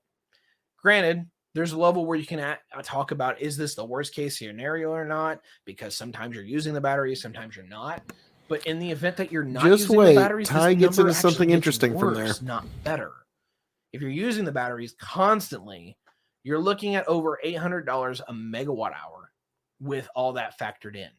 If you're not using the batteries, granted, you probably save on the longevity of the battery, but you're only dumping money into something that you're not using, which actually makes the solar and wind more cost ineffective. So in that environment, if it wasn't for subsidies, if it wasn't for basically ignoring the idea that we are throwing electricity into the grid that we're not using, it's natural gas or go home right now, if you're talking about the price point. So let's talk about the other issues. People talk about, oh, well, we've got the wind, we got the solar. If we're making the power, why don't we just shut off the power plants that we, could be using or are using, take that power, and then we'll spin up the power plant, or we'll turn it back on whenever the sun goes down or whenever the weather clears or what have you. Yeah, me and Aiko kind of touched on this. Like, it's better to have them ready to go for a couple of weeks or a couple of months and like fire them up during the push seasons. Like, if you're in Nebraska, it's going to be really cold, fire up some plants, or if it's going to be really warm, you get something else. Like, yeah, that works, but you can't do it on a day-to-day basis like they're talking about here. Resume normal operations. The reality is pretty straightforward. A lot of power plants can't do that because it takes them hours to change their spin ups and spin downs. Now, granted, this is from cold shutdown or cold start all the way up to full load. And this is by 2019 data. Really hasn't changed that much. When you're talking about hydro power, whether it be the pump storage or just conventional hydro, you basically open a valve and you have it open within 10 minutes. There's a few things that are a little bit older, but the vast majority of it is that you've got power pretty consistently. And if you're wanting to offset green tech and basically turning that on and off, you can actually do that with hydro pretty consistently. But that's the only one that you can with, because everything else is something that you're not wanting to use because it's a fossil fuel. But more importantly, is that it takes some of these things. I like this quote here. Personally, I like the tech for self-sufficiency. I hate it for the idea of the masses. Interesting take there, and I kind of understand the flavor of what you're getting at or there. to get started up. And the best one is actually the more carbon intensive ones. So the petroleum liquids and the natural gas that is combustion turbines where you just blow it up normally. Long and the short here is that those are the quickest ones that you can activate.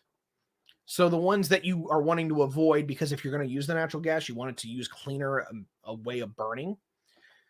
Those are the ones that you can fire up quicker, are the dirtier ones. The ones that are cleaner are the ones that you're going down this graph with.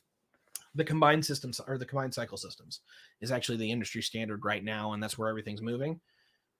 Pretty much nothing will boot up within an hour or boot down within an hour. So you have a solar system working fine. You spun down the natural gas because you didn't need it, and solar was working great. Oh, surprise storm system coming in. The Weather Channel wasn't quite correct on this one. Maybe it went too far south, north, or just had a popcorn shower. And now the solar isn't working. Great. For the next hour, if not more likely, you're talking about the next 3 to 4 hours, no one has enough power to feed the system, and you're looking at brownouts. That's what this graph is saying.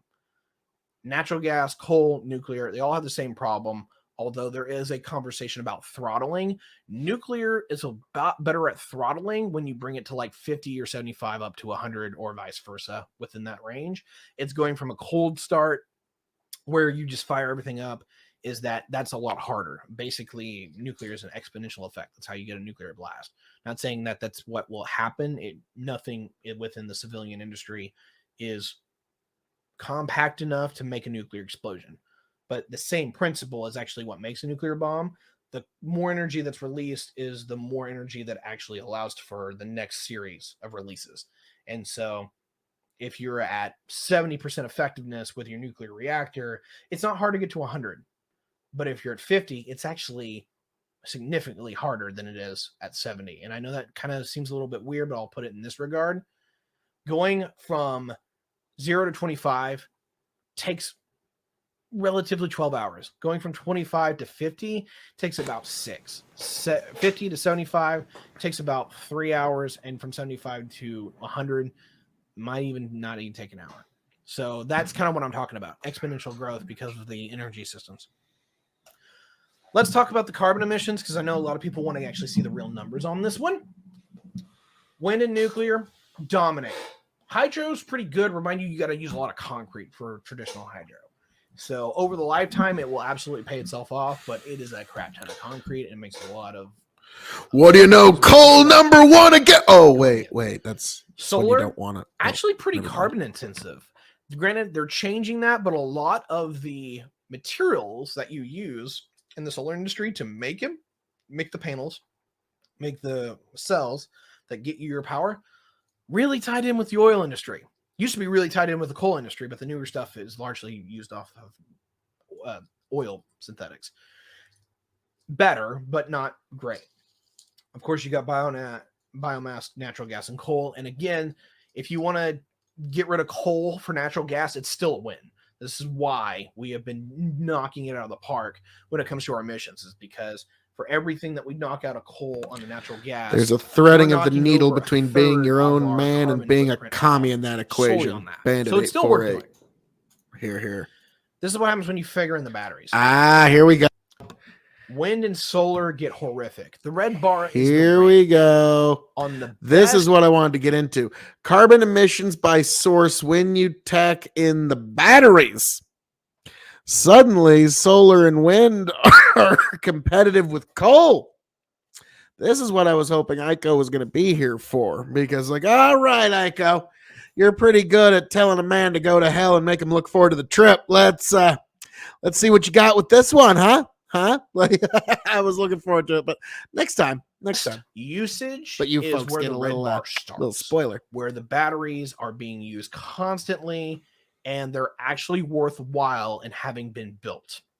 And so, power in, power out. You're looking at, wind and solar being relatively competitive with biomass when it comes down to it, because these are the ranges.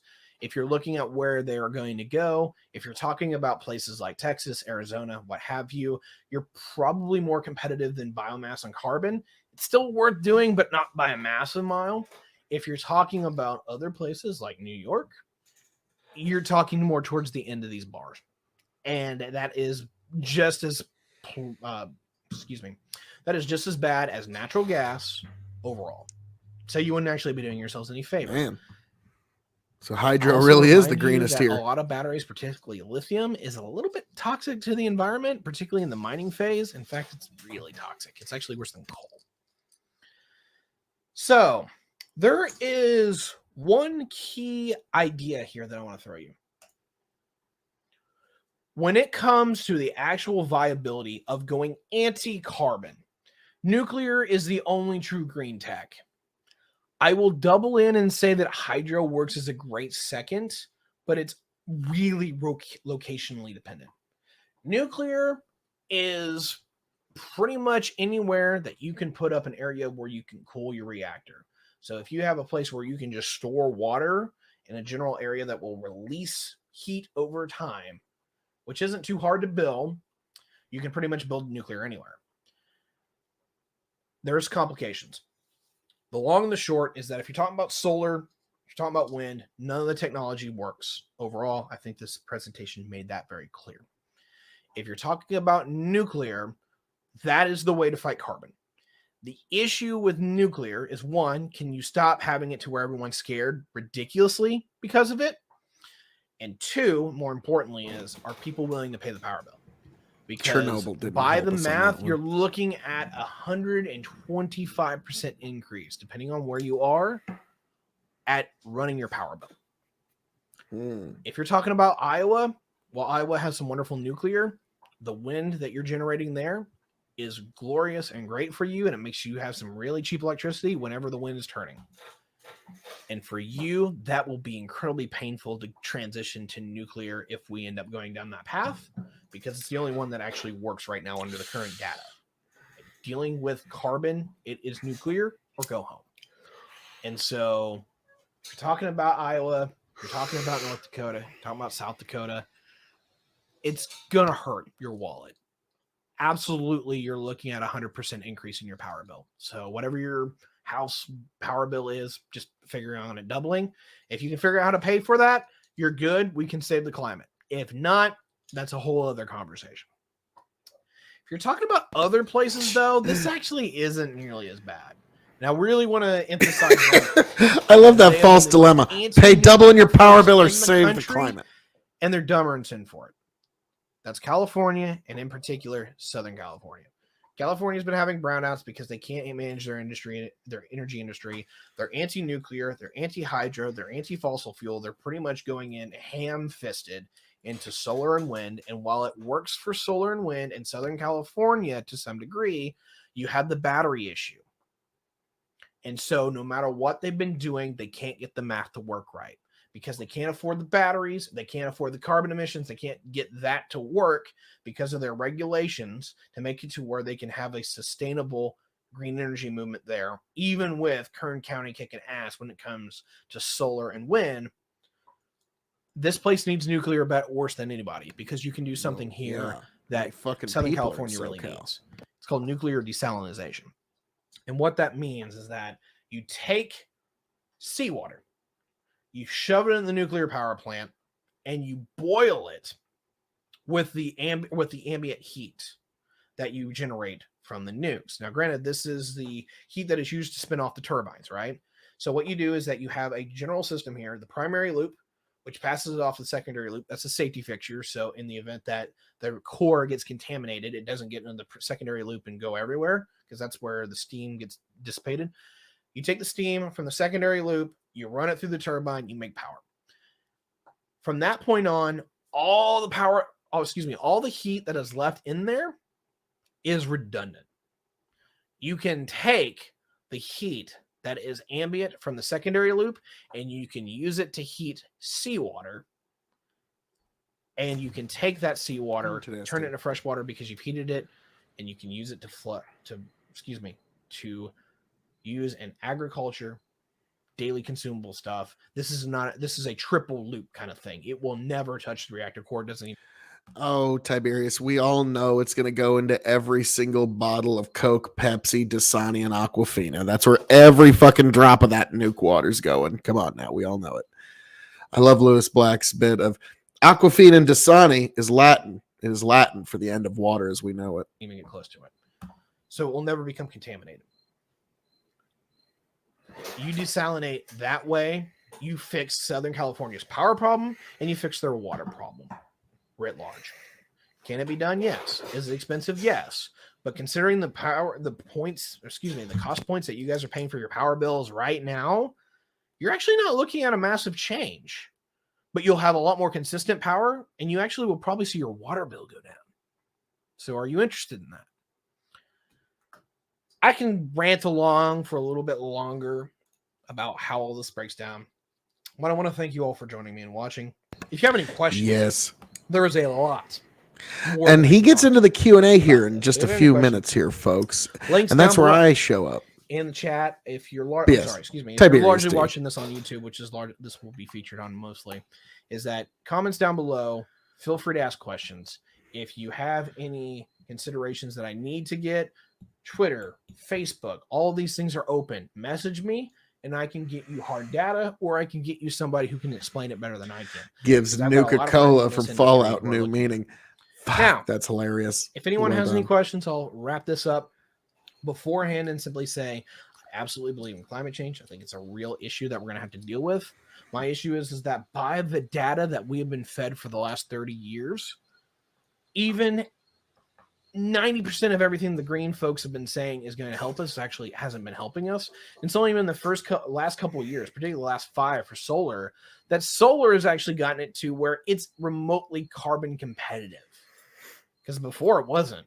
You had to bake silicone into stamps that you could use in the solar power unit or in the solar cell to make it work. And you had to bake it with coal. Yeah, it was a disaster. So fun times had all around. Thank you very much for watching. We're probably going to do inflation or immigration next. There's a few other things that we would want to do. I really want to talk about China and how this actually might be. All right, let's just skip forward just a little bit for the end of it. And if not, thank you for watching. And we'll catch you again next time. And then we get everybody. Bam! There he goes. Right into the Q&A session. And there's quite a bit in this little Q&A session that I'm going to have to respond to. Not at first, but actually I show up in the comments here, and I give Tiberius a significant amount of pushback because he is a big fusion skeptic. And I, on the other hand, am a big fusion proponent, even to the point of maybe being a fusion optimist. But I think we're probably very close to this technology. If we got the fucking Lex Luthor of capitalism himself, fucking Jeff Bezos, fucking pumping some money into this, we're probably a lot closer than we want to admit. It's going to be fun. I got 2 really, really good questions here in the chat that I wanted to address. And then your King of Extreme shows up and even better questions. Twitch chat and the YouTube chat over there. So if you ever want to catch the live shows, definitely come check us out on Twitch and YouTube. Subscribe, follow, do all those wonderful things, and you will be able to see these recorded live. Anyway, first question, and by the way, if you are here for the live shows, you get to ask the Q&A questions. Viceroy Xerxes on Twitch, please discuss the issue of nuclear waste, the cost of storage for hundreds of years. There's a conversation about this going on right now, and there's two issues. One is fuel reprocessing. A lot of nuclear waste isn't spent in the way that you would think of. You burn gas and you're done with it. Nuclear waste has a lot of ambient energy still left into it. That's why it's radioactive forever and ever. Radioactivity is what generates the energy. So, in a nutshell, you want to be able to use the fuel again and again. There is issues with that, but what we largely have been able to do, and this is old tech, like 1960s tech, is do what's called fuel reprocessing right now, where you basically blend it, some of the old stuff with stuff that's relatively new. And it doesn't even have to be a lot. It's like a 90% mixture of old and like a 10% mixture of new. And you can constantly recycle that to get the new stuff to react to the old stuff to consistently generate energy. And it's not a lot of drop off when it comes to the energy output overall. And so long and short is that if you can reprocess, you can see a lot of energy Elon that we've already put away. Bezos. We can actually bring back That's out funny. of storage. I'm sorry, that's pretty funny. Yeah, Elon is definitely like the Iron Man Batman combo, and Bezos is Lex Luthor, but I'll take either one of them to get us to fusion energy. I mean, if Bezos just invents fusion energy, if for no other reason than to waggle his dick in the history books for all time, fucking good for him. Fine, we got fucking fusion. You know what I mean? Reprocess it, use it again and again and again until it finally is spent. And we're talking some cycles, maybe 10 cycles where you can do that again before it's really kind of spent.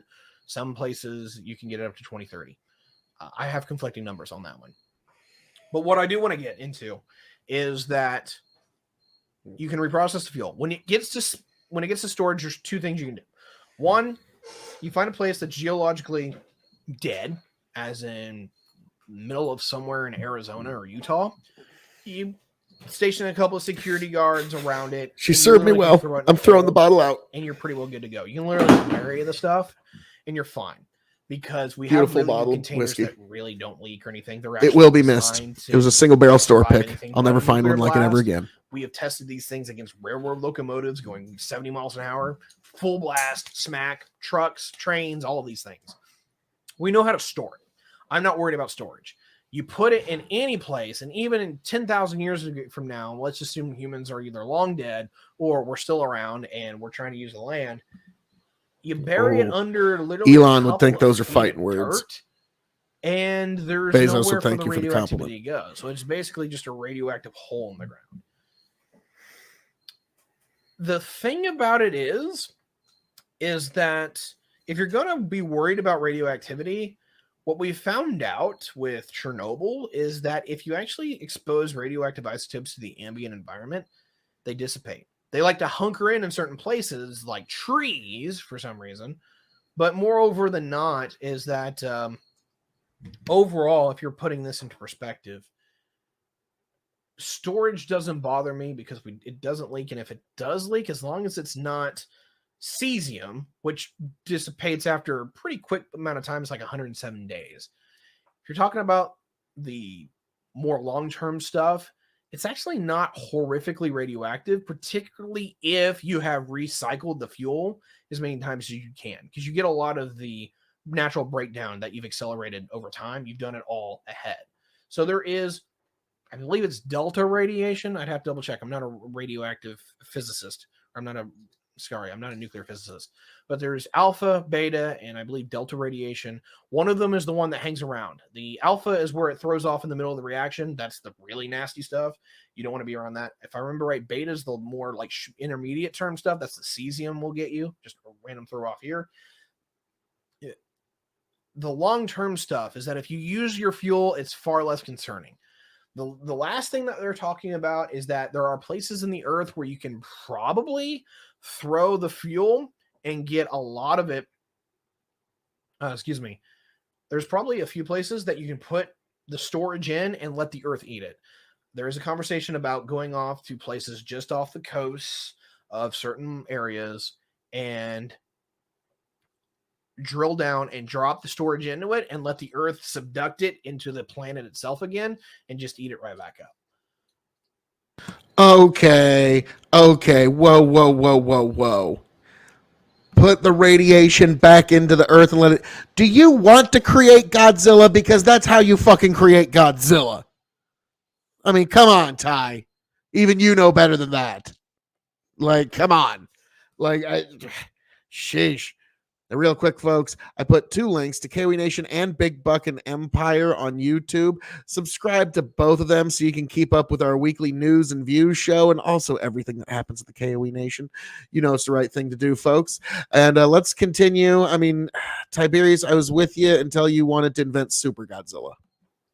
I think that will work, but I don't know if it's cost effective. Like, literally, I think energy Super is so Godzilla will dense be when it comes to nuclear really that to power your entire life, not cost effective. you need 4 milligram. No, milligram.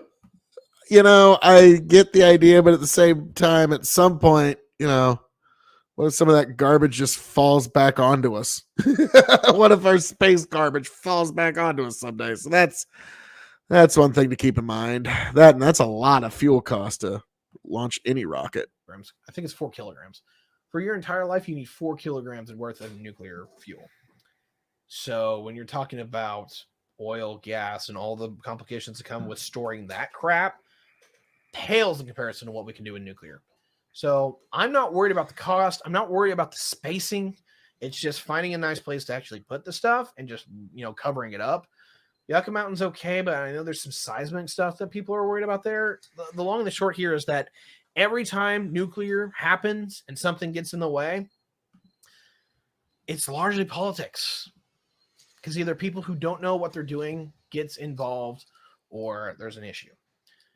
Second question from Death of Certainty, aka our good friend Wick, and you guys can check this out is all where of it the wonderful times starts, I've been folks. over on Wick's show in the guest star list on YouTube. Is that the question? I am just waiting for fusion. Then we can go to the stars. Vroom vroom. I know that doesn't sound like a question, but I'm gonna take it as one. Fucking Fusion A right, is not Wick. the future. At least by what? You shut your whore mouth. No. Okay. I'm going to give Tiberius a little bit here. I am eventually going to have to interrupt, though. To be clear, Godzilla was a result of nuclear bomb testing. Well, obviously, you haven't watched the new Godzilla movies because they've totally retconned and changed his shit. And as much as I hate to say, I do kind of like it. I took my daughter to go see Godzilla versus Kong. I fucking loved it. We both just loved it. It was a silly movie of, Godzilla and Kong beating the shit out of each other. And then you got like robots coming in and but it was fucking awesome. We didn't care. We loved it. But I'm going to let Ty at least kind of give a little bit here before I interrupt again. But I'm probably going to have to interrupt pretty quick. But I understand. There's a lot of people who are dropping a crap ton of money in energy. Like don't get me Bezos. wrong, they're nuclear scientists and they are people who are way more educated in this topic than I get. But I've also had people within that community tell me that those people are nuts. So, well, also keep this in mind, folks. I love Godzilla movies. I watch them here and there. My favorite one was the old King Kong Godzilla movie. Boy, there's some parts of that that didn't age well, but still awesome. Keep this in mind, folks. We've already had a fusion reaction that lasted more than 5 seconds, which anything more than a quarter second is huge. And we've got a 5-second nuclear reaction or a fusion reaction. So at this point, it's really just an engineering problem. And Tiberius, his concerns are a lot of engineering problems that, I'll give it to him. He's got some good persuasive language here, but it's one of those, I think that can actually be overcome with enough time, but we'll get into that. Let me explain it to the way that it's been described to me, and you guys can decide this one for yourselves. Fission is the massive isotope like uranium of 235, right? Or 238, something big. Something that's so big that it really is atomically unstable. It breaks down over time. It throws off a neutron. and it hits into something else and it makes it throw off even more neutrons, right? If you can chain that effect, you get a rampant reaction. If you can chain it critically, or I'm sorry, to the point of criticality, you get a nuclear explosion. That's the old style of nuclear bomb. Then there was thermonuclear bombs, which were powered by fusion. And if anyone doesn't know how fusion works, it's the opposite of that. It's where you take I'm gonna send you a two message here in a second, pieces Bandit. of atomic material, you throw them together to the point where they fuse into a new atom. So hydrogen into helium, helium into lithium, and the list goes on. And it goes all the way up until about it goes all the way up until about iron, where it's still positive, energy positive. Send So you an you invite, throw the sir. stuff together, releases energy, and it continues to release energy all the way up the chain until iron. After that point, you're getting less energy out of it to fuse it. This is how stars work, but I want to give you a big hangover on this one. This is how stars work. To get fusion, we take some. Now, keep in mind, like when he's saying this, what I'm hearing is like gasoline. This is how fire works. Fire burns down forests. Did you know that? I mean, you will find yourself scorched. Ouch. Like if you ever seen oh god, oh, the Lorax. If you've ever seen the Lorax, the movie, there's that guy O'Hare's like, but if you have plants all around, you'll have all this kind of pollen and bees that sting. Ouch. Like, so it's something that I kind of keep in mind, but send you an invite, sir, if you want to swing on through. And actually, we are joined, folks. Very special run-in. The one, the only, one of the great super fans, one of the great unknown titans of philosopher kingery. The one, the only Bandit. How are we doing, good sir? How are you doing this evening? Just marvelous. You're coming in loud and clear as well, sir. Lovely. So I'm just curious, Bandit. You've had a good chance of taking a good little chunk of this evening. What is your general thoughts on green energy going forward? Was Ico a good salesman? And what's your thoughts on fusion power? I'm going to take them in reverse order. On fusion, Okay. I'm not that well versed, but I think that from what I've seen, it's very promising. And I think the ideas around nuclear in general are not well placed, where everyone assumes that if we use nuclear instead of solar or wind power, that the whole world is just going to be covered in Chernobyls across, it's going to be the friggin' I'm trying to put it in their terms for it to make sense, but it'll be like, nuclear holocaust everywhere. It's going to be like the gun shooting, like they'll address it the same way as they do with with shooting events, where because they don't like it, they're going to take every opportunity to put it in the worst light possible. It's not whether or not it actually is bad, it's whether or not they can paint it as being bad. Okay, yeah. That's huge. Like in politics, that's 90% of politics is just some sort of mockery and denigration of the other side. Like I've often said, like in the corporate world, mockery is tremendously powerful. In the political world, not so much, because that's kind of 90% of the job. It's just mocking the other side and saying, look at that hypocrite over there. Interesting point you bring up there. Now, in terms of green energy, before we get a little deeper into this video, into the fusion question, In terms of green energy, though, I gotta give Ico 2 gold stars on salesmanship. Like he was really, he knew like I got like this is my chance to sell this to a bit more right wing audience than I'm used to, anyways. And like the KOE Nation accepts all kinds, but like he knew like it's certainly more right wing than like say the Prime panel tonight. Like you know what I mean? But like I think it's oh, go ahead. That's apples and oranges right there.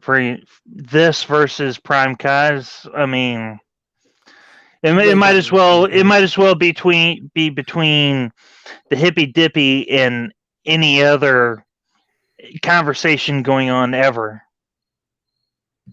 Yes, but and Bad Hoss Simra brings up a good point. I like the topic. Fusion wins hand down, but fusion is millions expensive, and yes, it's going to take quite an effort. But like I said, we've got capitalism's Lex Luthor, Jeff Bezos on it, and like that motherfucker when he starts he don't fucking lose a red goddamn penny on shit. So if he's fucking investing money, he's expecting a big payback. Green energy suffers from the same. Yeah. Like we've been covering that quite a bit this evening. In that, like, yes, solar and wind are great until you get into the carbon emissions when you consider their battery usage. Then solar's damn near as bad as coal. It's like, whoa, I didn't see that coming. Well, a lot of it is just if you put it in the right light, all of the energy usage, regardless of whether it be solar, wind, oil, natural gas, every one of them has their own dark demon. It's just a matter of which one is the powers that be are willing to put front and center on the 6 o'clock news. To give you a great example of this is between, well, for those of you that remember Exxon Valdez, but there was a couple that are more closer or to current time when there was the oil spill down in Louisiana. For 6 months' time, there was that Dawn dish detergent ad where you had these people cleaning little baby ducks off with Dawn dish detergent, getting the oil off of them. But that was good advertising for Dawn. It was great advertising for Dawn. However, where are the ads of Bald Eagle? To go to it's the whole thing of propaganda. The main bird that I've seen with it is the American bald eagle, but I guarantee that it's every other bird as well. That there's pictures of birds not 100 yards from these windmills with broken necks because they flew into the fan blades. Yeah, that's one of those things that they don't really like talking about. But like Bad Hoss also comes up. Until farmers' tractors rurally can live off green energy or nuclear, rural will always want a combustion engine, especially in Canada. Very true. Very fucking true. Like, I'm a farmer. I need a diesel engine to get the work done. Well, not to go conspiratorial, but even if we were able to, so long as you don't break TOS, goes. No.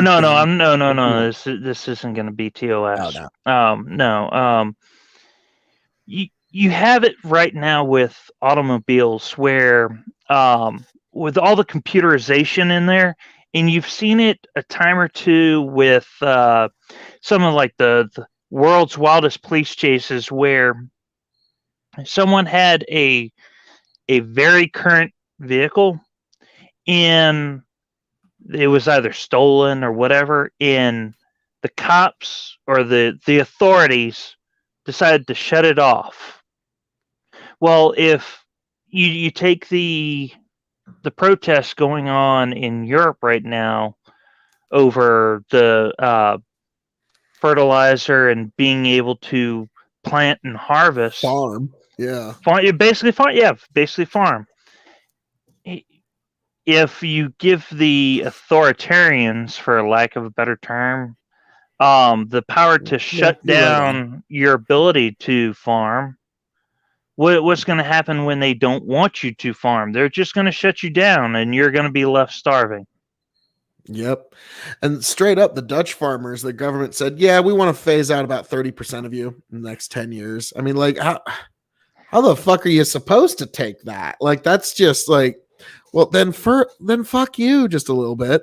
And yes, fertilizer prices were insane this year. I hope they're better, but boy, when we got into this year's planting season, it's like, wow, a lot of the world's fertilizer comes from Ukraine. Oh, great. Like, I already knew where this was going to go the minute I found that little factoid out. Like, it's one of those things that, like, you don't know what you don't know until you finally know it. And that was one of those, fuck, this is going to be bad. And yep, fertilizer prices. Now, granted, if you got a full field of corn, you're a happy man. But it was definitely hard to get that field of corn because that's what you needed the fertilizer for. Otherwise, you got to plant like beans or something like that. Well, to go back and when I didn't realize you were on earlier, but I came in with Preacher Stream, and there was one of the things that we cut, or at least that I had commented on during Preacher Stream, was we were discussing COVID, and a comment that I had made was one of the silver linings of COVID was we found out who is easy to manipulate and who not to trust. Yeah, unfortunately, like I was just thinking about that today earlier. Like it was a meme I saw, but it was if you like were aggressively calling people out about not going down the right way of the arrows pointing at the Walmarts. You know, you remember that. We all remember that. If you like aggressively yelled at people from that, you'd be one of the people that would point at the floorboards. And I was like, oh, I just saw that meme like 2 days ago and I was just thinking about it today. And I was like, wow, because like you don't have to ask the question anymore, would you have complied in some sort of dictatorship? We all now know what the question to the answer to that question is. We know to the exact precise degree each one of us would have gone along with whatever dictatorship. It's actually kind of a frightening prospect. And to a certain degree, it still exists, not to the nefarious realms of it, but there's still people that when they approach the line to be checked out, they wait until the person that is in front of them in line has had every item that they were going to purchase scanned out before they even think about putting their first item onto the belt. Oh yeah, like you got to remember for the rest of our lives, there's going to be, I guessed at the beginning of this, we're probably going to have about 15%, but it looks like it's going to be closer to 20%. But maybe like in a couple of years, it'll settle to about 15% of people just going forward are going to be what I call COVID people, where they're just always going to wear masks or there's going to be distance. This is going to affect people for now. What's interesting is I do feel like we did kind of get a neat dry run for like if we ever get like super Ebola. Like it's airborne super Ebola, and like if you even get one little whiff of super Ebola, you're dead by fucking dawn or like some crazy shit. Like I don't know. Nothing wrong with that. I put certain items first or last on like it. Well, that's interesting. With this last particular price increase in food, there's no such thing as brand loyalty anymore. Everybody's just going for the best deal. No. Everybody's going for the best price. And yeah, myself included. And I used to be like when my daughter was born, like she's 13 now, so this was a long time ago. But I used to, no daughter of mine will eat Great Value. Like it was just a joke that I would do just to be, you know, like smart ass. And like, but nowadays, like, oh shit, just whatever's the. Well, okay. Yeah. Great Value's $3 less. Okay, I guess we're going to fucking Great Value this month, kids. Well, I mean, but I don't want to throw you under the bus, but at one point, that not with child, but that was one of those things that, like, we've all been there when we were kids. I want the Lucky Charms. I want the Lucky Charms. And then when you have to start paying for it, it's like, Yeah, yeah, the bag of it. the great value Lucky Charms, that that'll suffice. Yeah. I don't need a drawing on the side of the box for me to sell me on that box versus another box of the exact same product. Yeah, like the bag cereal's been doing great at Walmart, and like I'll never forget seeing the Royal Rumbles for toilet paper. It's like, oh wow, we're a lot closer. Like society and all this niceness is just an aesthetic, ain't it? Like it was an interesting time, but like one thing to keep in mind though is, like you said, we found out how many people were in compliance. And I actually said this on one of the discords when somebody asked, what is your most right-wing belief? And I thought, oh, okay, what's the one that I can think of off the top of my head? And I said, the rates of firearm ownership in the United States and Canada are the only reasons they didn't have COVID internment camps like they did in Australia and New Zealand. Like I think that's pretty much the only reason, like because in Australia and New Zealand they ain't got no guns, or not, at least not the same rates. I think there's a few more in New Zealand than Australia. Being Kansas, yep, always got to stock up. Like that's one thing I always recommend. Always have a few weeks worth of food and some water in your house for any number of reasons. Hell, I just earlier this year basically had a tornado pass over my house here in Nebraska, and there was about 2 minutes where I was thinking, yeah, this might be it, because I poured myself a drink of my best bourbon, like a dram of William LaRue Weller, because I thought, well, all right, because there was about 2 minutes I was getting a little worried there, and then it passed over me, and the insurance company is telling me I'm getting a new roof now, so hey, can't complain with that. But it was like when I was. Oh, go ahead. Real quick, the one thing I'm going to say is, if you have to prioritize one over the other, go with water, because you can go longer without food than water, and water will not expire. Very, very true.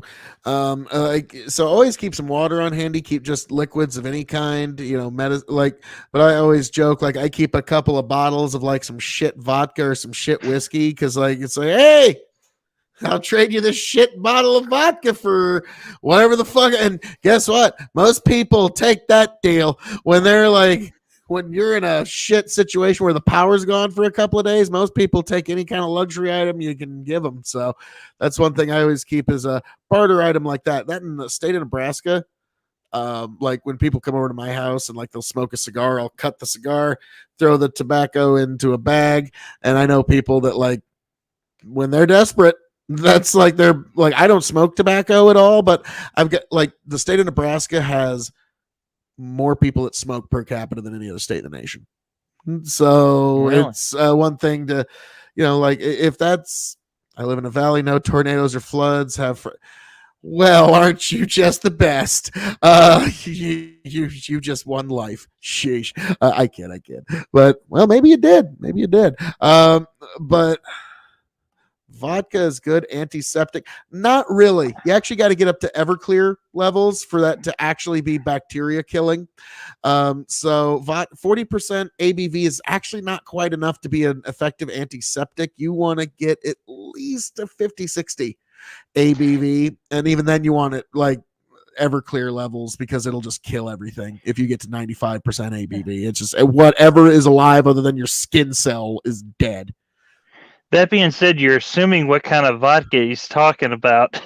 Very true, but rarely do they do a high proof vodka. That's just it's not a very industry norm. Normally, you're going for a high proof bourbon. So really, you want to like pour high proof, like not to be construed as actual medical advice, but you actually want to, like, if you were going to do anything, yeah, it'd be a high proof bourbon, because that would actually kill, or like Everclear, like I said.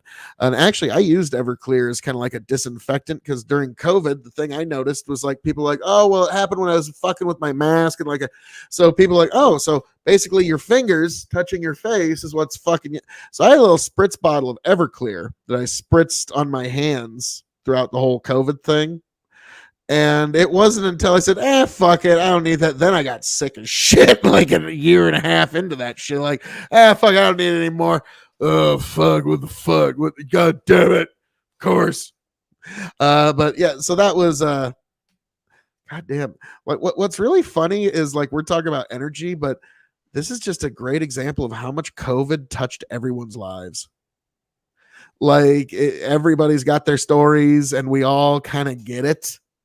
And like, it's like, yeah, it's when our government's just said, yeah, we're gonna take a trial run for totalitarianism, see how it works out. It was just like we're gonna do a trial run just to see how that goes. Waka waka in a video game. I joke so I can keep streaming. Like, at least, yeah, painkillers. Like I lit like Advil migraine. I always keep I made sure to stock up on as much of that, because I've been suffering from migraine since I was 8 years old. And so like Advil migraine, I swear by it. It will knock out a migraine. And so that shit, I had to, like, I would drive to 3 different cities to make sure they had it. The 3 different Walmarts. And so like I'd have, and you in Nebraska, that's a round trip. Like, you're talking like 300-mile round trip when you're going to 3 different cities. Let's see. Wow. Bad house. Have generator for equipment. The house isn't set up for, so losing power sucks. I'm selling out at K.O.E Nation 2.8 million for my farm after capital gains. A few other taxes be left with 1.3 to 1.6 million. Then my biggest asset is gone forever. I'm actually kind of scared. I've been farming since 2010. Hay bales and horses. All I know. If you know, I get that. That can be very scary, but Bad Hoss, you do have a nice little nest egg there to launch yourself into whatever direction you want to take yourself in this life. And there's not a lot of people in this life that can say that. So consider yourself amongst a very lucky few, and God bless you in your quest and whatever you find yourself doing in this life. Like, that's fucking awesome. Osiris, how the fuck we doing there, my man? Jesus. Fucking Osiris Tech, you need to definitely check this guy out if you have not already. I mean, he's another great Texas motherfucker who I will fucking, like, yeah, I'll chat with this guy anytime. But yeah, thank you for stopping by, Osiris. We're actually just getting into fusion energy versus green energy. We're actually getting into the nitty gritty of it, actually. But yes, thanks. Thank you. God bless, Cyrus. Bandit, surely you follow Cyrus, right? I have to double check. Yeah, but we're gonna go with yes. Yeah. All right. But now, I just don't want to be called a liar. But we're gonna go with yes. Look into it. Oh, okay. Yeah. Double plus good. Like, no, I kid. But yeah, Osiris is good shit. We've had a lot of good discussions that went deep into the night. Just like, so why is this? And why do you think that? And it was a good time. Don't tread on me. Being a farmer, most other jobs should be easy labor wise. You know, you gotta. There's a point to be made there. I could definitely concur. LOL. Well, God bless. But yeah, like it's an interesting life. It's an interesting life. That's all I'll say. But yeah, good luck to you, Bad Hoss, in that journey. Now, Bandit, if it is okay with you, I would like to get a little bit deeper into Tiberius's argument. And this is actually where I show up in the comments and start being like, sir, where are you getting at with all of this? I don't know about all this. I object to this very much, sir. Something that is so huge that it's almost incomprehensible to the human mind. You take a star and it's got a bunch of gravity pressing down on all of its material to the point where it's not critical, actually. How does fire work? But unless you're talking about the really big stars, the really big stars are probably naturally critical. But the average star like our sun, it has all the stuff super compact into it. But what it needs to get that final leg up is, is not quantum. I can't remember what it's called. It's not quantum entanglement. It's the other thing. I just got to stop here real quick. Between you and me, quantum is a really fancy way of saying I don't know what the fuck I'm talking about right now. Like True. that's like as far and as deep as I've gotten into it. Like I'll never forget one time here locally, there's a couple of local AM shows, and one of them I'm like, wow, 1110 KFAB, our local AM station, must be really hard up for content if at 8 o'clock at night on Sunday they've got this chick from Omaha who says, hello, I'm Psychic Susanna and welcome to Life with Psychic Susanna. And she's like and like I wanted to call in one time and like, so why'd you call in? Well, why fucking you tell me? You're the psychic here. But like I and there's so many guests that come on and quantum physics backs this up. Psychic Susanna's like, oh, shut the fuck up. Like you're just saying sacred science at this point. So like to me, like when you say the word quantum, you'd best have some pretty heavy, like something heavy behind it, because to me it seems to be just kind of a magic word that people that don't really understand things just kind of take as granted. I think it's just one of those things that if, God forbid, something happens that violates the laws of physics, they can just throw out, it was quantum, and we can just move past it. Unfortunately, I think you're right. Like, it's just, hey, I can just not talk about it anymore, or you just have to believe my theory because I said the word quantum. But now he kind of stumbles from quantum this to quantum that. How many physics won the lot? Oh, that's kind of in line with what I've said about economists. Can you name any economist that has created a great wealth? No, it's kind of strange that they think that they know how to run everyone else's money and wealth, yet generally economists aren't really capable of generating any great wealth themselves, but they think they're going to tell nations how they need to run their wealth. It's a weird paradox I've noticed. Well, they need that cheat code of insider trading. No, that's Congress. You see, that's Congress. They get the legal insider trading, which like there's a good friend of mine that actually was thinking about running for Congress, and to the point where he was talking to the people who actually run the party in the state, and like he was complaining about salaries and stuff like that. I was like, son, you can legally insider trade. If you can't make money here, you just can't make money. It's like, oh, okay, now I get it. Oh, and so yeah, we often recall that interesting little process there, because he would because he knew I was political, so he would ask me like, so what do you think about this? What do you think about that? And it's like, oh boy, I think you're getting smile fucked, but but that's a whole different issue. But alrighty, let's get just a little deeper here. It phases out of existence. Things at the atomic level can phase out, particularly electrons, phase out of existence and phase in. And I'm not a quantum physicist, but basically, long and short is that if someone wants to remind me in chat what it's called, is that one of the reasons that we're worried about our semiconductors is that when it gets too small, the quantum ability to jump for a material to jump from one to another, if we get our microcircuits so small, it won't work anymore. And I'm sorry, I'm spacing on what this is called. Chat is being completely unhelpful here. But if someone wants to remind me, it's not quantum two protons. You can get quite a reaction. Phasing. Thank you. What happens here is that what we think is the case is that the fabric reality is not built out in the regards like it's a solid structure. It's actually like a foam, and you can see subatomic material phase out of reality and back into reality at another space. Usually it's very close to it, but I understand his arguments. We'll get into that. And when you have something like a star, is that the reason it doesn't go super critical, it is not quantum phasing, it's quantum tunneling. Thank you, Turk.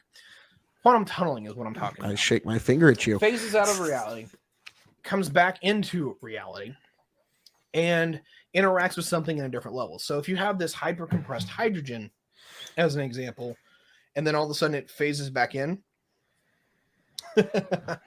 Chat, thank you. I think this is where I start showing it's now up. interacting with that atom in a way that it couldn't before, because it's now literally right on top of it. So it fuses because the energy that is there is compressing on it so much that it forces it. And this is why a sun can Yeah, my last first 2 comment was billion quantum years, is just a nice way of saying you don't know what the hell I'm talking naturally about. compressed enough to critically fuse all at the same time and have a runaway reaction due to fusion. It's that it's holding it in place, and quantum tunneling does the work, that final end step. And so this is why you don't have stars go supernova as soon as they're formed. Sorry. That process to make it work to do naturally on this planet is that you're basically trying to put a star on the surface of the planet. And there's 2 issues with that. Number one is that if you actually look at how, like, to me, like when I hear that, it's like a combustion engine, you have to put an explosion inside of a thing. Like that's kind of what I'm hearing when I hear you have to make a, because actually with fusion, you're not making a star, you're actually making something that has to work better than a star. It actually has to be much more precise with the reactions that you're getting. But that's the thing with all fuel. In order to get energy, you need to create a reaction. Chemical fuel is the best we've done thus far, but you need a reaction of some kind to create energy. Bad Hoss, I have a gun to so I'll put, oh boy. Well, good luck to you on your gun cell there. Not like I'm fighting a war, but like good luck to you. Good luck to you on that one. I was like, well, unfortunately, I don't think Twitch is an FFL dealer, but good luck to you, sir. Good luck to you. So like to me, like I get, like, don't get me wrong, you're having to contain something almost as hot as the sun, but at one point containing fire was like think of a campfire.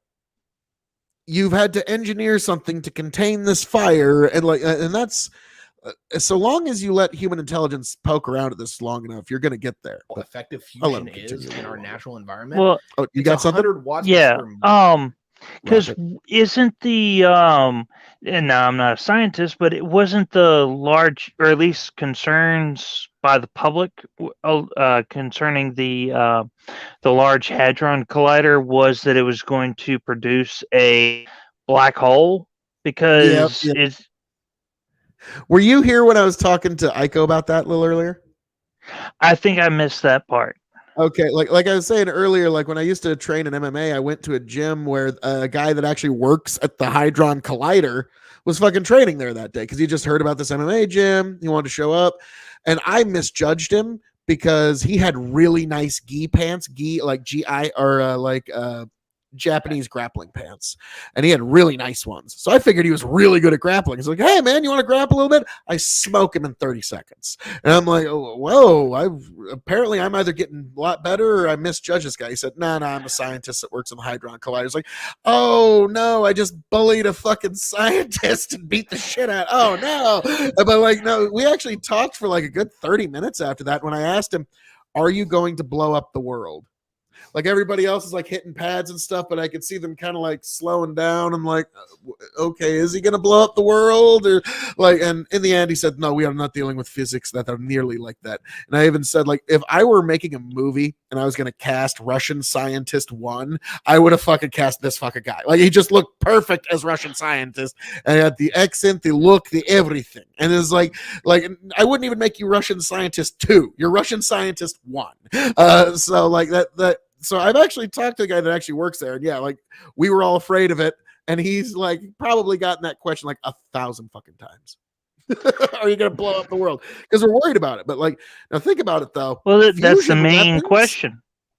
Like fusion weapons, dude, you could blow up stars or turn them off if you fucking mastered fusion power to the right extent. Like that, I could like. I got a feeling this guy, Ty, would probably be like, well, if the choices are we have fast spaceships, but also the ability to turn off the sun. I think we should probably just keep this fusion energy thing under wraps a little longer. I think that would be his general thesis. Yeah, so LOL. Yeah, well, yeah, you could just turn off the fucking sun if you actually figure out fusion energy properly.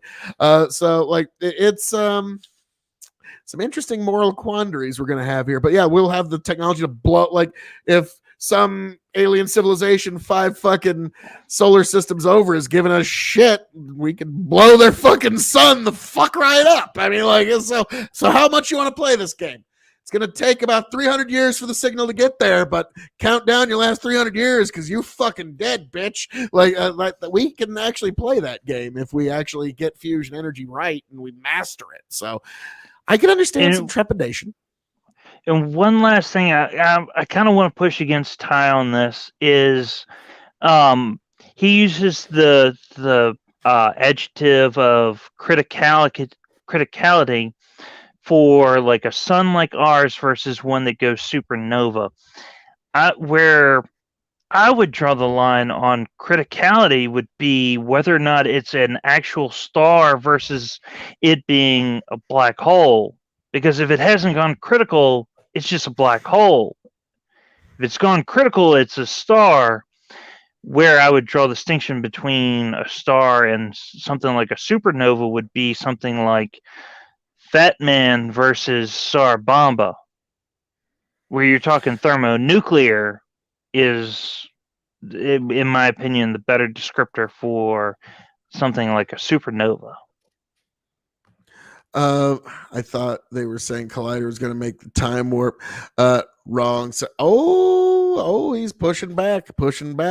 But no, like to me, I wouldn't want to blow up any of the stars or anything like that. Why? Because you could put either a Dyson sphere around it or a Dyson swarm, however you want to look at that, which is basically you make a giant structure around a sun and you get 100% of all of its solar energy, and you've actually created 1 trillion times more living space than we actually know of in the entire known universe.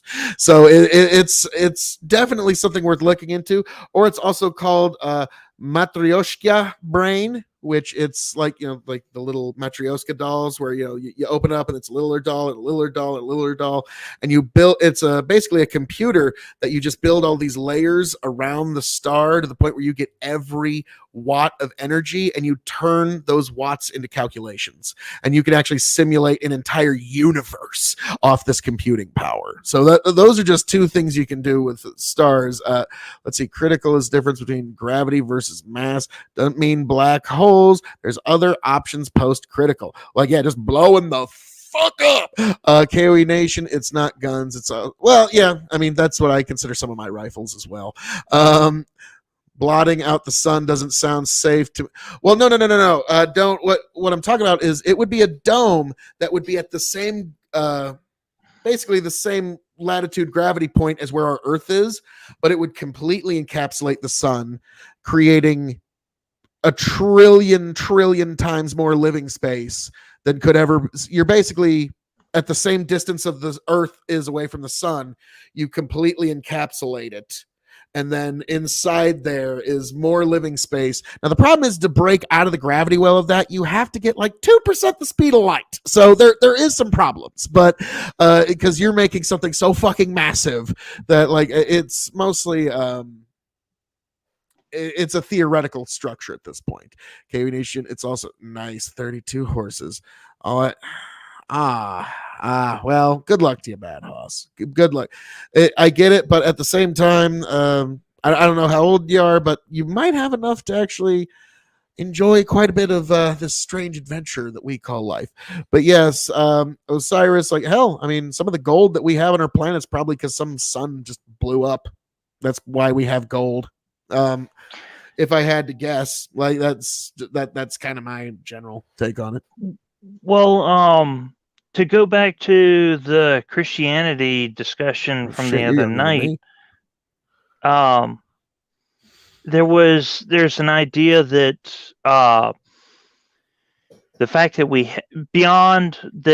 that the moon creates tidal forces, the fact that we have a moon and how it came into be is also a reason for why there is life on Earth, because there's an idea that's been floated around that prior to the moon, or what preempted the moon when it came into contact with the Earth, that the surface of the Earth was not capable of maintaining life. That when whatever the object was that ended up becoming the moon struck the Earth, that it peeled off enough of that outer layer that we were able to uh, access the elements that, like iron and such, that made life, or that were able to produce life on this planet, versus had it not happened. You know, if that's the case, then that just adds another metric to the Fermi paradox that everybody's wondering. Is like, where are all the aliens? Why haven't we found any aliens if life's so abundant? You know, if you need to be a certain distance from a star, and on top of all that, you have to have an orbiting body, or like, you're gonna find precious few planets throughout our entire galaxy and the universe that has that. Like, I'm of the opinion that, like, people think that the next intelligent life is like 2-3 solar systems away. I am a bit more pessimistic. It's like 2-3 galaxies away, and that's maybe. Like, we might find it's 15 fucking galaxies over. We happen to be in a really, really isolated part of our cluster of the universe, and we just happen to be the only fucking thing out here for 26 galaxies. Like, you never know, and like, that's an equally terrifying prospect. Well, if that's the case, the whole galaxy is our oyster to mine. Yeah. Versus having to fight another, the whole every 50s science fiction movie where some alien comes down and wants to annihilate us, versus, hey, this solar system isn't just our backyard. This whole galaxy is our backyard. Mm-hmm. Now, Osiris touches on something. Now, Osiris, if we find any life in our solar system, we're going to find out a lot of things, but we're going to find ourselves shockingly disappointed in the results if we find life in the solar system, because what we're going to find, this is my personal prediction and spoiler warning, is you're going to find, say we find there's some sort of primitive life on Europa. We're going to find it to be genetically similar to fungus here on Earth. Because I believe the reason we have fungus here on Earth is because a spore can actually survive the vacuum of space. And I think our solar system just got hit by a cloud of fungus spores, and we have them here. So that's kind of my prediction, is we're going to find out, like, we're not going to know anything about panspermia, but we're going to know that fungus is actually an extraterrestrial life form. Because if you think about it, it doesn't follow the rules of plants or any other organic life on this planet. It's the one organism that has its own complete different rule set. And so that's something that I think we're going to find, because, like, it's the one thing that actually thrives on not having sunlight. Like, everything else needs to have it. And Osiris agrees with me. Well, it makes me feel hey there, Dusk. Single cell organisms or viruses, that's also possible, but like, I think just the fact that we have alien spores I see in a movie, well, I think, yeah, the mushrooms that you eat with dinner, you're actually eating an extraterrestrial creature, which is why I think if we do find aliens, it's like I said on one of the panels, like, whoa, how tasty are these aliens we're talking about? Because if they're just kind of tasty, we'll study. But if they're super tasty, then I want me some fucking space steaks. Sorry, like, that's just the way that shit goes. So that'll be the biggest thing that we figure out with the Fermi paradox. I think we've all seen those. Well, yep. That being said, you look at most depictions of space aliens, they look kind of like sushi.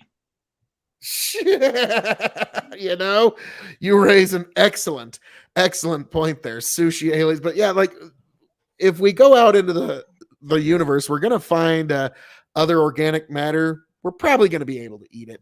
Actually, like we're gonna be shocked how compatible completely different biologies. Excuse me. We're gonna find how compatible completely different biologies are. But like within our solar system, I'm guessing we're gonna find either nothing or we're gonna find some traces of fungal life that have evolved to adapt to their circumstances because fungus is infinitely adaptable. So just some like you got to remember I'm a farmer and like there's times we have to apply fungicides to try and get rid of fungus, and once you like spend a lifetime watching how it works, you could very much get the impression that it's not from here. Like it's just something that I've now again I could be totally full of shit, and but I think if we find life anywhere in the solar system, spoiler warning, this fucking podcast is going to be like vindicated like 300 years in the future. It's like, oh, this motherfucker had it all. Yes. And Bandit, you were here for it. And all of you folks, Dusk, you were all here for this history being made. It's like big shrimp. Like, yeah. If the aliens are like big old shrimp or lobster, virtual reality actually could kill space exploration and actual society. Maybe, but like 6 foot tall lobsters for me. Never count out the amount of people that are readily touching grass that think that people that use the term touch grass are weirdos. Like yes, you were here, Osiris. You were here for the making of history. Like now I gotta say, as a farmer, the touch grass meme was the weirdest thing I had ever fucking heard. Like people are like, dude, you need to go out and touch grass. I'm like, what the fuck are you talking about? What? Like and like no, go out and touch grass. Like, dude, I'm a farmer. Fuck you. I touch more plants than you will in a day than you'll ever touch in your life. What are you talking about? Don't try. I was here too. It's like, yes, you were all here for this incredible history. The metaverse needs to be put down. You know, I think that's just more marketing than anything. Well, the metaverse is the smile they put on Skynet. Call of Duty without the shooting and more fucking microtransactions. They just haven't figured out how to put Arnold's the copyright for putting Arnold's face on their robots yet. Now here's the problem, Big But we could be K.O.E, a society that dies off. Alien archaeologists tell our story, and unfortunately, the first thing they're gonna find are those buried fucking windmill blades. And they're gonna assume like our religion was based on this shit. Like, wait, what? That's the first step to the Matrix. Yeah, because that is a honest question. What happens if we can actually construct better virtual realities for our lives and our actual lives? And that's a question for quite a ways down the pike. Because, well, I'm sorry. The real act of intimacy will always be better than any virtual fucking anything you can create. I'm sorry. Just like that, like now you might be able to lie to your brain eventually, but not in our lifetime, folks. So that's something for the next generations to deal with, though. Because like what happens when 2077 hits and like you can go into a virtual world and you can like I know my buddy Tony, he's like I want to go into the virtual world where I can fuck Jenna Jameson. Where's that? It's like that's gonna be the first thing he does. Like it won't even be the second thing. Like it's so like my first thing would be like I want to fly, and then let's get to the dirty stuff. Like come on, let's be frank here. Like we're all human. Like we're all gonna try the dirty fucking VR one time. Well, they proved that wrong in Demolition Man when he thought it was going to get, Sandra Bullock, and then he's putting this thing on his head, and he's like, "What the hell's going on?" Seeing the strobe light flashing in his face, he's like, "This ain't what I signed up for." Yeah, Osiris says VR will be like drugs because they'll be better. They'll be able to create a customized experience of however you want to do it. So, oh yeah, I could see that. Like, yo man, I got a Skyrim style fantasy here. I'll say you can be the king of your own fucking castle. Like, yeah, that shit could be a very big reality. Now, the thing is, that's going to change our gene pool as a species. Because think about it, like the nerdy dudes who don't really want to work on their personality, they're not having any kids now. The one dude who's willing to not fucking spend all day in VR, he's fucking like 8 different chicks and he's got like kids with 6 of them. Okay, so it's actually going to change our fucking gene pool, this VR thing. I'm trying to figure Because out women, if they're going to you're want to jump in, but they've also got other needs. Like men, our sexual needs are sad. Like, don't even, like, we all know it's like it's pretty basic. We're the basic fucking thing of the species. We're well aware of it.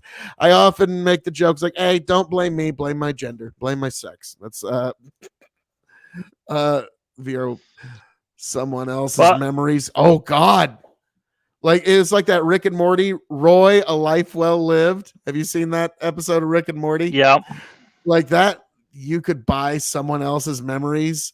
Like Kanye sells his memories of fucking Kim Kardashian or something, or Buzz Aldrin right before he died. Like or Neil Armstrong sells one small step for man, one giant. Like yeah, you could. Idiocracy. Carrie, you're wrong. I know those types. If they want kids, they'll just adopt for legacy alone. Yes, but guess who's going to be doing all the fucking to make them? Still the same fucking dude I was talking about. In fact, now in the time it took you to type that, he fucked another chick, and now he's got 7 kids with 7 different chicks. Okay, like, yeah, don't. The right women are being set. Right, women are being sexual beings too. Well, yeah, everybody's sexual beings, but like the drive to procreate is a very strong one. Don't try to me. They say VR will lead to the pod life, have nothing and be happy. But what do I know? You know, that would be how it would work if the VR is just like a drug. It's like, God damn. Wait, Well, I have 7 kids. Oh, sorry. Osiris, you have enough cum in you to shampoo a buffalo. Okay, so like, I don't know what to tell you there, man. Like, yeah, that's like, yeah. So that's why you want VR because now, like, 12 other chicks are gonna want to fuck you because you're the one guy that's not in VR all day. I mean, like you've seen Twitch, okay? Big Hoss. I've had 50 partners in 1 month. My lack ability of procreate works. Nice. Some of us enjoy it more than others. Yep. The sex or the procreation just kind of depends. Well, we all seemingly enjoy the first part. And then well, it's the potential every 18 years after. every great science fiction story is this is going down and realizing whether or not you are in a utopia or dystopia in how you interact with that reality. Interesting. Because yeah, like I was trying to think, like, because in reality, like Star Wars really isn't like a sci-fi movie. It's more like a space opera where people use like samurai culture, and it's also a bit of spaghetti western. So it's like I was just, well, what about nah? That doesn't really count. It's its own thing. Like, Well, it's George based Lucas, off like, I of just want to make a spaghetti western in space with samurais. Like, yeah, okay. isn't it based off Seven Samurai or the Hidden Fortress? No, Star Wars, if you want to get into it, ripped off the books Dune fucking huge. Like, I mean, everything from like the Fremen were a desert dwelling people that worshipped water and never took off their still suits. That sounds an awful lot like the Sand People in Star Wars. And you've got a young protagonist that learns that they have a magical power and a new martial figure comes along to guide them off to a life of warfare and conquest. Like, there's a lot of, it does seem to rhyme a little bit. I made it 3rd year. As a supposed utopia is the idea of communism. Dystopia, what communism actually is. Damn. Last serious relation, I was dumped on New Year's during the last. damn. And I had one that lasted 10 years. I was married for 5 of it.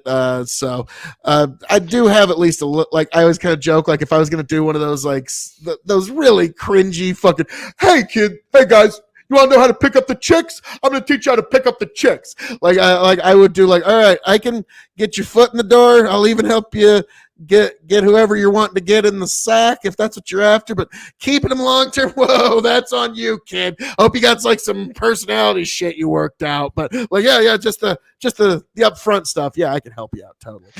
Well, that's like, I was watching something last night on this. The main distinction between Star Trek and Star Wars is Trek is supposed to be a utopia.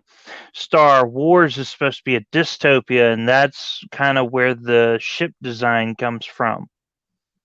Because the ships in Star Wars, they're constantly just working on them, trying to get them to, just get them to function, and that's why they look like, works in progress, and there's not the emphasis on symmetry where everything's supposed to be, sunshine and rainbows in Trek, and that's why everything, has that nice shine on it. Oh, that makes sense because everybody's kind of getting along.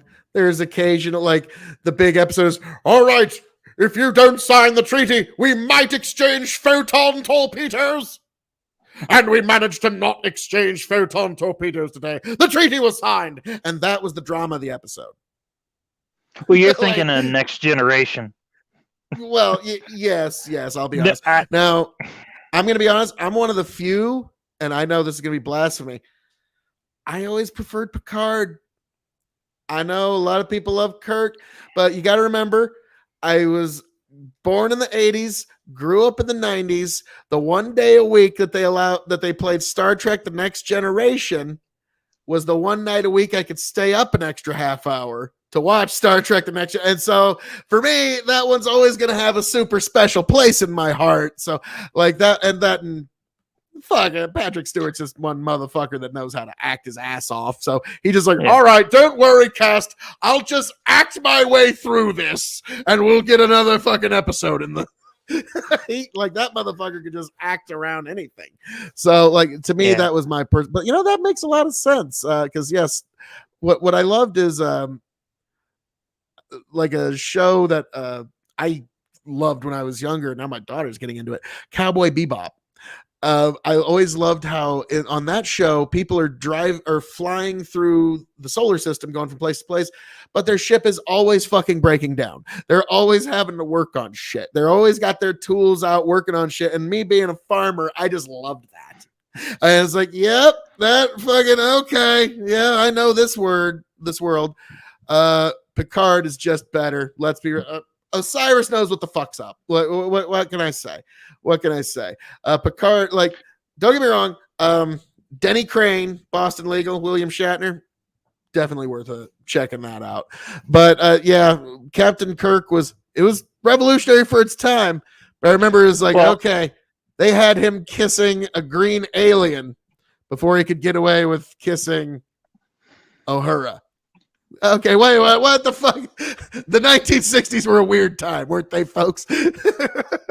Well, let me posit this towards Osiris, since if it wasn't for Kirk and what he did, Picard never would have been on the bridge of the Enterprise.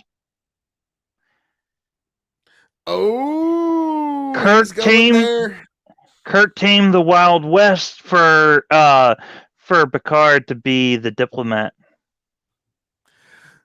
Damn, that's a wall. But because I'll be honest, like Kirk was the one who would just get into fist fights with like big lizards.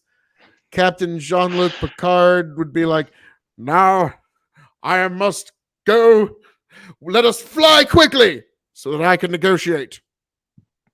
Like the action scene was the ship flying quickly so Picard could go negotiate somewhere or make a daring speech. Like like that's what I loved about that motherfucker. Like I love the show. Now, in my opinion, the best episode of any Star Trek was the Next Generation Measure of a Man, where they decide, is Data actually a person or not? Like, that's one that when I get my kiddo this weekend, we're going to watch that one. And I'm going to, what do you think? What's your thing? Well- What's your take on this? Well, all right. So setting aside Kirk and Picard, Star Trek, when it's done, all right. I haven't watched any of Discovery, Picard, any of that, because it's going to be woke trash. But Star Trek, when it's done right, is not a science fiction show. It is a, Explores for lack of a big better, aliens. they put a mirror up to society, and they set it in the far future so that they are able to tell the stories that they want to tell about society as it is. I did a horrible job of Interesting. explaining that, No, but no. I get what you're saying, because like it is kind of a mirror of society, and then like because I'm going to give you three juxtapositions here, and I'm going to kind of round out this sci-fi talk here, because I do want to give Ty just a few more minutes here, but because he's almost wrapped up. But Yeah. Star Trek is the mirror of the society that we want. Okay, like that's kind of the mirror of like how we can be better, and we do kind of like even scold ourselves a bit to be better. Star Trek is kind of the world that we dare to wish for. Or, I mean, Star Wars is the world that we dare to wish for. Like, even with Luke Skywalker, we almost dare to think that his flaws are close to our own. Like, it's one that you want to self identify with a little bit more. And then the third one that I always bring up, Dune, which is hugely influential on the other two. What makes it such a beautiful story is it completely escapes any of the trappings of modernity. There's really no way you can make the modern world, like, you can't bring woke into it. You can't bring communism, capital. Like, you can't bring anything of our modern world into this story. It is a true science fiction, like you are escaping to a completely another world. It's really a fascinating, and like the new movie that came out is one of the best sci-fi movies to come out in 20 years, in my opinion. So if you like sci-fi, Star Wars, Bad Batch, yeah. That is totally wrong. If you're going to break up with somebody around the holidays, actually, you're absolutely right, Dusk. My mom gave me that advice years ago, that if you're going to break up with somebody, do it right before Thanksgiving, because then you ain't got to bring them to your family at Thanksgiving, so you ain't got to edit them out of any pictures. You ain't got to buy them any presents for Christmas, and you ain't got to buy them anything for Valentine's Day. So it's the best time to really break it off is right before Thanksgiving. And that's some legit advice from my mother. So it's like, wow, thanks, Mom. She's probably saved me a few grand off of just that one little piece of advice alone. So now, curious. I'm actually going to be doing, before too long, a Supreme Court we're almost done with Energy Ico. Almost. We're gonna let Tiberius finish out work, because we're getting an infusion and such. If you want to come back in, the link is still good. All that good shit. And if you're just chilling, totally get it. If you want to, but like, so that's just, I want to put together a Supreme Court hearing where we're going to have Star Wars and Star Trek go up against each other once and for all. And I will be sitting as the Supreme Court justice in the court of extreme. We're going to get 9 other justices. We're going to have one side argue for Star Wars, the other for Star Trek, and we will have a final ruling once and for all. So that I'm still trying to figure out judges and who's going to be on what side, but we will figure that out a little later. Rarely do both partners want to break up. Nope. There's always one that doesn't want to break up. That's always the fucking case. There's always the one who left and the one who's getting left. And that's what I learned from a divorce attorney. There's no such thing as, oh, we just mutually no, you didn't. No, you fucking didn't. Like, nobody mutually broke it off. One person wasn't getting their way, and now somebody's leaving. Like that's generally what happens. But all right, we actually have a rerun in. Aiko, how the fuck we doing there, man? Not bad. Not bad. So how was the Prime panel, sir? Oh, it was good. It was good. Yeah, I got to say my piece. I was listening to the earlier panel, the Reverie panel, and they got into climate reparations, and which is an interesting topic, but they never talked about the most relevant part of climate reparations, which is the question of whether or not it's fair to ask developing countries to transition away from fossil fuels when the developed world has already benefited from it for as long as we have. Is that something that only the West should do, or whether or not everyone should be made to do it?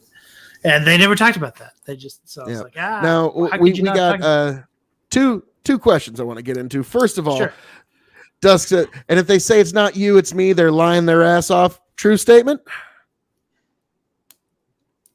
Yeah. Aiko's like, what the?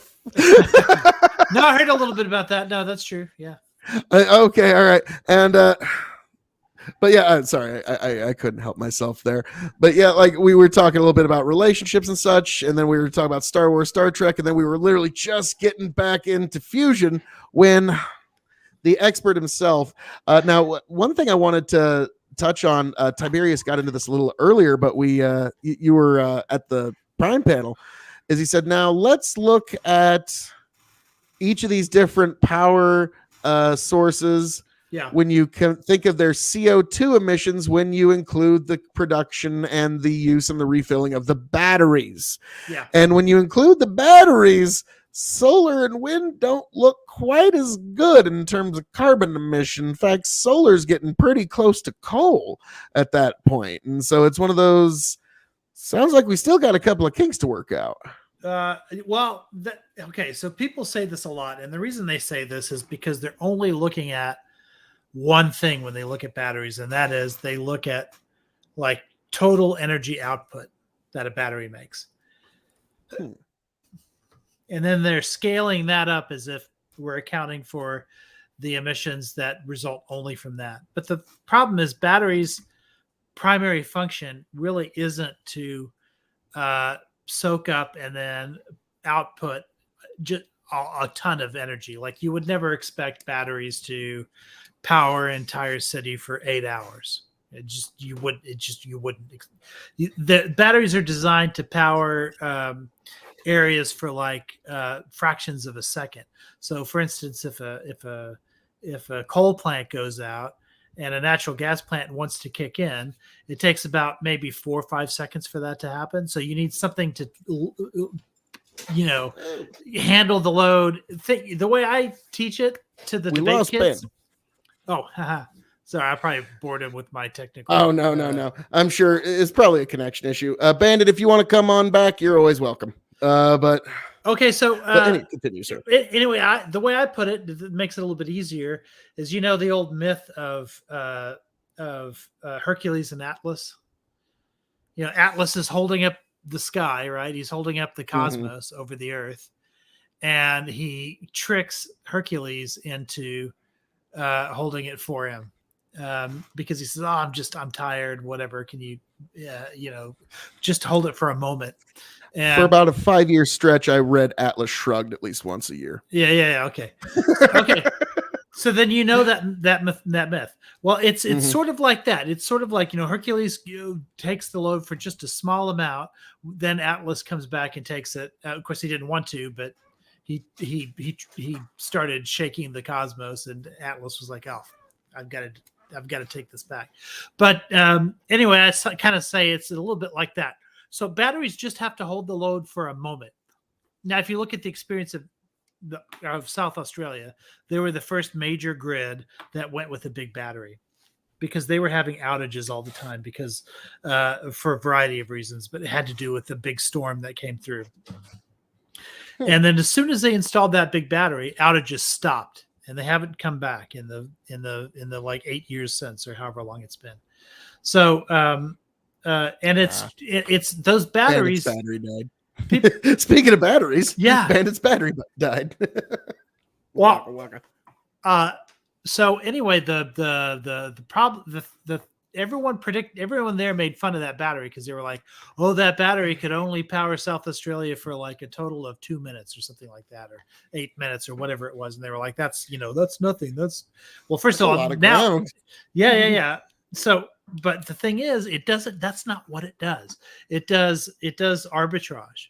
So what happens is if power suddenly gets expensive, that can happen if a coal plant goes out, power suddenly gets expensive because supply relative to demand goes way down, and so prices go up. So the second the battery starts to see that little bit of a price increase, it immediately snatches up that it starts sending out its electrons, and it only has to do it for a second or two before, say, a natural gas plant or a solar farm or something like that kicks in and starts supplying that power instead.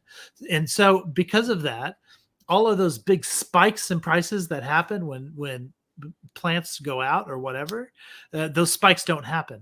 And those outages that happen, like all these transformers that go out because of rolling blackouts and it blows all those transformers and now you got to fix them all, that doesn't happen.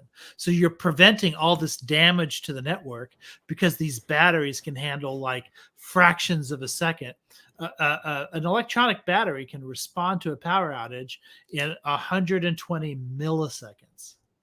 Like nothing can respond that fast, but batteries can.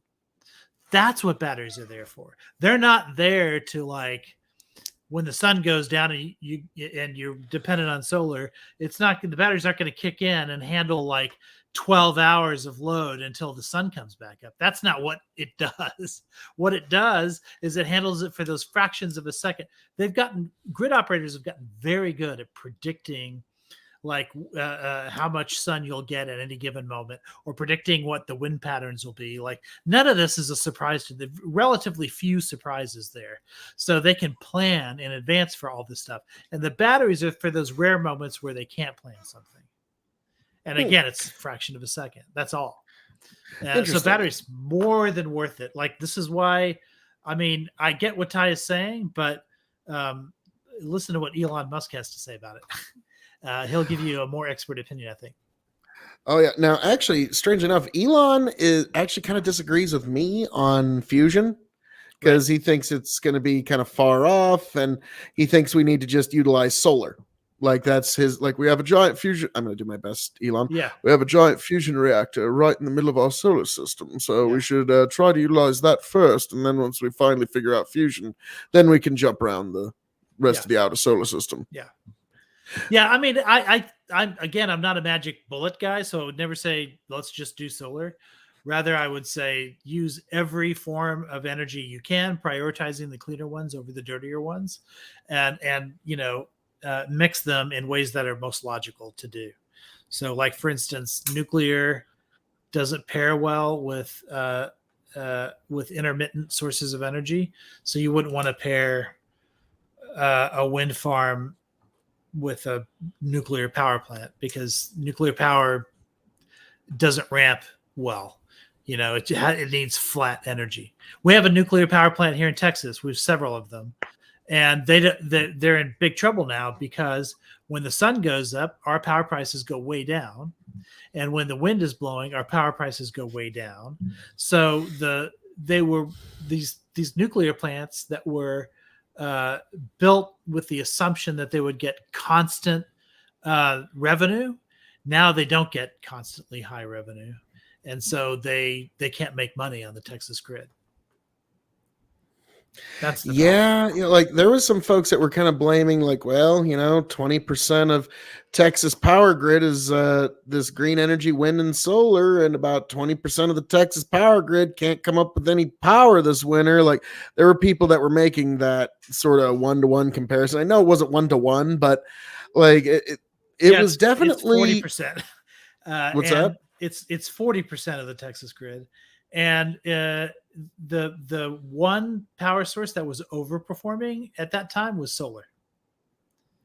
Yes, it was winter time, but here's the thing about solar is If you're a planner, it doesn't really matter how much it can produce. What matters is whether it produces what you predicted that it would produce, and it actually produced more than it was supposed to at that time. And here's the reason: natural gas was the big failure because all of the gas lines froze. I'm sure you knew that. Wind farms, about 30% of the wind farms had frozen up, and it's because Texas is the only state in the union that didn't invest in winter packs. And that's because the federal government requires winter packs, but Texas is the one state in the union that isn't under FERC because we don't cross state lines with our power grid, and therefore we don't have to follow federal guidelines. So because we don't follow federal regulations, we didn't have winter packs in our wind farms. Wind farms everywhere else in the country worked fine, but the ones that were in Texas, the ones that were outside of federal regulation, 30% of those failed. However, the big problem wasn't that. The big problem was all the natural gas lines failing or freezing up because we didn't insulate them. And we still haven't insulated them because it's extremely expensive to insulate thousands of miles of gas. Yeah, pipes. Like here in Nebraska, you either insulate or you Yes. fuck off. Like, it's just like, yes. What are you thinking? Now, Revolutionary Wrestling Podcast said this earlier because I'm running for president in 2024. All right, and he nominates you, Aiko, for EPA chief. Yeah. I wish I had that kind of expertise, but sadly. Exactly. And those are the people that I'm not nominating. Phil, I don't really think I should be in this, and that's why you need to be in it. So, sorry, Aiko, you've been, it's just, it's either that or you can let me go talk to Mitch McConnell. Hey, Mitch, who should I nominate? I go like, no, Phil, since I got you on the line, shit. How about I just go ahead? Yeah, I don't think McConnell would be very happy with my energy takes. I mean, I am more pro fossil fuel than a lot of people, but not. But you also know shit from Apple Butter about all the other stuff. So that's like, yeah, all right. I think we found a guy. All right. Fossil fuels have nothing to do with climate change. It's ridiculous. We were going to have an ice age and now global warming. Solar can only be collected when the temps are at certain temperatures. Dusk G1 222. Your take, Aiko. Okay, so that I'm going to address the last part first, because it is true that temperature is a factor. Although I'm not sure if she means that when it's cold or when it's hot. Performance is better in the cold. So solar works better in the cold. So if you have a really sunny, cold day, that's the best time for solar. Also, that's one of the reasons why solar works at higher altitudes, like if you put them on mountains and stuff like that, because it's cooler up there. So you might be right in the middle of summer, like even in the south, but if you're at a high elevation, then like say Colorado, mile high, right? Then it's going to be relatively low temperatures and a lot of sun. That's the best time. But it's an exaggeration to say they don't function at all at higher temperatures. Like, they function here in Texas just fine, even though we have a lot of lower things. We have a lot of high temperatures here in Texas, especially in the summer. So really the bigger factor is the number of hours of sun that you get in a day. Yeah, it's true. Solar works better if it's cooler outside, but it still works just fine when it's hot. It just, slightly less efficient. Now, what was that's kind of why I say it's the ultimate technology of that? 500 years from now, because like when you're out in space, shit's pretty cold out there, and then you're collecting all this, so and then you can infinitely mirror your oh god, you can just solar in space is well, okay, I'm a big fan of nuclear in space because you just put a freaking fission reactor in one of those, ships or whatever, and it just can go for years and years and years without anything. But it is probably a nice supplement to have a lot of solar panels on a spaceship, for sure. Mm-hmm. And you're absolutely going to need it if you're scared to use nuclear, which NASA, I just don't understand why NASA doesn't do it.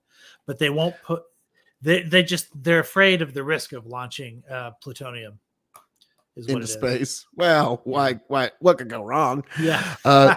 Do you want to make Space Godzilla? Because this is how you make Space Godzilla. Right. It's Yeah. like when Ty was talking about putting the nuclear waste like back into the Earth's core and letting the core like kind of eat it. And I'm like, do you Yeah. want to make Godzilla? Because this is how you make fucking Godzilla, Ty. Right. Like, Yeah. so, but now you wanted to respond to this windmill kills Oh, the yeah. birds. Yeah. So there's a chart. You can look for it online. I usually show it, but I'm a little bit lazy today. But it tells you how many birds are killed by various sources of energy. It's not even, it's like an order. It's like 2 orders of magnitude more birds are killed by coal than by wind farms. And the number 1 killer of birds is cats. The number Now, 2 like- killer is coal, and then natural You ever seen a gas bird after land that. on a transformer? Oh yes, exactly. Yeah, absolutely. Like you got yourself Yeah. fucking fried fucking And- birdie right there, and fried also- chicken. We had this conversation before about skyscrapers being ugly or whatever. We have to get rid of them because of that. Here's another reason: skyscrapers kill an order of magnitude more birds than wind farms ever could. So the number of birds killed by wind farms, like if you look at the chart, it's like wind is like this, and coal is like this. And so as we displace coal, but with all of these wind farms, you save a lot of birds. So like they don't want nuclear powered satellites because if they launch fails, you have nuclear accident. You know, I do kind of That's get true, that. but that's manageable too. Like you can Yeah. keep it encased in a way that even if there's a failure, it like lands safely on the ground or in the Mhm. ocean and whatever. And you can Somewhere where you can recover go it. collect it. But yeah, but yeah, I don't get me wrong. These are very real concerns, though. yeah, absolutely. Like now, Sure. like to me, the way I look at it though is like, say we're going to Mars and we're going to Yeah. terraform Mars. Okay. We're not sending perfectly good Earth nitrogen to a fucking dead planet to terraform it. Right. We might send a little for them to have a little garden or something, but like you're going to have to literally set up cloud cities on Venus that are going to collect the nitrogen from their atmosphere and then send that in barges to fucking Mars. And that's going to be our first actual solar system industry, in my personal opinion, because we're not going to send all of our perfectly good shit here on Earth to terraform a dead fucking planet. No, we got plenty of different shit here in the solar system. Go find it. Maybe elsewhere. we can't terraform it, but maybe what we can do is we can make it a little bit more like early Earth, which is to say, you know, back in the day before plants on Earth, the Earth was like all carbon dioxide or something like that, and that's eventually what caused plants to sort of arise on Earth for the first time. And it was because of a lot of asteroids striking Earth and stuff like that. But if you had heavy industry on Mars, all the shit that you don't want to have on Earth, right? And you just move it to Mars instead, and you just start burning something like coal and just creating as much like CO2 emissions into the atmosphere as you can. Eventually, you'll start to warm Mars, and you'll start to be able to, you won't have an ozone layer or anything, but you'll still be able to filter out some radiation as a result of having a thicker atmosphere. Yeah, like I remember one time I made a post, and he was a futurist that works for NASA, and they were talking about like, I think if we're going to terraform, do this, do that. Now, there's a particularly nasty Elon says weed. drop nuclear bombs everywhere. That's maybe. Now, Maybe. what I've I don't often know. said is if there's even like a lick of atmosphere anywhere on that planet, Right. there's a weed that we've been trying to fight here on the farm for a couple of years now called Palmer amaranth. And our joke is, oh, hell, just accidentally put one fucking seed of Palmer amaranth on your fucking probe you send to some planet. And by the time your people get there, you better have a mower when you want to fucking land, because Yeah. it'll be this fucking tall a fucking you can't kill this shit Palmer amaranth, and it'll even figure out how to make it work on a red fucking sun. It don't matter, you can't kill this shit. And so Right. that's always kind of been our joke. It's like, why, like, just breed a super weed that you just can't kill and send it to the fucking planet, and then we'll Right. You don't even need to worry about it. It'll do all your fucking work for you because you can't kill some of these fucking things. So Yeah. like that's absolutely. just been one of our jokes. Is like, yeah, we could fucking change the whole goddamn universe with this fucking Pomeramaranth. But so Right. like I understand what you're saying. Like when it comes to the atmosphere, we do have to thicken it up some way. Yeah. I don't think dropping nukes everywhere is the right way to go. Sometimes But Elon pulls ideas out of his butt, and maybe 10% of the time it's a good idea, which is how SpaceX exists. But a lot of the times it's not so much. like actually, when I was a kid, one of the things that I was always told is like they would literally go. Yeah, I agree with Bandit here. Yeah. They would literally go and just like pump pollution into the atmosphere to thicken up the atmosphere. Yeah.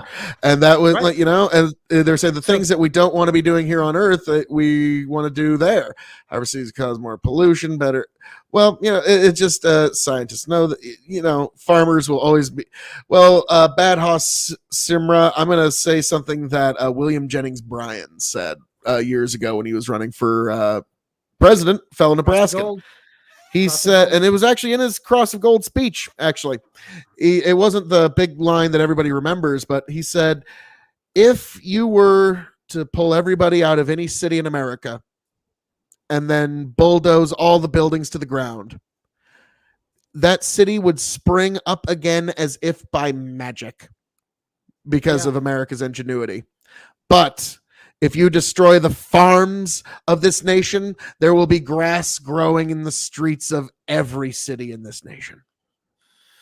And that was a very poignant, like it's what won him the nomination. Like it was a damn good speech. It's one thing I always remember. And it's like, yes, our cities, Jeffersonian.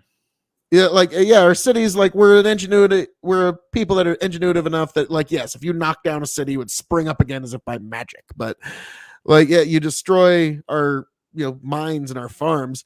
Mint is like that too. The roots are feet long. And actually, one thing I always tell people when they're starting a garden is a good cover crop would be just cereal rye, because within 90 days you've got almost fucking 3 meters of fucking roots going down. So it's a good way to build your soil very quickly. Cities represent less than 5% of all. That's one thing I've always said when people say that we're overpopulated. In reality, we've got like 98% of the human population trying to live on about like 3% of the Earth's land mass. So if you're living in a big city, it looks real overpopulated. Wasn't that the talking point about 4 or 5 years ago, though? America's full. We've got to close that gate because we're full. The cities can't are. Take any more. Yeah, the cities are. That's exactly it. I mean, we're a lot more empty than people realize. Like I'm out in Nebraska. Like I always kind of joke, like you could build like a new town of just like Twitch gamers or furries or whatever, like 15 miles away from me. Yeah. And I wouldn't even notice until I heard like, oh, did you hear they got a new restaurant over there at Furry Town? Really? Is it good? Yeah, they got really good fucking chicken fried steak. Well, shit, I guess I'm gonna have to go check out that. Like, yeah, that's kind of how things go around here. So it's a big empty fucking like. Yeah. There's like I always say like. That's why I never bought the hashtag America is full, thing. Like, oh no, we're not even. It's like I remember I was having a discussion with an ex of mine a couple of years ago, and we were talking about the caravan of people that were coming down here from. Yeah. God, I don't even remember. It was 4,000 people. It wasn't a big caravan. Yeah, it's like exactly. It's one of those things that like people don't understand proportions. We're a large country. We can take these 4,000 people. It's not the end of the world. Yeah. What is the concern is what happens after. Because are these 4,000 people going to change election law? And so that was the discussion that we had. It was an interesting one. There are some cities where they're saying you don't have to be a citizen to vote in like municipal elections, because that's stupid.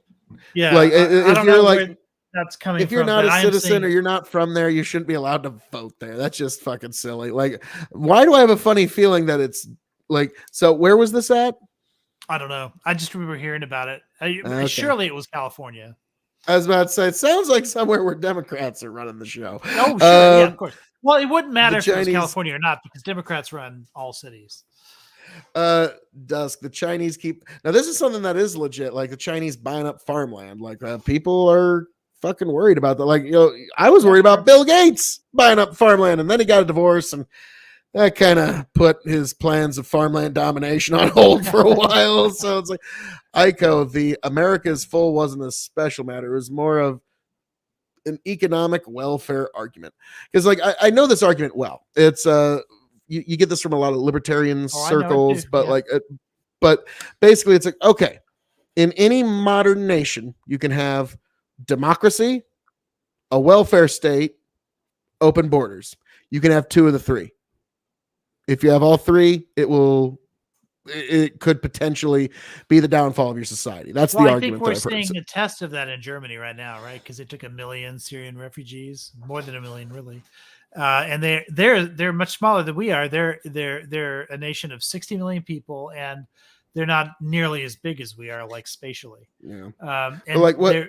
But here's the reason they did it. They didn't do it out of the goodness of their hearts. Like, I argue, no, they need the workers all the time. They're like, "Oh, isn't Germany like setting an example of how to be moral?" No, they're not having birth rates. Their birth rates are too low, and they needed a replacement. They got a lot of people who are going to hit retirement age, and they need young people working and paying taxes so that they can collect their retirements. Like, it's obvious what it is, and so that's self-interest. Well, America is starting to get a lower birth rate as well. In fact, America's population is growing, but it's not growing as a result of birth rates. It's growing as a result of immigration. Well, no, what I'm kind of getting at here is when I said that those are your three choices, because if you have all three, if you have open borders, and you have a welfare state, then you really can't have democracy, because then folks can just come here, vote themselves generous presence from the public treasury, and it's not really all that long to the last bone of the last taxpayer's pick bear at that point. You can have a robust welfare state and democracy, but then you can't have open border. Like, do you see, like, it's kind of a simple. But Scandinavia is showing that you can do all three, but they don't really have open borders, though. Like, they're starting to get a little more. Well, they have. I'm not. Okay, but I'm not advocating for open borders, though. I'm just advocating for increased immigration quotas, and especially increased immigration quotas from countries where, first of all, there's some that we don't have a choice for, right? Half of the people coming into the country are asylees, or they're at least claiming asylum status, and we have treaty obligation, which is also statutory because it was passed in Congress and signed by LBJ, that we have to accept those people, and we have to give them a hearing. And if an immigration judge at that hearing says that they have a valid asylum claim, then we have to give them all the rights that we give a green card holder in our country. Like, that's our. It's like one of the guys I have on my show once in a while. His name's Nate Dallin. Really fascinating guy. He's an immigration attorney out of Omaha. Really, really great. Like, salt of the earth fella. Yeah. And he says, yes, I'm an immigration attorney from Omaha. I'm one of those evil guys that tell people that try to come to this country what they need to say when they get to the border. Yeah. Like, okay, hey, no, God bless, no problem. Because when I tithe, I don't. Just a nice guy from Honduras and you got no family here, there's really no path for you to actually become an American citizen. No, there's not. There's a path for your kids to become American citizens eventually, or no, maybe. at birth. But and that's it. They're not necessarily looking for citizenship for themselves. They want to raise their families here, and they want to have a better life and all that kind of stuff. But I'm just saying that economically, we have to have some way of growing, and the way that we're growing right now is through immigration, but it doesn't have to be through open borders. We can still vet. We can make sure that we take the asylees that pass their immigration hearing, and then we can also further have increase our quotas of legal immigration that occur at the border, and we can use those people in sensible ways to increase our workforce, and make sure that you and I will have our retirements one day. I think that's the best way to steel man increased immigration policies. And I think you do see that in Scandinavian countries. And in Germany. Germany's Scandinavian socialism examples. But we'll see. Hold on a second now, because when you point to Scandinavia, when people want to say, well, this is why Venezuela is why socialism fails. And then you say, oh, well, There's but a look at lot of market Scandinavia. activity in Scandinavia. To call that a Exactly. socialist They're paradise is not a socialist. little bit hyperbole. Yes, To be exactly. honest. And this is my point. So you can't say that if I'm advocating for Scandinavian policies that makes me a socialist, right? But there's that meme. Have you seen that meme with the chair Well, yeah, throwing I was guy? memeing on you. Yeah. But like when you see those caravans, they end up mostly young men, not family. Like that was the case in Europe. Like here in North America, it's usually a lot of women and children. Yeah. But like which Yeah. is really a fascinating phenomenon. But like over in Europe, I could understand being like, why are all of these military age men all moving to my country now? Yeah, like there- like if you don't like, I'm sorry, if that doesn't raise an Well, there alarm was a reason bell for that. then in your head a little bit, like There was a what- reason for that. So it was a long and arduous journey, and that women and children, women were getting raped, children, worse things were happening. And so what happened really is the men of the family would go, and then when they got to the destination, if they made it and they got asylum status, then they could send for their wives and children and things like that. And that's what ended up happening in Germany. So the gender mix there was. It's just that the people who were physically crossing the borders, having walked like 1,000 miles from Syria or whatever, yeah, those were young men who could make the journey. yeah, and not all of them were married with children neither. Like Well, that maybe, was yeah, like, yeah. a lot of not them all. were coming in hopes of doing exactly that. So it was one of those like, this seems peculiar. This is a very odd migration of humans, and it was unfortunate because it was a fucking civil war. Yeah. Halfway across, to me, I was always of two minds about that, to be honest with you, like, because I totally fucking get it. Like, all right, let's just get the fuck out of here while the getting's good, and fuck all these fuck the Civil War. I'm out. But also at the same time, it's also kind of like this is your home and you're surrendering it to the worst among you. Why were you not willing to fight for it? Do you see what I mean? Where I'm of two minds there. That's easy to say if you're in the first year of a war, like say where Ukraine is right now. But if you've been like Syria's been at war for how long? 20 years, something like that. At this point, I think they're just bombing their piles of rubble into slightly smaller piles of rubble. Yeah, I mean, you have to have hope to be able to do what you're talking about, and after a certain amount of time, it's clear that where you are is not the place to be. Like, I understand that. Like, I mean, not that I viscerally understand it because I'm an American and I don't have that experience, but I can at least imagine that if I were in that situation, it would be really hard to like hold on to that hope for that long with absolute destruction all around you all the time. It's just, you can only imagine, Well, yeah, like that would be one of those things. Like if shit like that happened here in the United States, I'd be like, all right, get my kid to either Mexico or Canada. Yeah, have yourself a good one, kiddo. But I got 5 generations of blood, sweat, and tears into these soil, and I ain't giving it up to these bastards who are coming over the hill trying to take, like that. So that's one of those. It's a really tough one. But like it was one of those like, God damn, you've surrendered your home to the worst among you now. Like there's no getting it back there once you walk away. And that's why like the folks in Ukraine, I at least gotta, they're fucking fighting for it. So I'll at least give them that. Yeah. Like I'm anti-war just generally. Like I don't want war at all. Like, can we just find a way? Like Rodney King's plea to reason still holds true to this day. Can't we all just? You can't reason with Putin. I'm well aware of that, but it's kind of like one of the biggest things that Gandhi got like raked over the coals for when he was during World War II was he tried to reach out to Hitler and tried to say, can I reason with you? And like he used very fluffy language, like my brother, my dear, stuff like that. He was trying to get some sort of rapport there. He's trying to use some persuasion there. Didn't work.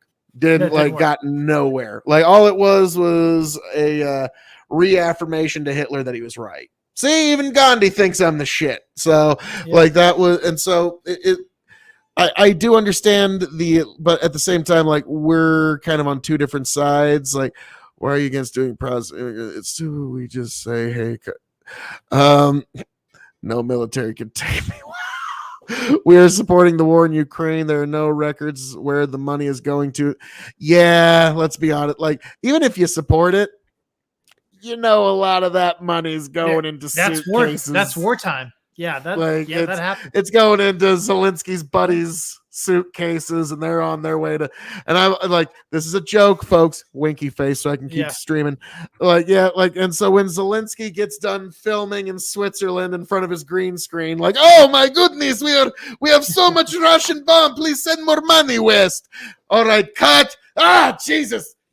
This isn't even vintage Dom Perignon. That's that probably is a little closer than anybody wants to admit. But I don't think so. I mean, I think he really did stay in Kyiv as it was getting shelled, and the Russians, by all appearances, looked like they were closing in, and he easily could have died. There's been 5 assassination attempts so far on him, but. It is true that the average Ukrainian still doesn't have the luxury that a state leader is going to have. That's true in any country, But this winter is going to be telling. Yes, this is the winner that wins or loses the war, because if the EU stays together, in the midst of the energy crisis that's happening. If they make it to March, still unified on Ukraine, then that's the war. Europe. They can be unified, but are they going to be funding their own war against them come the spring? That's what I mean. They'd have to be unified in funding that war still. It'll be easier for the United States to keep it up. No, I'm saying they're going to be funding their own war against themselves when they're going to be buying Russian energy to keep their homes fucking warm, and Russia's going to be taking in all this money from the people. They're going to this is going to be a very unique situation. Yeah, it's just the opposite. I think Russia is threatening to, and I think they will at some point, cut off supply to Europe entirely. They've already reduced supply to a trickle, and at some point they may cut it off entirely because they want to try to stick it to the EU and make it as hard on them over the winter as possible. And that's why the American strategy has been to produce as much LNG and ship it over. Germany is building 5 floating LNG terminals right now. We're sending as much as we possibly can. And it's amazing, actually. Germany, for instance, is at 80% of where they need to be for this winter in terms of natural gas storage. So things are looking better than they did a couple months ago in terms of where we expected to be. It's still going to be very rough on Europe, even with all that. And then also, it's always been Russia's classic tactic. Nope, just wait until winter time. Yeah. It's unfortunately it's worked out for them quite a bit. And we're gonna see. Now, like I said earlier, my big prediction is they're gonna build some wall somewhere and say this is ours now, and we gotta play fucking political hopscotch, because that's the kind of politics that makes sense to, for lack of better terms, like a boomer Russian. Okay, if you're a fairly powerful boomer Russian, the old Iron Curtain, the Berlin Wall, that shit makes sense to you. And in your mind, that is where the West is contained. Right. And so, I think it doesn't matter. Wherever they fucking build it, they're going to build some wall. Then we're going to have Berlin Wall 2.0, Berlin Wall 2 Electric Boogaloo. And that's going to be my prediction for the ultimate end, is that we're never actually going to end it. This is going to be like the never-ending story. But that requires money and material that Russia just doesn't have right now. Think about how they can build a brick wall and park a few tanks still. It's about saving face. It's how they actually get out of this war without admitting they actually lost this war. Which is why I think it's the most likely outcome, because they still save face with their own people, and their news just talks about the latest whatever the fuck at the wall. It comes down to Zelensky, really. If Zelensky decides that he wants a negotiated peace, and the terms of that negotiation are giving up some of the Donbass or something, then Bandit. I'm sorry, Bandit. Kind of Yeah, I guess that would be an easier way of putting that. Boomer Russian equals Soviet. That's that's actually the easier way of saying that. Those Thanks for people that little correction. miss the Soviet Union for sure. Oh yeah, and this would be a way of politically appeasing those people. And you could you think of anything that would unify Russia more than we've got this wall that holds the West back, and we've even conquered a little bit. Like it's going to be their eternal external enemy, and it will cause I think a shocking amount of societal cohesion in Russia, because these are folks that understand hardship. You're not going to be able to austerity them into submission. Like it's so I think no, but you can reduce their ability to be able to fund and create weapons of war. Like for instance, there are little small things that appear to be small. For instance, the cassettes. You know what a cassette is on a train? Like the wheels of a train, like are put together by a cassette. They're unable to buy the materials that are needed to construct cassettes for trains, which means their ability to build new train cars is gone. And because all of their materials they can't buy the materials for those cassettes, because all of those are sourced in countries that are now no longer doing business with them, and they became entirely reliant on those. So their whole train system is in jeopardy. And then it's one thing after another. There are certain materials like that they can produce, like rare earth stuff and whatever that they have access to, but then they have a hard time getting steel. They have a hard time getting other materials that they are like bomb making materials. And then the Ukrainians are getting better and better at blowing up entire depots of ammunition in the Russian front lines. And so they think Kherson might fall in the next week. So we shall see. They got to get some real results before the winter time hits. But like the one thing that it's unfortunate, but it's a trump card that Russia always has, and they got this over China. China can't brag this. They got that oil. Somebody will trade with them what they need for that oil. No, like Russia's fuck. What's that? They'll get something like 20 to 30% of what they normally get in a year, and that's a big hit to their economy and the funding that they need. China will continue to buy oil from them. Opportunists like India will buy oil at a great discount because they've got Russia over a barrel. So they'll say, yeah, we'll buy your oil, but at a 30% discount or something. I was about to say, just about everybody but the U.S. will be like, it's the thing. Oil is kind of like drugs. You can't like Europe. It's kind of like Chris Rock when he's like, no crack dealer's ever been. Damn. How am I going to get rid of all this crack? Like, the shit just kind of sells itself. Oil's like, as I explained this to my daughter the other day, it's the gods complex. The four things, the four levers that can make any human move. GODS, guns, oil, drugs, sex. Right. It's the four things that actually move and oil is a big one. Well, oil is getting to be less of one in Europe for several reasons. One, you're getting something like a 30% market share across the EU on EVs. So new cars that are being bought are increasingly not using gas at all. But also Norway is a major producer of oil, so they're able to supply the EU with a lot of the oil that they need. Saudi Arabia is starting to step up. They're exporting more than they did before. They're starting to turn on the taps. And the United States, like you should look at the rig count in the United States now. It's up. It's more than doubled since inauguration. Actually, and that oil came out this week and said they're actually going to slightly decrease production, which is why we're about to hit Labor Day.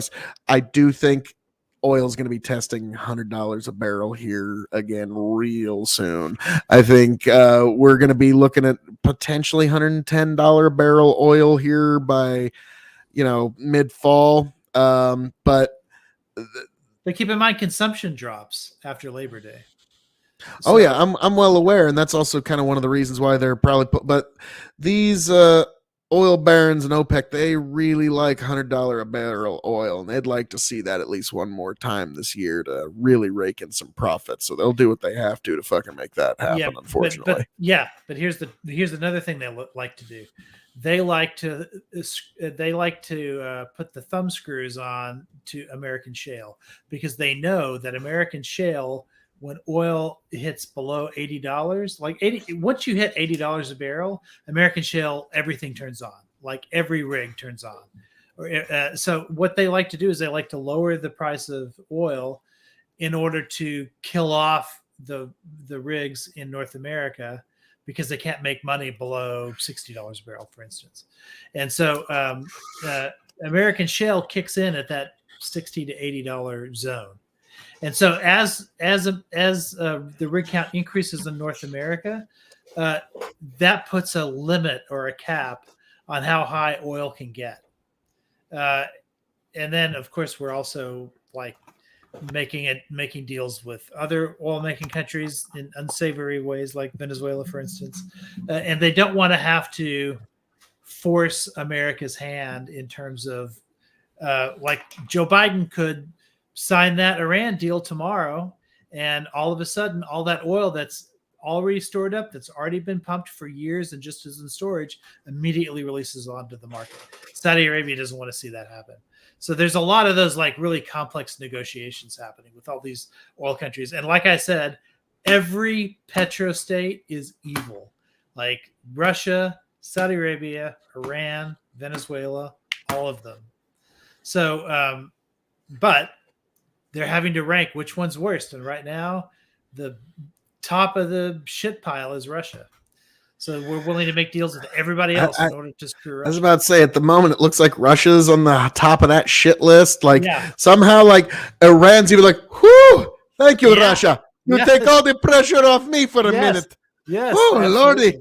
Yes, absolutely. Can I get some of my money back from Swiss banks? Like, so that's... And after that, Iran at the moment. Now, after Venezuela. That Russian war is over, we'll go back to screwing Iran. But right now, we have.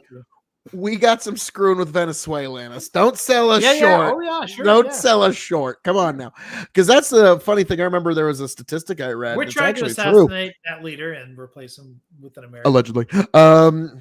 But I always thought it's funny that guy broke down the math that if we wanted to invade a country just for oil, like it would have actually been way more cost effective to just invade Venezuela. Yeah, sure. Because they're in our, hemisphere, a lot less military. Like it would have been probably would have been the actual march in, march out that Dick Cheney tried to sell us on. That Iraq was.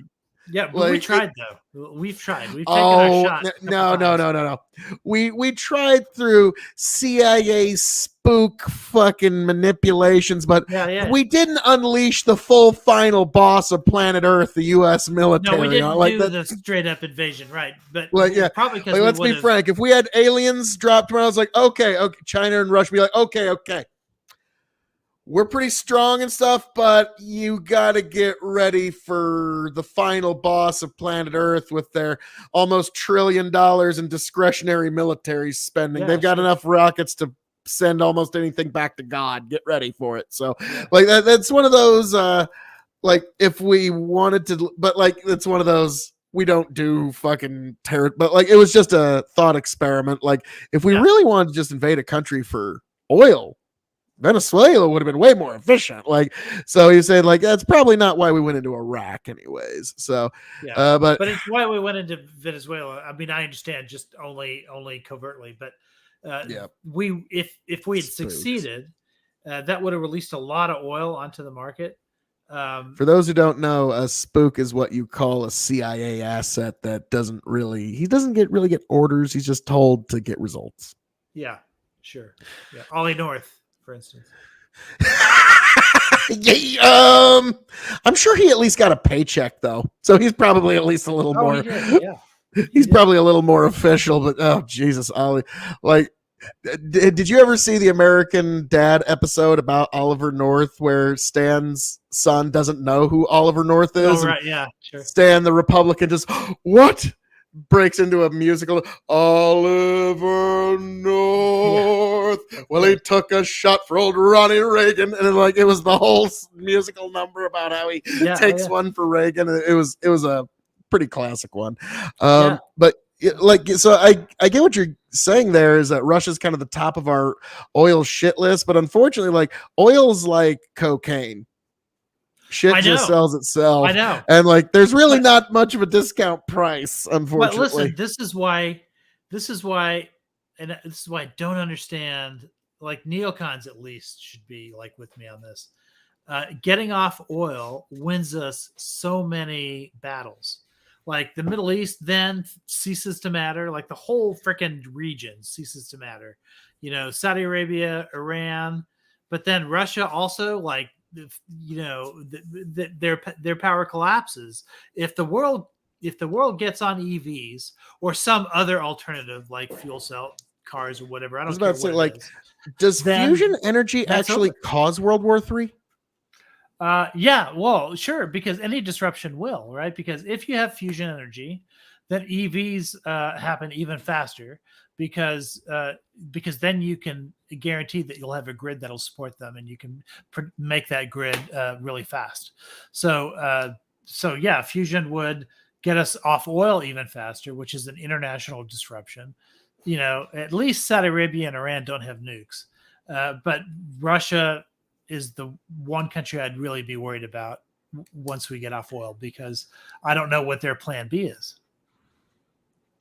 That's a good, like, who was it you said they're just a gas station? The whole country is a gas station. They become like North Korea, where they're just really insular and they've got nukes and they point them at people, and that's basically all they do. Fusion, I hardly know him. Waka waka. Jesus Christ. Bales of cocaine. That's an actual old song by the Reverend Horton Heat. I've attended a concert of his one time, and an ex of mine took me to a church I didn't really like all that much, I'll be honest with you.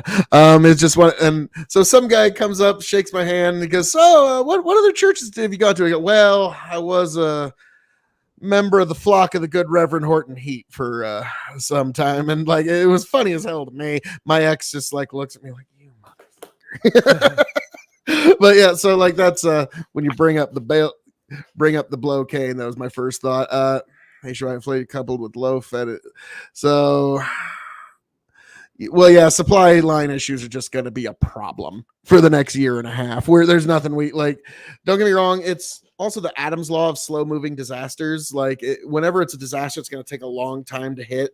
The vested parties might actually find a way to actually prevent it.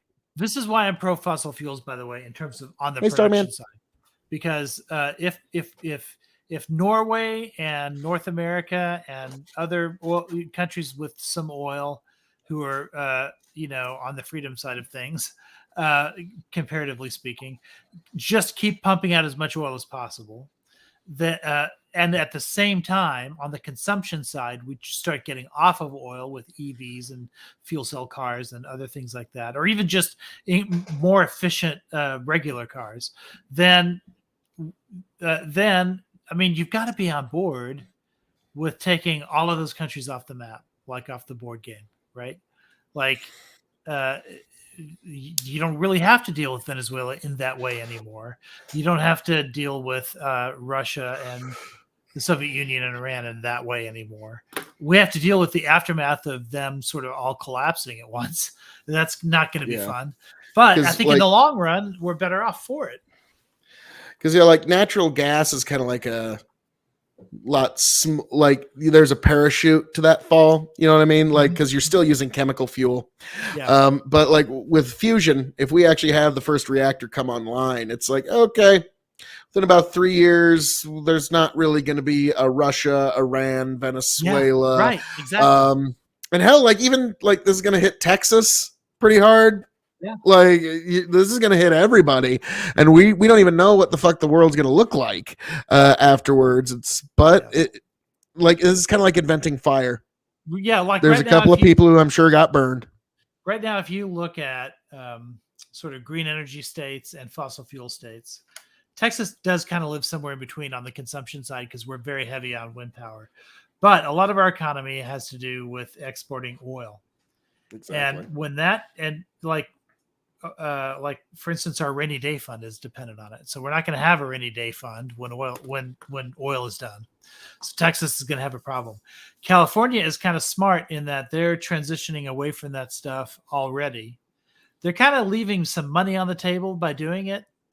But in the long run, when it's gone, it's gone. Like when it's gone, then California will be very prepared for that world, and Texas will be less prepared. And right now, when I look at like red versus blue in terms of economic states that are competitors, like to me, it's Texas versus California. Like that's what it is. And right now, they're kind of even on everything. Like we both have really strong GDPs. We both have, very vibrant energy sectors, all of that stuff. But when oil goes away, California will be prepared for that world, and Texas won't. Well, what I think, and Texas ain't got it by much. It's just a little bit like California's always got the problem of, oh no, we don't have any water to drink. Yeah, so they do have that going for them. Texas has a lot more water. Here's something we've done better. This is not just an accident of nature or climate change or whatever you attribute it to, but it's also Texas, like Minnesota, it builds a crap ton of man-made lakes. And because we've done that, we're better prepared for drought season than California is. California tends not to build a bunch of man-made lakes because they believe in like keeping things natural and all this other stuff, but their environmentalists are opposed to it for a variety of reasons. But I think that that's one of the reasons that they weren't prepared for drought, because they have so much runoff into the ocean that it doesn't need to happen, and wouldn't happen if they built a lot more reservoirs. Now, what's like really kind of makes me angry is there was going to be a lake that they were going to build. They're going to dam up a river in my county. Yeah. And they were going to make a rather large lake. And the reason they didn't do it is like, to me, like, again, almost criminal, is too much of the water goes back into the aquifer. Yeah. And I'm like, motherfucker, that is the point. Yeah. Like I don't give a damn if one fucking watt comes out of that dam. Like that is the water we all drink and live with. So, well, and aquifers, you can drink out of lakes too, but the problem is lakes have a lot of evaporation and aquifers don't. So and also you're better off takes keeping it underground. A lot of it. Yeah. Like there's some above ground water where you can get diseases from it, like, and so, but aquifer, I can drink it straight out of like I've got a pump here on the farm that just comes straight out of the aquifer. Like actually, funny enough, Starman says something interesting. Find a more efficient desalinization process. I remember my history teacher in high school said, if you can figure out how to make a cheap, efficient desalinization process, you will probably be the most influential human in all human history. Yeah, I mean, I think, damn. Right now the most efficient ones are solar. Yeah, or like Tiberius a little earlier was talking about like using nuclear reactors to desalinate. And like that's interesting, but like it's kind of like that NIMBY thing. Like here, drink some nuclear water. Yeah. It just came fresh out the nuclear plant, and like I'm sure there'll be somebody that'll be like, yes, but like nobody, like we're all a little NIMBY in that regard. The best plan, if you want to do large scale desalinization, it's not for drinking water. What it is it's for putting water back into aquifers. So what they're starting to do in California now is drill holes that will lead all the way to an aquifer, and then those holes are all a pipe that goes into a desalinization plant, and then you just desalinate massive like quantities, and you just let it all go into the ground. And I think that sounds to me like a good plan. And they're starting to do some experiments with that in California. I don't know when it can actually scale to a point where it makes a difference, but we've got to do something. Yeah. Now I want to talk to Boss here, or Bad Hoss, asking about the aquifer. Now our Ogallala aquifer, it's not like a body of water that you could swim in underneath the ground. It's a lot of different layers of sediment, and then there's a large sandy like it's basically a very wet, sandy soil. I don't know how else to describe it. It's just basically sand filled with water. And when you put a pump in there, you can actually pull the water out, leave the sand. And so the aquifer can actually recharge. We had a 500-year rain in 1993, and we went from the aquifer being the lowest levels ever to being the highest levels ever recorded in the span of 1 year. So we were really happy to know that this is actually a renewable resource. But yeah, like the aquifer, the water will actually have to permeate through all of these different sediment layers, and it does clean the water tremendously. So that's a big part of how we fucking survive out here. But now, curious, Aiko. Tiberius has only got about 9 minutes left of his rant. Is there and I want to really get, because he gets into the very deep nitty gritty here about his problems with fusion power. Do you got the time to stick around, or you need to get headed, sir? You're muted. Can't hear you. You're muted. Let me unmute you, or did you mute yourself? It looks like you muted yourself, sir. Yep. Okay. Okay, there we go. So I did want to hear more about his battery stuff, but you know what? I also, maybe I'll have a one-on-one with him at some point over that. Yes, I do want to see that. But also I want to get a little deeper in here, and I just want to hear your take on his objections. Are they reasonable? Are they... That's what we get. I'm sorry. Fooey and Pashaw. That's kind of the general average for the star. If you're talking about the deep core of the star, it's about 300 to 400 watts per square meter. Square meter, cubic meter. So for a cubic meter of star material at its core, 400 watts of energy is released due to the effect of fusion. That's not actually a lot. So not only do you have to compress this material in the same way that a star does, but you also have to compress the amount of energy released per space within the star. So what I'm telling you, in the way that I'm understanding it from the people who have told this to me, is that to get fusion reaction to work on the planet for commercial use, you have to somehow figure out how to contain the same process that makes a star and make it 1 billion times more energy efficient. Good luck, because the only way we've been able to do this so far to make something that is like a star on the planet is a thermonuclear blast, where you take an old fission reaction and you put it next to a bunch of fissile material that you can fuse.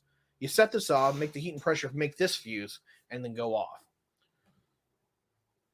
We don't have any way to contain it. So the long and the short here is that I'm getting a little pushback from chat. A lot of people are like, yeah, that's me. This is just an engineering problem. And that is my big contention there, is that this is an engineering issue, is to, like, when he's saying, like, this is like harnessing a star. To me, I'm hearing, I mean, you're trying to harness fire. You know, combustion is an explosion, and you want to put that inside of an engine? How is that even possible? And I'm like, just give the engineers enough time. Do you understand my pushback to that at all? Yeah, I mean, and that's really, well, see, that's the kind of argument that one can make, like, I guess almost out of faith, because, you know, we know that engineers solve hard problems. We don't understand how they solve them. And in many cases, if we don't have the specialized education, fusion is something I don't understand at all. So I can't make an intelligent argument about that. But you can't, at best, you can say, well, someone will probably, like, there are plenty of people in the field who think that the problem can be solved. And I don't have any reason to believe that they're lying to me. So, you know, unless Tiberius is a nuclear engineer, I don't know that his opinion is more valid than the people who are actually working on this stuff. So, yes, but like he does put together some good. And what I'm telling you is that no, he's smart, but that isn't doesn't mean an he has that engineering problem, this is a specialized physics information. Do you know what I mean? Yes. We've been splitting atoms forever. Sure. That was another thing I brought up is Tiberius. We split atoms in the 1940s. I mean, come on, just give us a little more time. We'll figure some shit out. So now, yes, containing that level of heat is going to be a problem. Like it will be, but that's, to me, that's just an engineering problem. Like it's like we're kind of like, once we can sustain the charge for multiple seconds, we're kind of past the science issue at that point, in my opinion.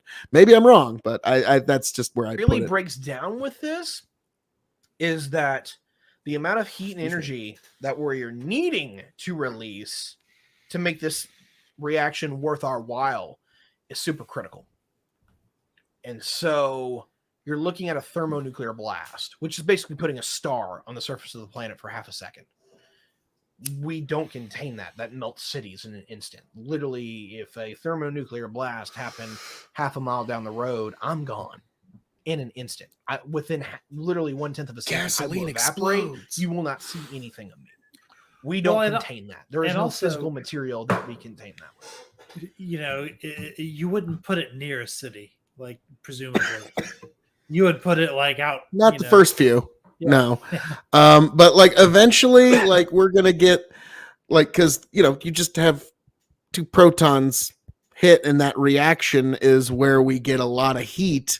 And so, like, to me, there's gonna come a time when you're gonna be able to bring the size of that technology down and down and down and down until the first computers took entire rooms, and now we got these fucking things. Yeah, sure. So I mean, it's just something I always try to keep in mind. But we also thought we would have fusion like long ago. Like, I remember thinking this in the 80s that, oh yeah, in 5 years.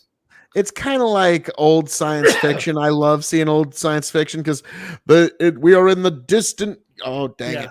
I was going to see if Alesto was going to be ready this time, but it's the distant year 2003. Humanity has explored the stars. And it's like, oh, that's so nice. You had such fucking high hopes for us. Instead, we've got like this thing called the internet that's a vast cataloging of human sexual fetishes on pornography.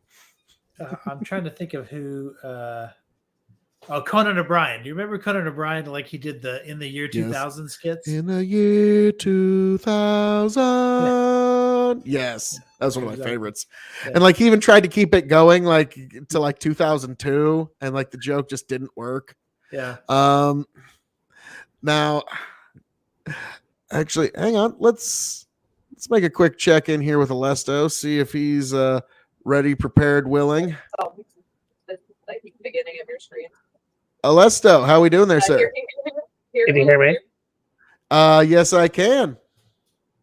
Cool. I don't think you want to see my beautiful face because why would you? Oh, don't sell yourself short there, Alesto. Unless you there we go. There we go. Come on now. That's also just something to keep in mind. Never was it ever said, that dude who didn't actually have his face on camera, he totally won that debate. Like, I don't know why. I don't know. Like, it's just a part of human brain programming. It's just like, no. Hey, and we even got a lights change. We're getting some true Hollywood out of Alesto this evening. There we go. But how are we doing there, good sir? Different. This is different than mine. I'm doing good. I thought you guys were I thought you would have been done by now, so that's why I didn't jump in.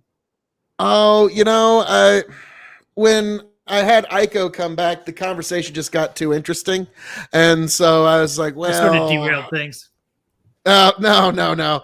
But like, I also told Tiberius I will get through this video, and we've only got a few short minutes left, and I was wanting to get some takes. But before we get too deep into that, I just want to ask a real quick question to you, Alesto. How about it? Fusion energy. Is it fumbled fiction or soon to be savior of humanity? What's the popular one? Well, Tiberius believes it's fumbled fiction, and he doesn't think we're going to go anywhere anytime soon with it. I think we're probably a lot closer than anybody wants to admit, and we're probably going to be, by the time I'm an old gray man, we're going to be in the fusion wars. I don't know. I mean, we already have fusion stuff, so like, my knowledge on this is nothing. But okay, I mean, well, I will keep that in mind. What were we saying there, Aiko? I'm sort of in between you two. I think it's a possibility, but I also think it's pretty far away. All right. Well, we just got a few short minutes If left. you're so let's talking get into about this. something like cold fusion, Right, there's let's no go. theoretical way to do it Yeah, outside of what they're plans. trying to do in these research laboratories. Now, I'm not going to say that they can't. Who you got there work. with I'm you, not Lesto? going to stake my reputation on that because I'm not a physicist in that regard. But from everything that I've been told regarding Hold on, this can you pause it? particular issue, is that He says Paused. this won't take long. He said he's not a physicist in that regard, so he's a physicist in other regards. Like is that what his job? I mean, I don't know what his job is, so I don't know. Hey, us farmers got to stick together. He does ag science in the field every Okay. day. No, okay. All right. No, I just didn't know. I mean, in today's world, we can identify with anything. Yeah, right. Yeah. No, I just assume. I mean, he very well may be like a physics professor or something. But Well, I was about to his say, field is if some I'm other- paying off the student loans of somebody who is actually a physics major, does that mean that I'm also a little bit of a physics major now? well, yeah, kind of. Mhm. Nice. Nice. And actually, we have. I didn't mean that as a slight. I meant like No, I no. literally Like, no, wanted to know. If I he's a get physicist. what you're talking there. That was kind of an interesting way of phrasing. I identify as a nuclear physicist. EOD, nice. Cold fusion at this point would be a miracle. I think we're just going to have to settle for regular old fusion. I don't think we're going to get cold fusion. That seems to be more, malware and spyware. But we continue. theory, the only way to get fusion is the hot fusion way. So, Yep, I agree with that. I will let you guys make up your own mind on. I'll let you guys figure out how you want to deal with that. But that's the way that it's been explained to me. And so, if you want to hope for the cold fusion thing, that's great. Hot fusion's just not going to be viable, and I'll actually stake my claim on that one. If you're going to do hot fusion, it's not going to work. And to reply to the conversation that was just posted up. Like that's some pretty low bar to clear. You're talking about gasoline's an explosion that we deal with. Yeah, gasoline is something that releases about 60 megajoules per kilogram. So you can take this little bit of it, you can basically light it up, it will release energy, you can contain that. That's what an engine does. Remind you, that's a pretty hefty, block of iron that you have to use to contain that explosion, but you can. The problem with fusion is that something that is that big, which is, something that you can pick up with a pair of tweezers, if you fuse that material, it will release enough power to wipe out, about a square mile. Because that's how powerful what we're talking about. Remind you, fission is half as powerful as fusion. And fission is the stuff that we use to power a nuclear aircraft carrier to go millions of miles over the span of 20 years. But if you're doing a hot reaction for fusion, you do that all in an instant. That is more heat and more energy that you can possibly contain. Possibly, Bandit. We don't have the material science for that. We don't have the ability to do anything in that regard. So, yeah. And then Turk actually hits it very well. What was that? The arc reactor. We need Tony Stark. Yes. Oh, okay, I got you. It's like, oh, okay, yes, we need some science fiction stuff. I think over enough with any technology, there is an increase in application and decrease in price. So once we actually get the first few reactors online, it's only going to be a matter of time before their size gets smaller and smaller and smaller and smaller until the point where literally you're going to have fusion powered cars. And you don't ever have to fucking worry about it. Mr. Fusion. I want to make a fusion bomb with the fusion car. What? Yeah, like, yes, audience, bring your Fallout references. I want them all. But, all right. Everyone gets a nuclear bomb now. Put it this way. Nice. I give you a Back to the Future in a reference. fusion reaction for a few seconds. The problem is we consume more energy than we generate. Well, starting anything That up is always its most is inefficient point. True, and that's kind of the issue that I was talking about with the space compression part.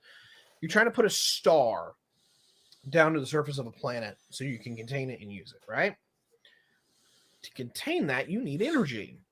And the problem that we keep having with the things that we've been able to contain is that we're using such an itty bitty micro amount that we feel like we can control it. But to get the environment that we need to get that diffused, whether you shoot it with a billion lasers or you compress it with electromagnetism, is that it just takes more energy to put it in and make it fuse than we're getting out of it. And that's there's an inverse ratio with it, but basically is this: the smaller that you want to get the fusion reaction, the more energy you have to put into it to make it happen. And so somebody did the math on this one that was sent to me on this. The theoretical ability that you would have for this is that if you wanted to compress an object down to the point to where you had reliable fusion energy, is that you're not talking about something the size of a small city. You're not talking about the size of something that's even a continent.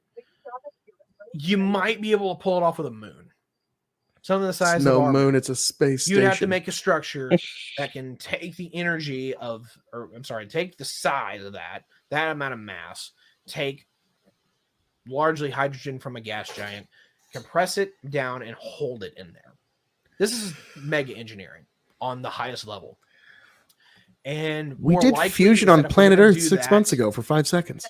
realistically, is that it's probably not something the size of a moon. It's probably something the size of Jupiter, which I remind you is 1/10 the size of the sun and needed to be at least 9 times bigger. That to is be a correct, star. Starman. So I you've won the got internet something tonight. that big, Every that night, has all really. the material you need, has already the gravitational pressure, but you need to put energy into it to press it down to be 1/10 its size. We'll get to that, to EOD. make it fuse. You might be able to do that with Jupiter, but you have to literally build a shield around Jupiter. And at that point, why not just make a Dyson sphere or a Dyson swarm or a Dyson ring around the sun that's already doing the work for you? I'm sorry that I'm not as versed in this as I'd like to be. Like I can A answer rig these world would questions be with a easier. boom gotcha. But at least from every metric is that the smaller you want to get the reaction, the more energy you have to put into it. So it's probably just not going to work out. And on the other side of that is that if you're talking about containing that reaction, if it's all up in an instant, even micro amounts, 1 minute left. you're probably not going to get the energy that you need back out of it. I have questions after Or this. if you do, you can't contain Oh, it yes. because it's a nuclear blast. So yeah, 20 minutes of Q&A. I really appreciate it. I don't see anything. I don't see anything in here that I further want to add on to. There's a lot of memes and any questions I think are just. I mean, he just didn't want to, respond to any of my So, that's been the end brilliance. of I'm the sure Q&A. that was what he was. Definitely hit on this as you guys want to.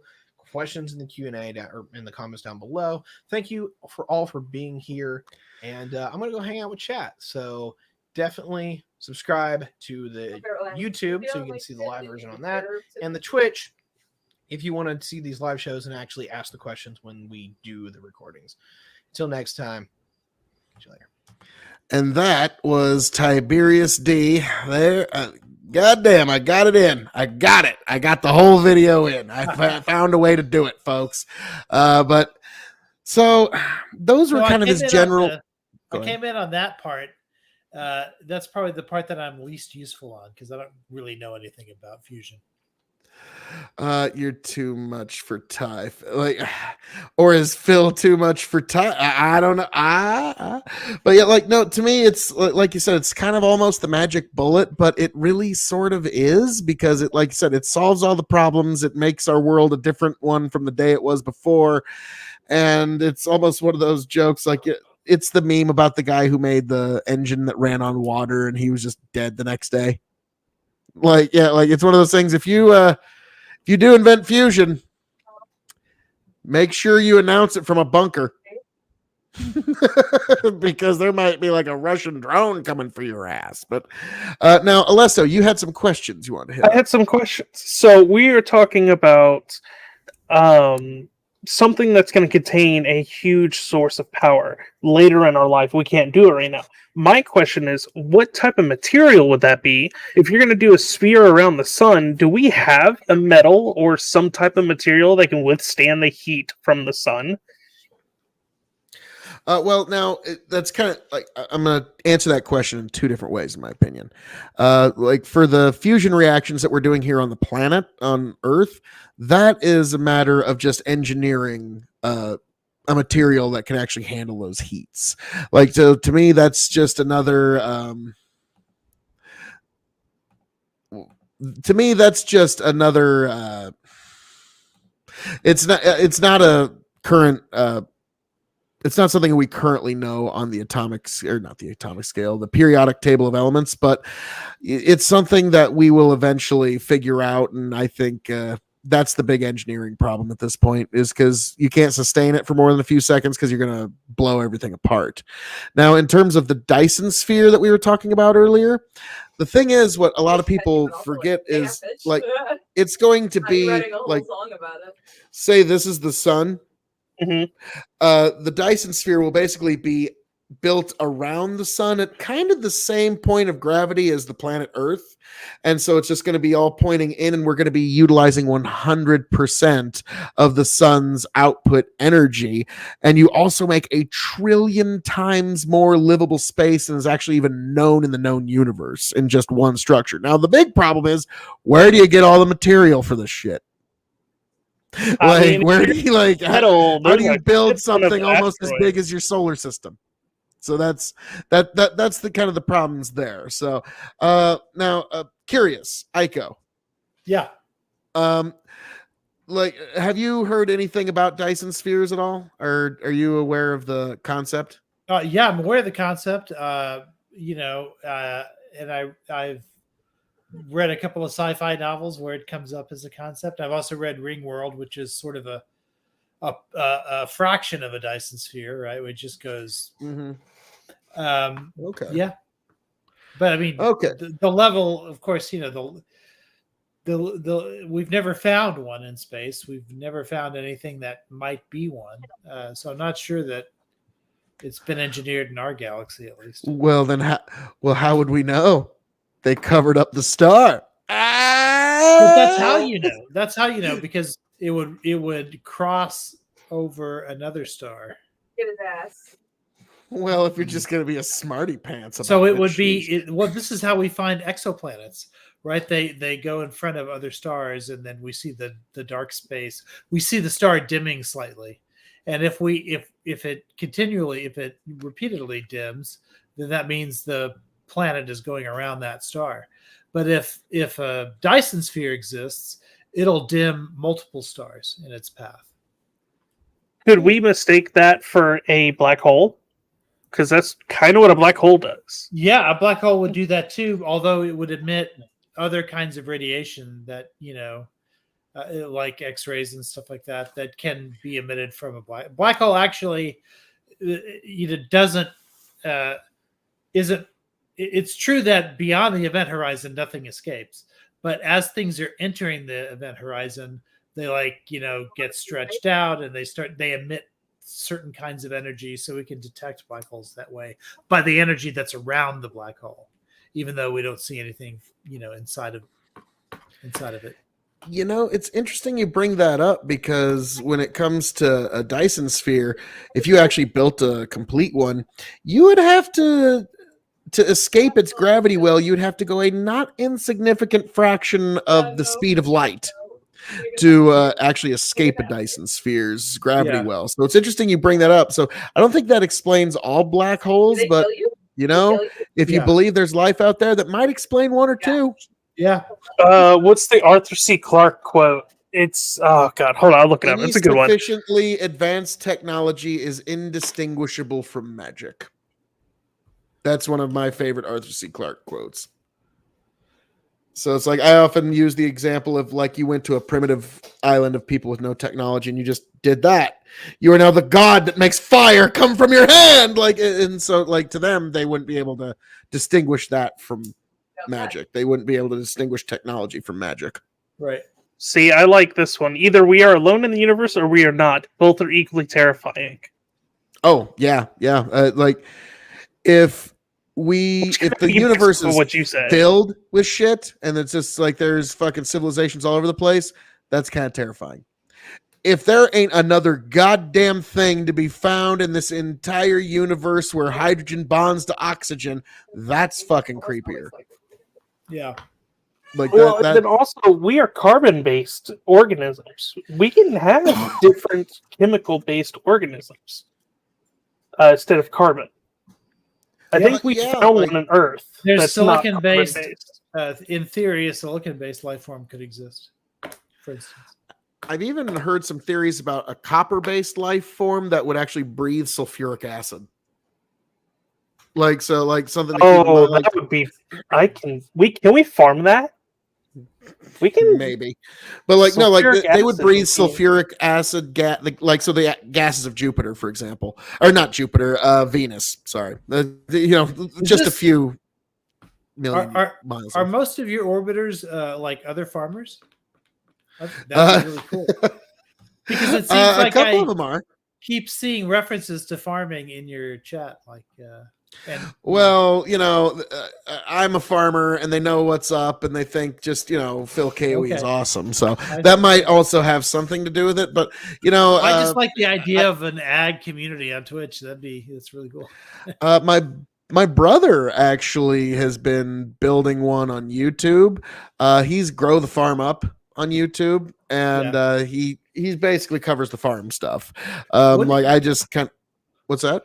But as a farmer, what do you think about farming algae for energy? My first problem is that you're only utilizing the top bit of any body of water, and it seems to be a not very efficient use of it, because that's how I've always kind of known algae is you're farming it on some lake, and it's like seems to be a fairly inefficient use of it. Like, now don't get me wrong, I think algae is going to be way more useful for testing to see if planets can do the photosynthesis that we need for terraforming and that kind of stuff. So it's going to be tremendously used. But biomass diesel has a lot of potential, but it's kind of like when you're comparing wind and solar. Wind is starting to actually get there, and solar really hasn't taken off yet. That's kind of how I look at most biomass ethanols and diesels at the moment, especially from algae. Like, it has potentials, but we're not quite there yet. Solar's growing pretty And fast. what's that? Solar's growing at a very rapid rate, like their rate of growth. Oh, solar, yes, but I like the algae, because that's like, is that the use that you're thinking of for making biomass fuels, or? Yeah, that's one way. Some people think we'll be using it as a food source too at some point. You will eat Can the we use bugs it and as the food algae, and source? you will like it. Yeah, Like, yeah. well, maybe Algae we shall hamburgers or definitely. whatever. Bugs. Yeah, Now, when you're in space and all you got is algae, I guess you're eating algae now. Yeah. Unless you find like some alien that really tastes good. Eats the never. He will So- never eat the bugs. I just want to know who's the first person that's going to go out there and start mining the asteroids that we have, because they will within Belter. one day become the richest person in the world. I want to see a prequel to that sci-fi show Expanse? everybody watches with the Belters and the. That's the Martians. Expanse. The Expanse, yeah.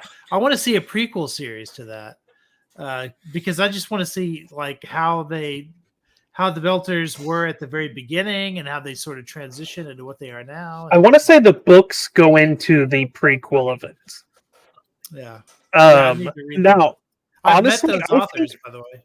I think that's how we are going to be. We're going to isolate, because to a certain point we isolate as a race. So I think that's what's going to happen is once we start going into like Mars or Jupiter, or start like growing and making civilizations on asteroids, I think we'll splinter a little bit. Yeah. Oh, definitely. Like one of the most popular videos I put on YouTube is an audiobook reading of All Tomorrows by C.M. Koseman, and it's a billion-year chronicle of the myriad species and mixed fortunes of man.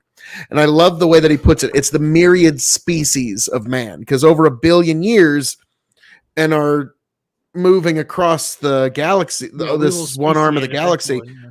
we have such genetic divergence from each other that like our cousin human races can't even recognize each other anymore. And like it's just a very fascinating, and it starts off with the Reminds me of Martian Foundation. Americans. What's that? Reminds me of Foundation, the Asimov series. Yeah. It starts off with the Martian Americans. They move to Mars, and because there's less gravity, they get a spindly lithe frame. And that's the first difference between humanity, and eventually one of those races declares war. They do a complete genetic restructuring of humans, and they make the star people, which can now have much bigger brains. And then they explore the stars. They run into an alien race called the Q. They're an insectoid race that has like a jihad like need to change every single gene of every single living thing in the universe in their own image. And so they completely destroyed our DNA and completely destroyed our sentience. And it took us 50 million years and all these different patches throughout the solar system to re-evolve sentience and intelligence. And at this point, our appearances are so wildly different we wouldn't even recognize each other anymore. And so it's a fascinating way. Like it's a potential end, but it's also potential, like, you know, like it seems like a really depressing end for some ends, but like it's the story of life. It's the story of anything that humanity could potentially be. And so it's a very fascinating book. I definitely recommend anybody look it up. In fact, I think I'm going to go ahead and find my link for that and drop it in chat, because I'm nothing if not a relentless. While I'm you're never doing motion that, self-promotion. Um, Yes, go for it. So we have a problem right now with dialects and language with some people. So the aliens are going to be some dialect and some language that we have no knowledge about. So I want to know, are we going to inadvertently cause some like galactic war because we don't know? Or are we going to be like, hello, how are you? And that means like, fuck you, you slave in their language type deal. Like that would be something that I would like to read about. You know, what I'm going to say is I kind of doubt it. I get the feeling that they're like, especially if any alien comes to talk to us, they're going to be extra cautious. They're going to make sure that they make every effort to be courteous. Hang on one second. But what if their universe and their race doesn't do that? What if their race is the warrior tribes, where they just come out and you have to show your worth? Barbarians. Yeah, Guys, you have to we gotta show realize- your worth. If we have a big full, if we have a big full, like, Starman, do you got, I think I've actually talked to you before, Starman. If you message me on Discord, and I'll get you a StreamYard link if you want to hop in. But like, to me, if we assume it's a big full universe, there's going to be other creatures that are also watching this all happen. And so if one just goes around genociding, I think they're eventually going to get dealt with. So I think even if that weren't the case, I get kind of what you're getting at, but like, I don't think we're going to run into the techno barbarians. I think they're not going to get to the point where they can actually explore the stars unless they steal the technology from somebody else. Well, we'll figure that out in a little bit. But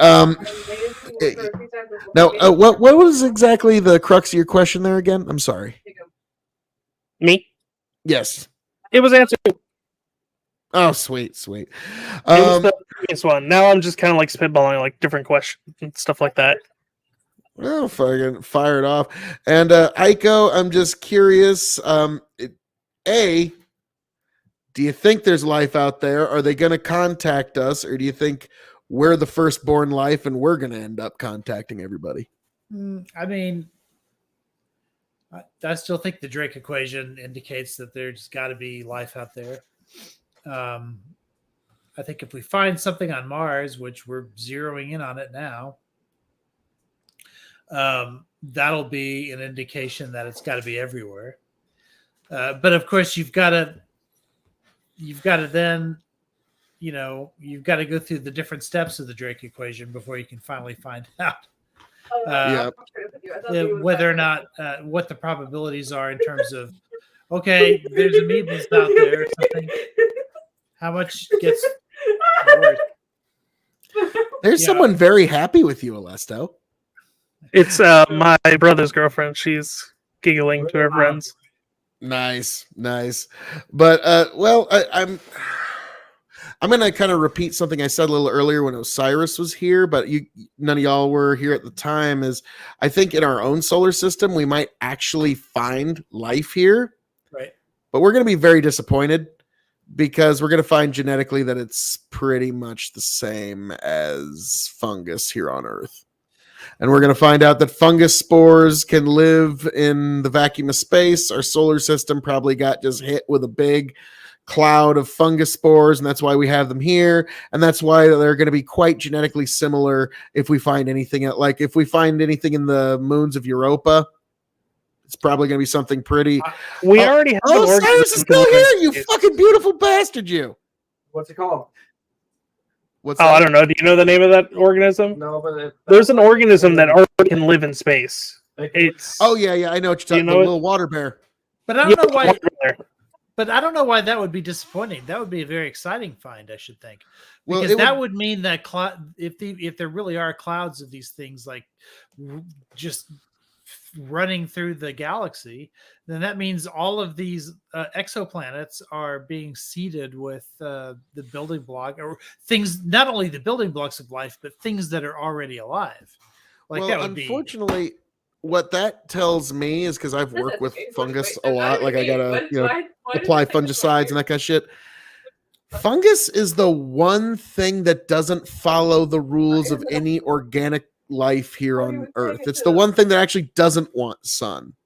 It just needs a little bit of moisture and a tiny bit of heat, and it can fucking get going. And it uses spores, unlike anything else on Earth. Like, so if we were to, like, I think it would be kind of disappointing because we would think we found panspermia is real. Nope. We just found out that fungus is an extraterrestrial life form. That's all we found out. Like, and so that's why I'm saying So you it's going to think be. fungus is unrelated to us genetically? I think Like we're going. independently evolved? I can't imagine that would be the case. Well, no, I'm just saying, like, you're going to find, like, independent. Well, how far back do you want to go? I mean, if it was here when we were just forming as a planet, like, is it just as fucking local as the rest here's of what us? I'm And saying. some Like, of our. if you look at the distance between us and fungi, yeah, it seems fairly distant until you compare that to the distance between us and just carbon, right? Like that goes way further back. So you just made a giant leap forward if you're saying that fungi are everywhere, that spores are everywhere in the galaxy. Well, then that implies that No, solar system. Like, we just got hit with one big cloud of them. And so that's my. You're going to but find if that we if there got is hit with a life cloud anywhere, of it's going to be very genetically similar to fungus. right, but what I'm saying is Well, if we got hit with a cloud of them, and then we are the result of that, and that same cloud hit other stars, and more clouds hit others, solar systems or whatever. That means, in theory, it could be in many parts of the galaxy. Oh, yes, very much so. And it would be a sort of panspermia, but to me, I think like fungus, we're going to find it's just the one odd little organism that just follows its own rules. Like, think about it, everything else on our planet needs sunlight. Yeah, sure. Fungus is the one thing that actively avoids it. And so it's like, it's an interesting that it's the one thing that Although it just we follows humans a different spend a set of lot of rules. time away from the sun these days too.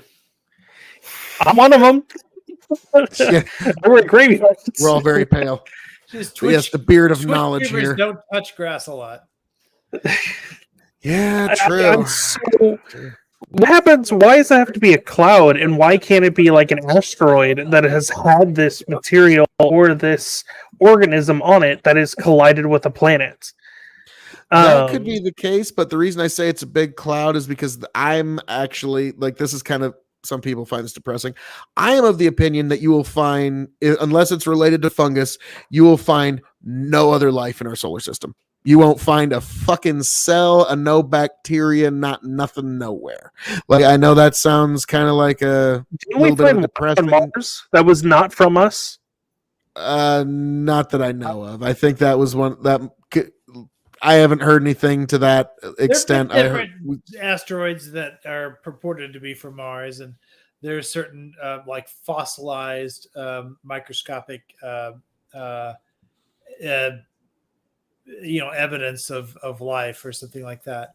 And I it's would love to be wrong, but I just chunks don't of like. Mars that landed on Earth, and we found. And again, if we did find cellular life on Mars, I'd bet you dollars to donuts we're going to find it to be a lot more closely related to earthly fungus than we want to admit. Like, so that's just one there's thing that theories that we actually came from Mars at our birth, and then when Mars that No, yeah, that's a valid theory that because Mars did have an atmosphere and water and all that stuff at one point, and it's possible that life arose there first and then somehow wound up here.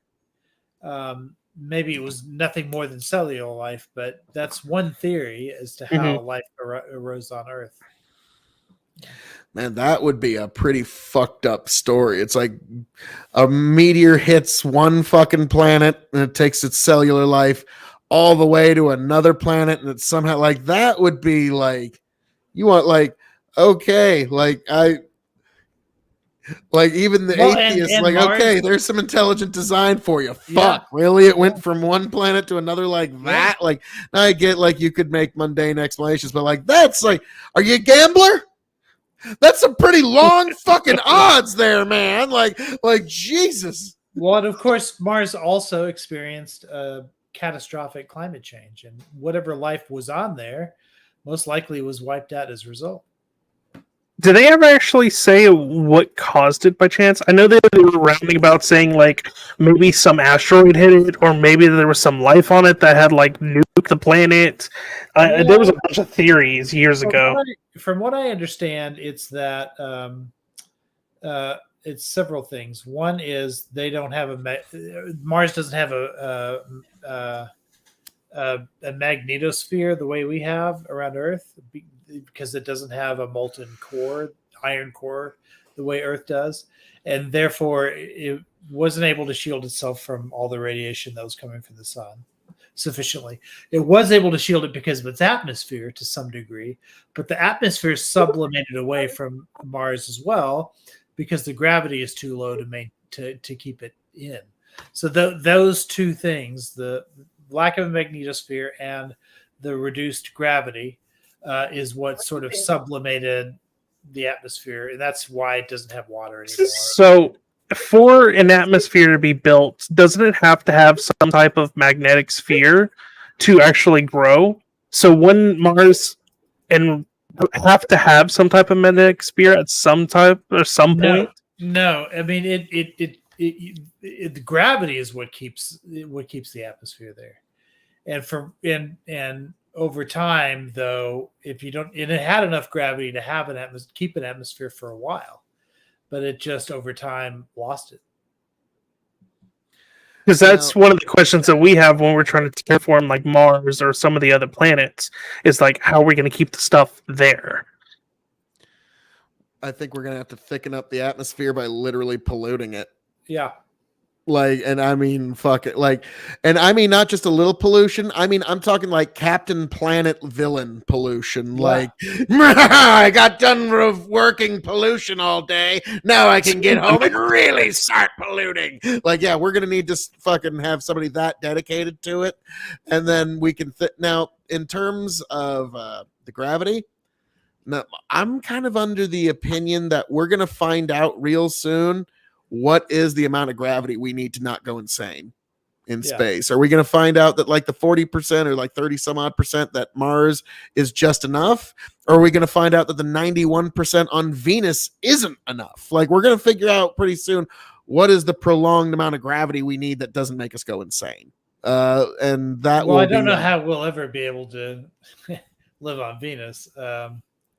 Actually, you'd be shocked to withstand that. If we actually were living up in the atmosphere, there's actually parts of the atmosphere where but then you don't get the 91% gravity. well, no, we would have to literally make cloud cities up in, and where literally there's parts where they theorize that all you would really actually need is a respirator and an acid-proof suit. And that's just what I mean. Like that acid is going to corrode everything. Like I don't understand how we well, do it. that acid is also where we're going to be getting the nitrogen we need to terraform Mars if Yeah. we actually want to do that. So, Harvesting the place makes sense to me. Living there does not make sense to me.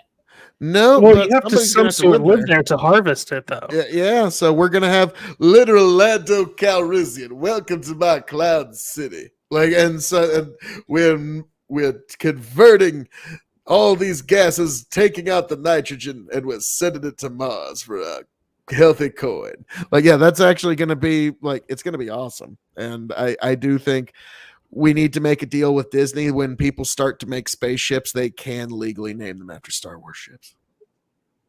I'm sorry. Like we need to get on that, Disney. Come on, like let somebody name their ship the Millennium Falcon if they're going to space. DeSantis can just remove all of their copyright. Nice, just by executive order or something. Wait, can he actually do that? I don't think the governor of Florida has quite that much authority. He's claiming authority that's about that strong. So I don't, I think he could do it. I thought that those rights were given to you if you paid a certain amount of money. No, I'm not sure about that. Well, now this is something, and Aiko, you're going to love this. Keep this in mind, that in 10,000 years from now, if we are exploring the stars, what children are going to learn in their class when they're being educated is, now children, over 10,000 years ago, our great space force was founded by a person on Earth by the name of Donald J. Trump. 10,000 fucking years from now, they're going to be saying this dude's name. Yeah. Listen, I thought that was one of the best things he did.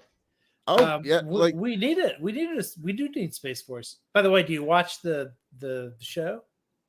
I have not, but there's some folks on TikTok that they make a joke about like how each branch of the military reacts to X, Y, or Z. And the guy from Space Force always has tinfoil on his hat and like those little finger gloves that all have more little hands on them. Like, yes, we will do this for the Space Force. And like, so it's, I hear they're not taken as seriously. No, they're not, because it's new. And because it's totally redundant to what the Air Force does and NASA. Well, really the Air Force, because the Air Force is always been the military liaison to NASA. And also it's a dumb name. Like they should have called it something else. And making the Star Trek logo the symbol for it was an extraordinary idea. All of that stuff makes it seem like a joke, but it's not a joke. It's a serious part of the military. Someone's eventually going to beef it up to where it does real shit, because they're going to have to, because we're competing with China when it comes. There's a new space race happening, and China's our new competitor, and we're going to have to get serious about it, because the first time China starts like trying to scoop up our satellites and shit like that, we're going to have a response. We're going to need a capability. Make Zeus cannon. We already got blueprints for it. Now, whatever we do, it'd be Space Force doing it. This is an interesting question, and I've actually asked some military buddies of mine, and they didn't even have a good answer for it. And it was at a card game where I had somebody from the Navy and the Marines were even there. Like, I wish I had somebody from the Air Force, but I was like, so, say we do start going into space and we start expanding. What kind of lingo and standard operating procedure are we going to use? Air Force or Navy? And they all kind of like Star Trek. You know, you make a good point there, Phil. Star Trek uses Navy. I don't see what's wrong with it. They make a couple of modifications, but for the most part, it's Navy. Well, like we're getting some, like what I think would be is you'd probably have the Navy for like the large ships that are taking you from planet to planet. And then the minute you've got the little exploratory ships, like your X-Wing fighters or your TIE fighters or what have you, that's Air Force lingo. Like, okay. I think that's kind of... So listen, you've got, if you're in the Air Force, right? one of the real basic ranks is airman, right? Mm-hmm. So if you're in Space Force, it would have to be spaceman, like literally spaceman. Like it would be your rank. I would Mhm. imagine. I don't know. So No, I'm sure they have real also, ranks. But I don't know what they're called. when we're talking about us doing those type of things, how are we ourselves going to develop better? Because we are going to need to know more knowledge and produce more education at easier for children. I mean, pretty much. You know, I'm gonna be honest with you. Like for like those kind of tasks, I hate to say, the next generation is well equipped. They don't have a very good attention span, but they can fucking download an incredible amount. I've watched my daughter do it. Like I've tried to have like, and it's not just her, just any kid. Try to do this with any kid under 15. Play a 4-minute song and see if they can do it. All right, you guys need to go to What's the that? Dub End, which is my website, What's that? worldswithoutended.com. I just sent you the link. Oh, okay. I should put it in Twitch chat too. Let me just actually, I'm gonna copy that shit and I'm gonna put that in the. And so this is Ico's website. Yeah, I'm one of 3 people that run this website, but I can't claim all of it. But Well, and oh shit, no, I didn't mean to do that. I wanted to put it in the comments, not in our little private chat. Well, guess what? In the chat here, I'm putting it as Ico website. Yes, folks, check it out. It's the place to be. You know you need to. And so now Ico. Yeah.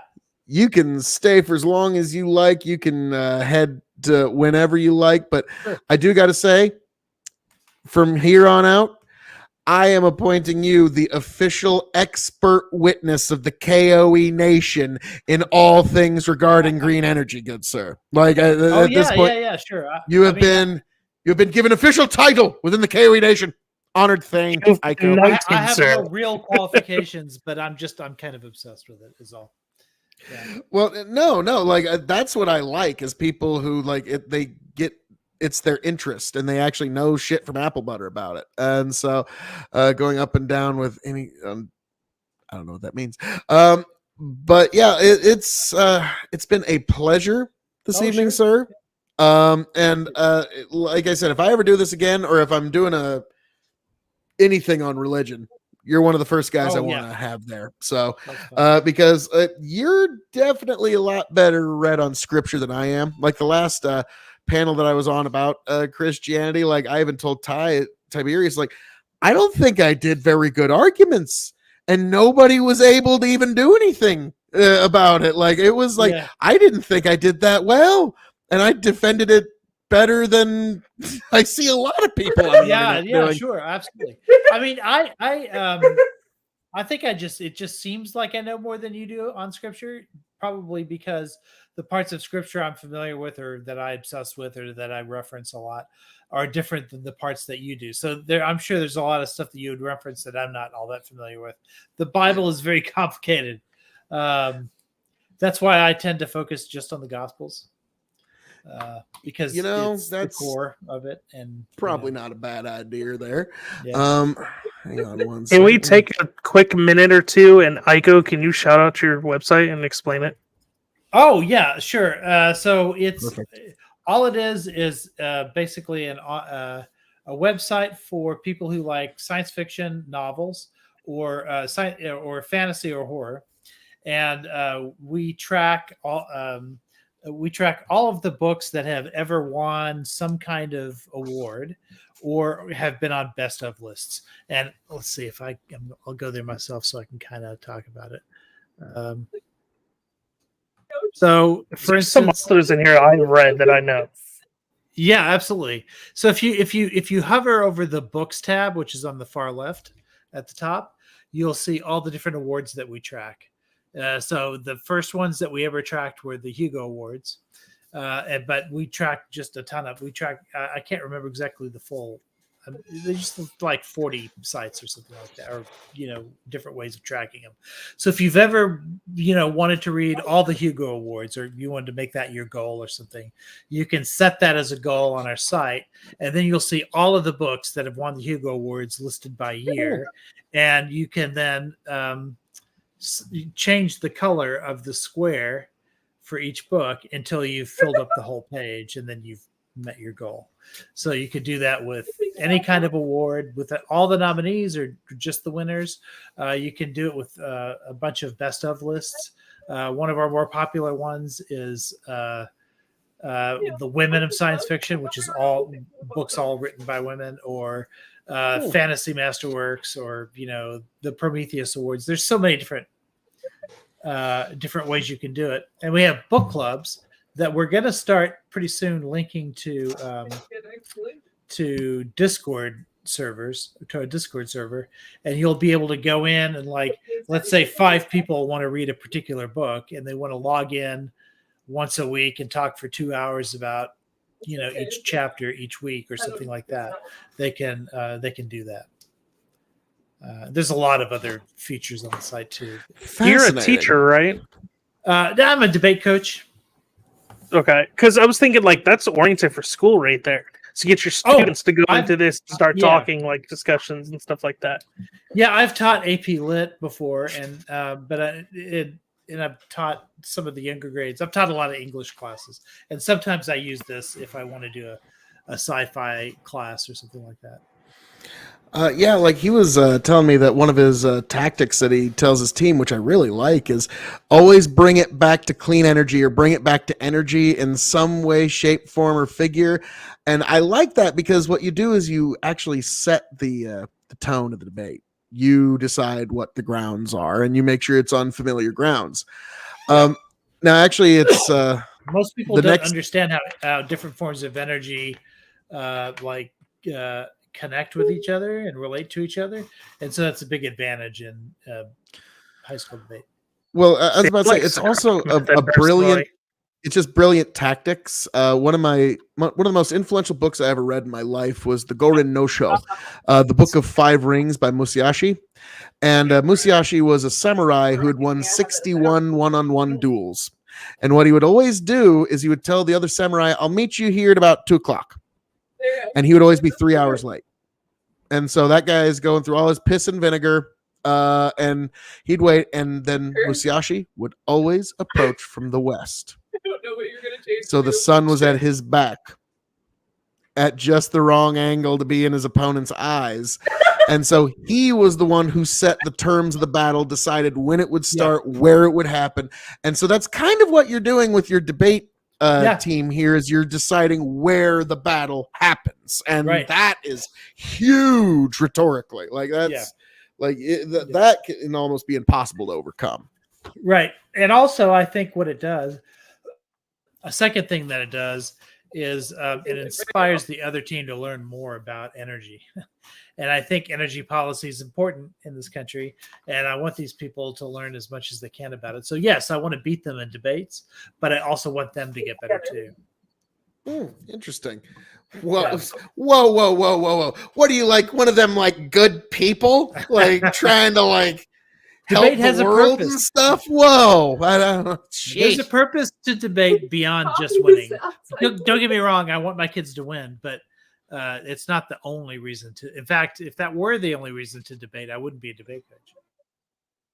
Yeah, like to me, I've always thought, like when people say you're supposed to debate semantics, you're supposed to figure this, like to me, this is what I've always figured a successful debate is, or a successful discussion is, where you can actually apply the actual Hegelian dialectic, not the one that they tell you, problem, reaction, solution. That's way oversimplification. Right. But what you have is a thesis, and it will always immediately come about with an antithesis. Right. And if you can actually bring those two ideas together and arrive at synthesis, that has been a productive conversation, in my opinion. No. I mean, it's why I like Hegel. It turns me into an insufferable optimist. It really is. We're really fun at semantics. Sounds like a lawyer. Yeah. Your Honor, my client could not have possibly. Now, what's funny is with Nate Dallin, he's an attorney. Whenever I introduce him, a couple of them, he's like, okay, these are good jokes, but good God, the construction, because I'd be like, he's an attorney so good that he could get sodomy charges reduced to just tailgating. He's an attorney so good he could get murder charges reduced to just hunting without a license. Like, and just like shit like that. He's like, oh God, I really don't deserve your interest. Wait, we're talking about Dick Cheney, right?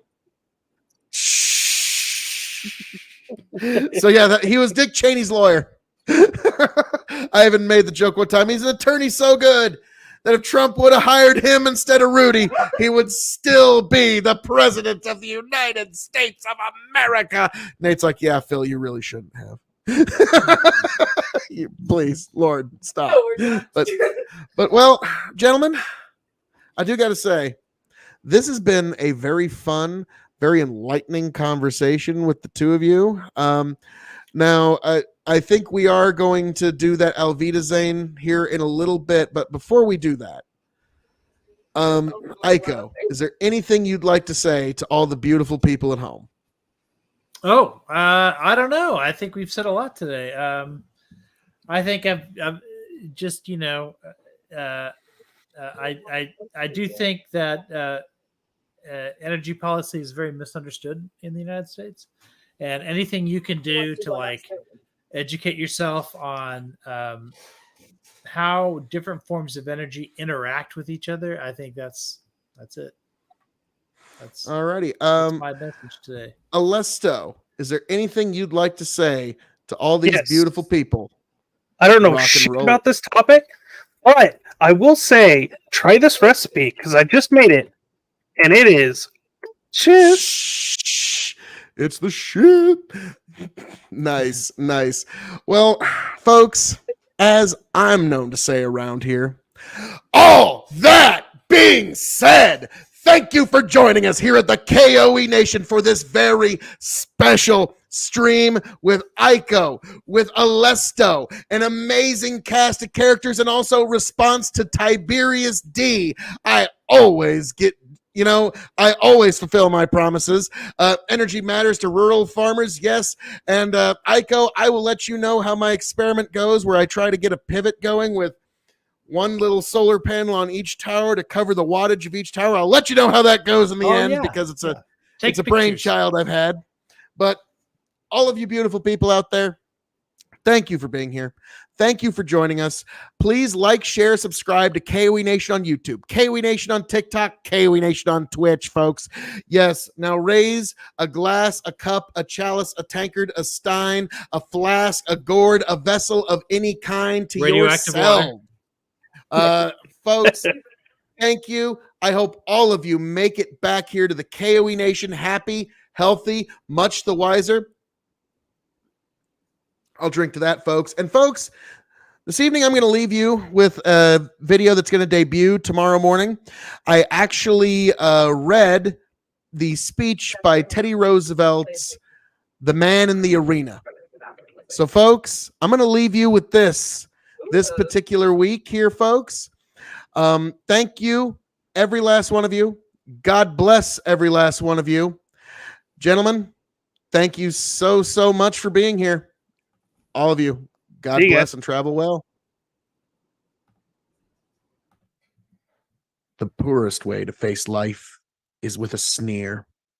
There are many men who feel a kind of twisted pride and cynicism. There are many who confine themselves to criticism of the way others do what they themselves dare not even attempt.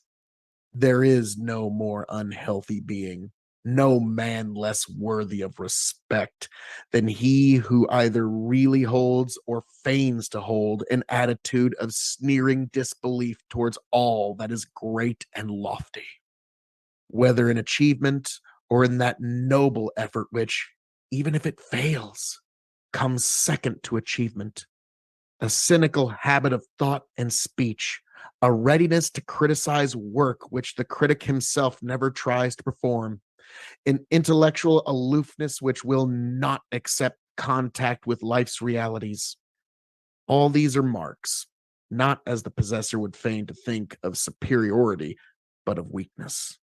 They mark the men unfit to bear their part painfully in the stern strife of living, who seek in the affections of contempt for the achievements of others to hide from others and from themselves in their own weakness. The role is easy.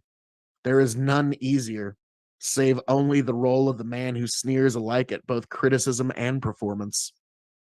It is not the critic who counts, not the man who points out how the strong man stumbles or where the doer of deeds could have done them better. The credit belongs to the man who is actually in the arena, whose face is marred by the dust and sweat and blood, who strives valiantly, who errs, who comes up short again and again, because there is no effort without error and shortcoming, but who does actively strive to do the deed, who knows great enthusiasms, the great devotions, who spends himself in a worthy cause, who at best knows in the end the triumph of high achievement, and who at the worst, if he fails, at least fails while daring greatly, so that his place shall never be with those cold and timid souls who neither know victory nor defeat.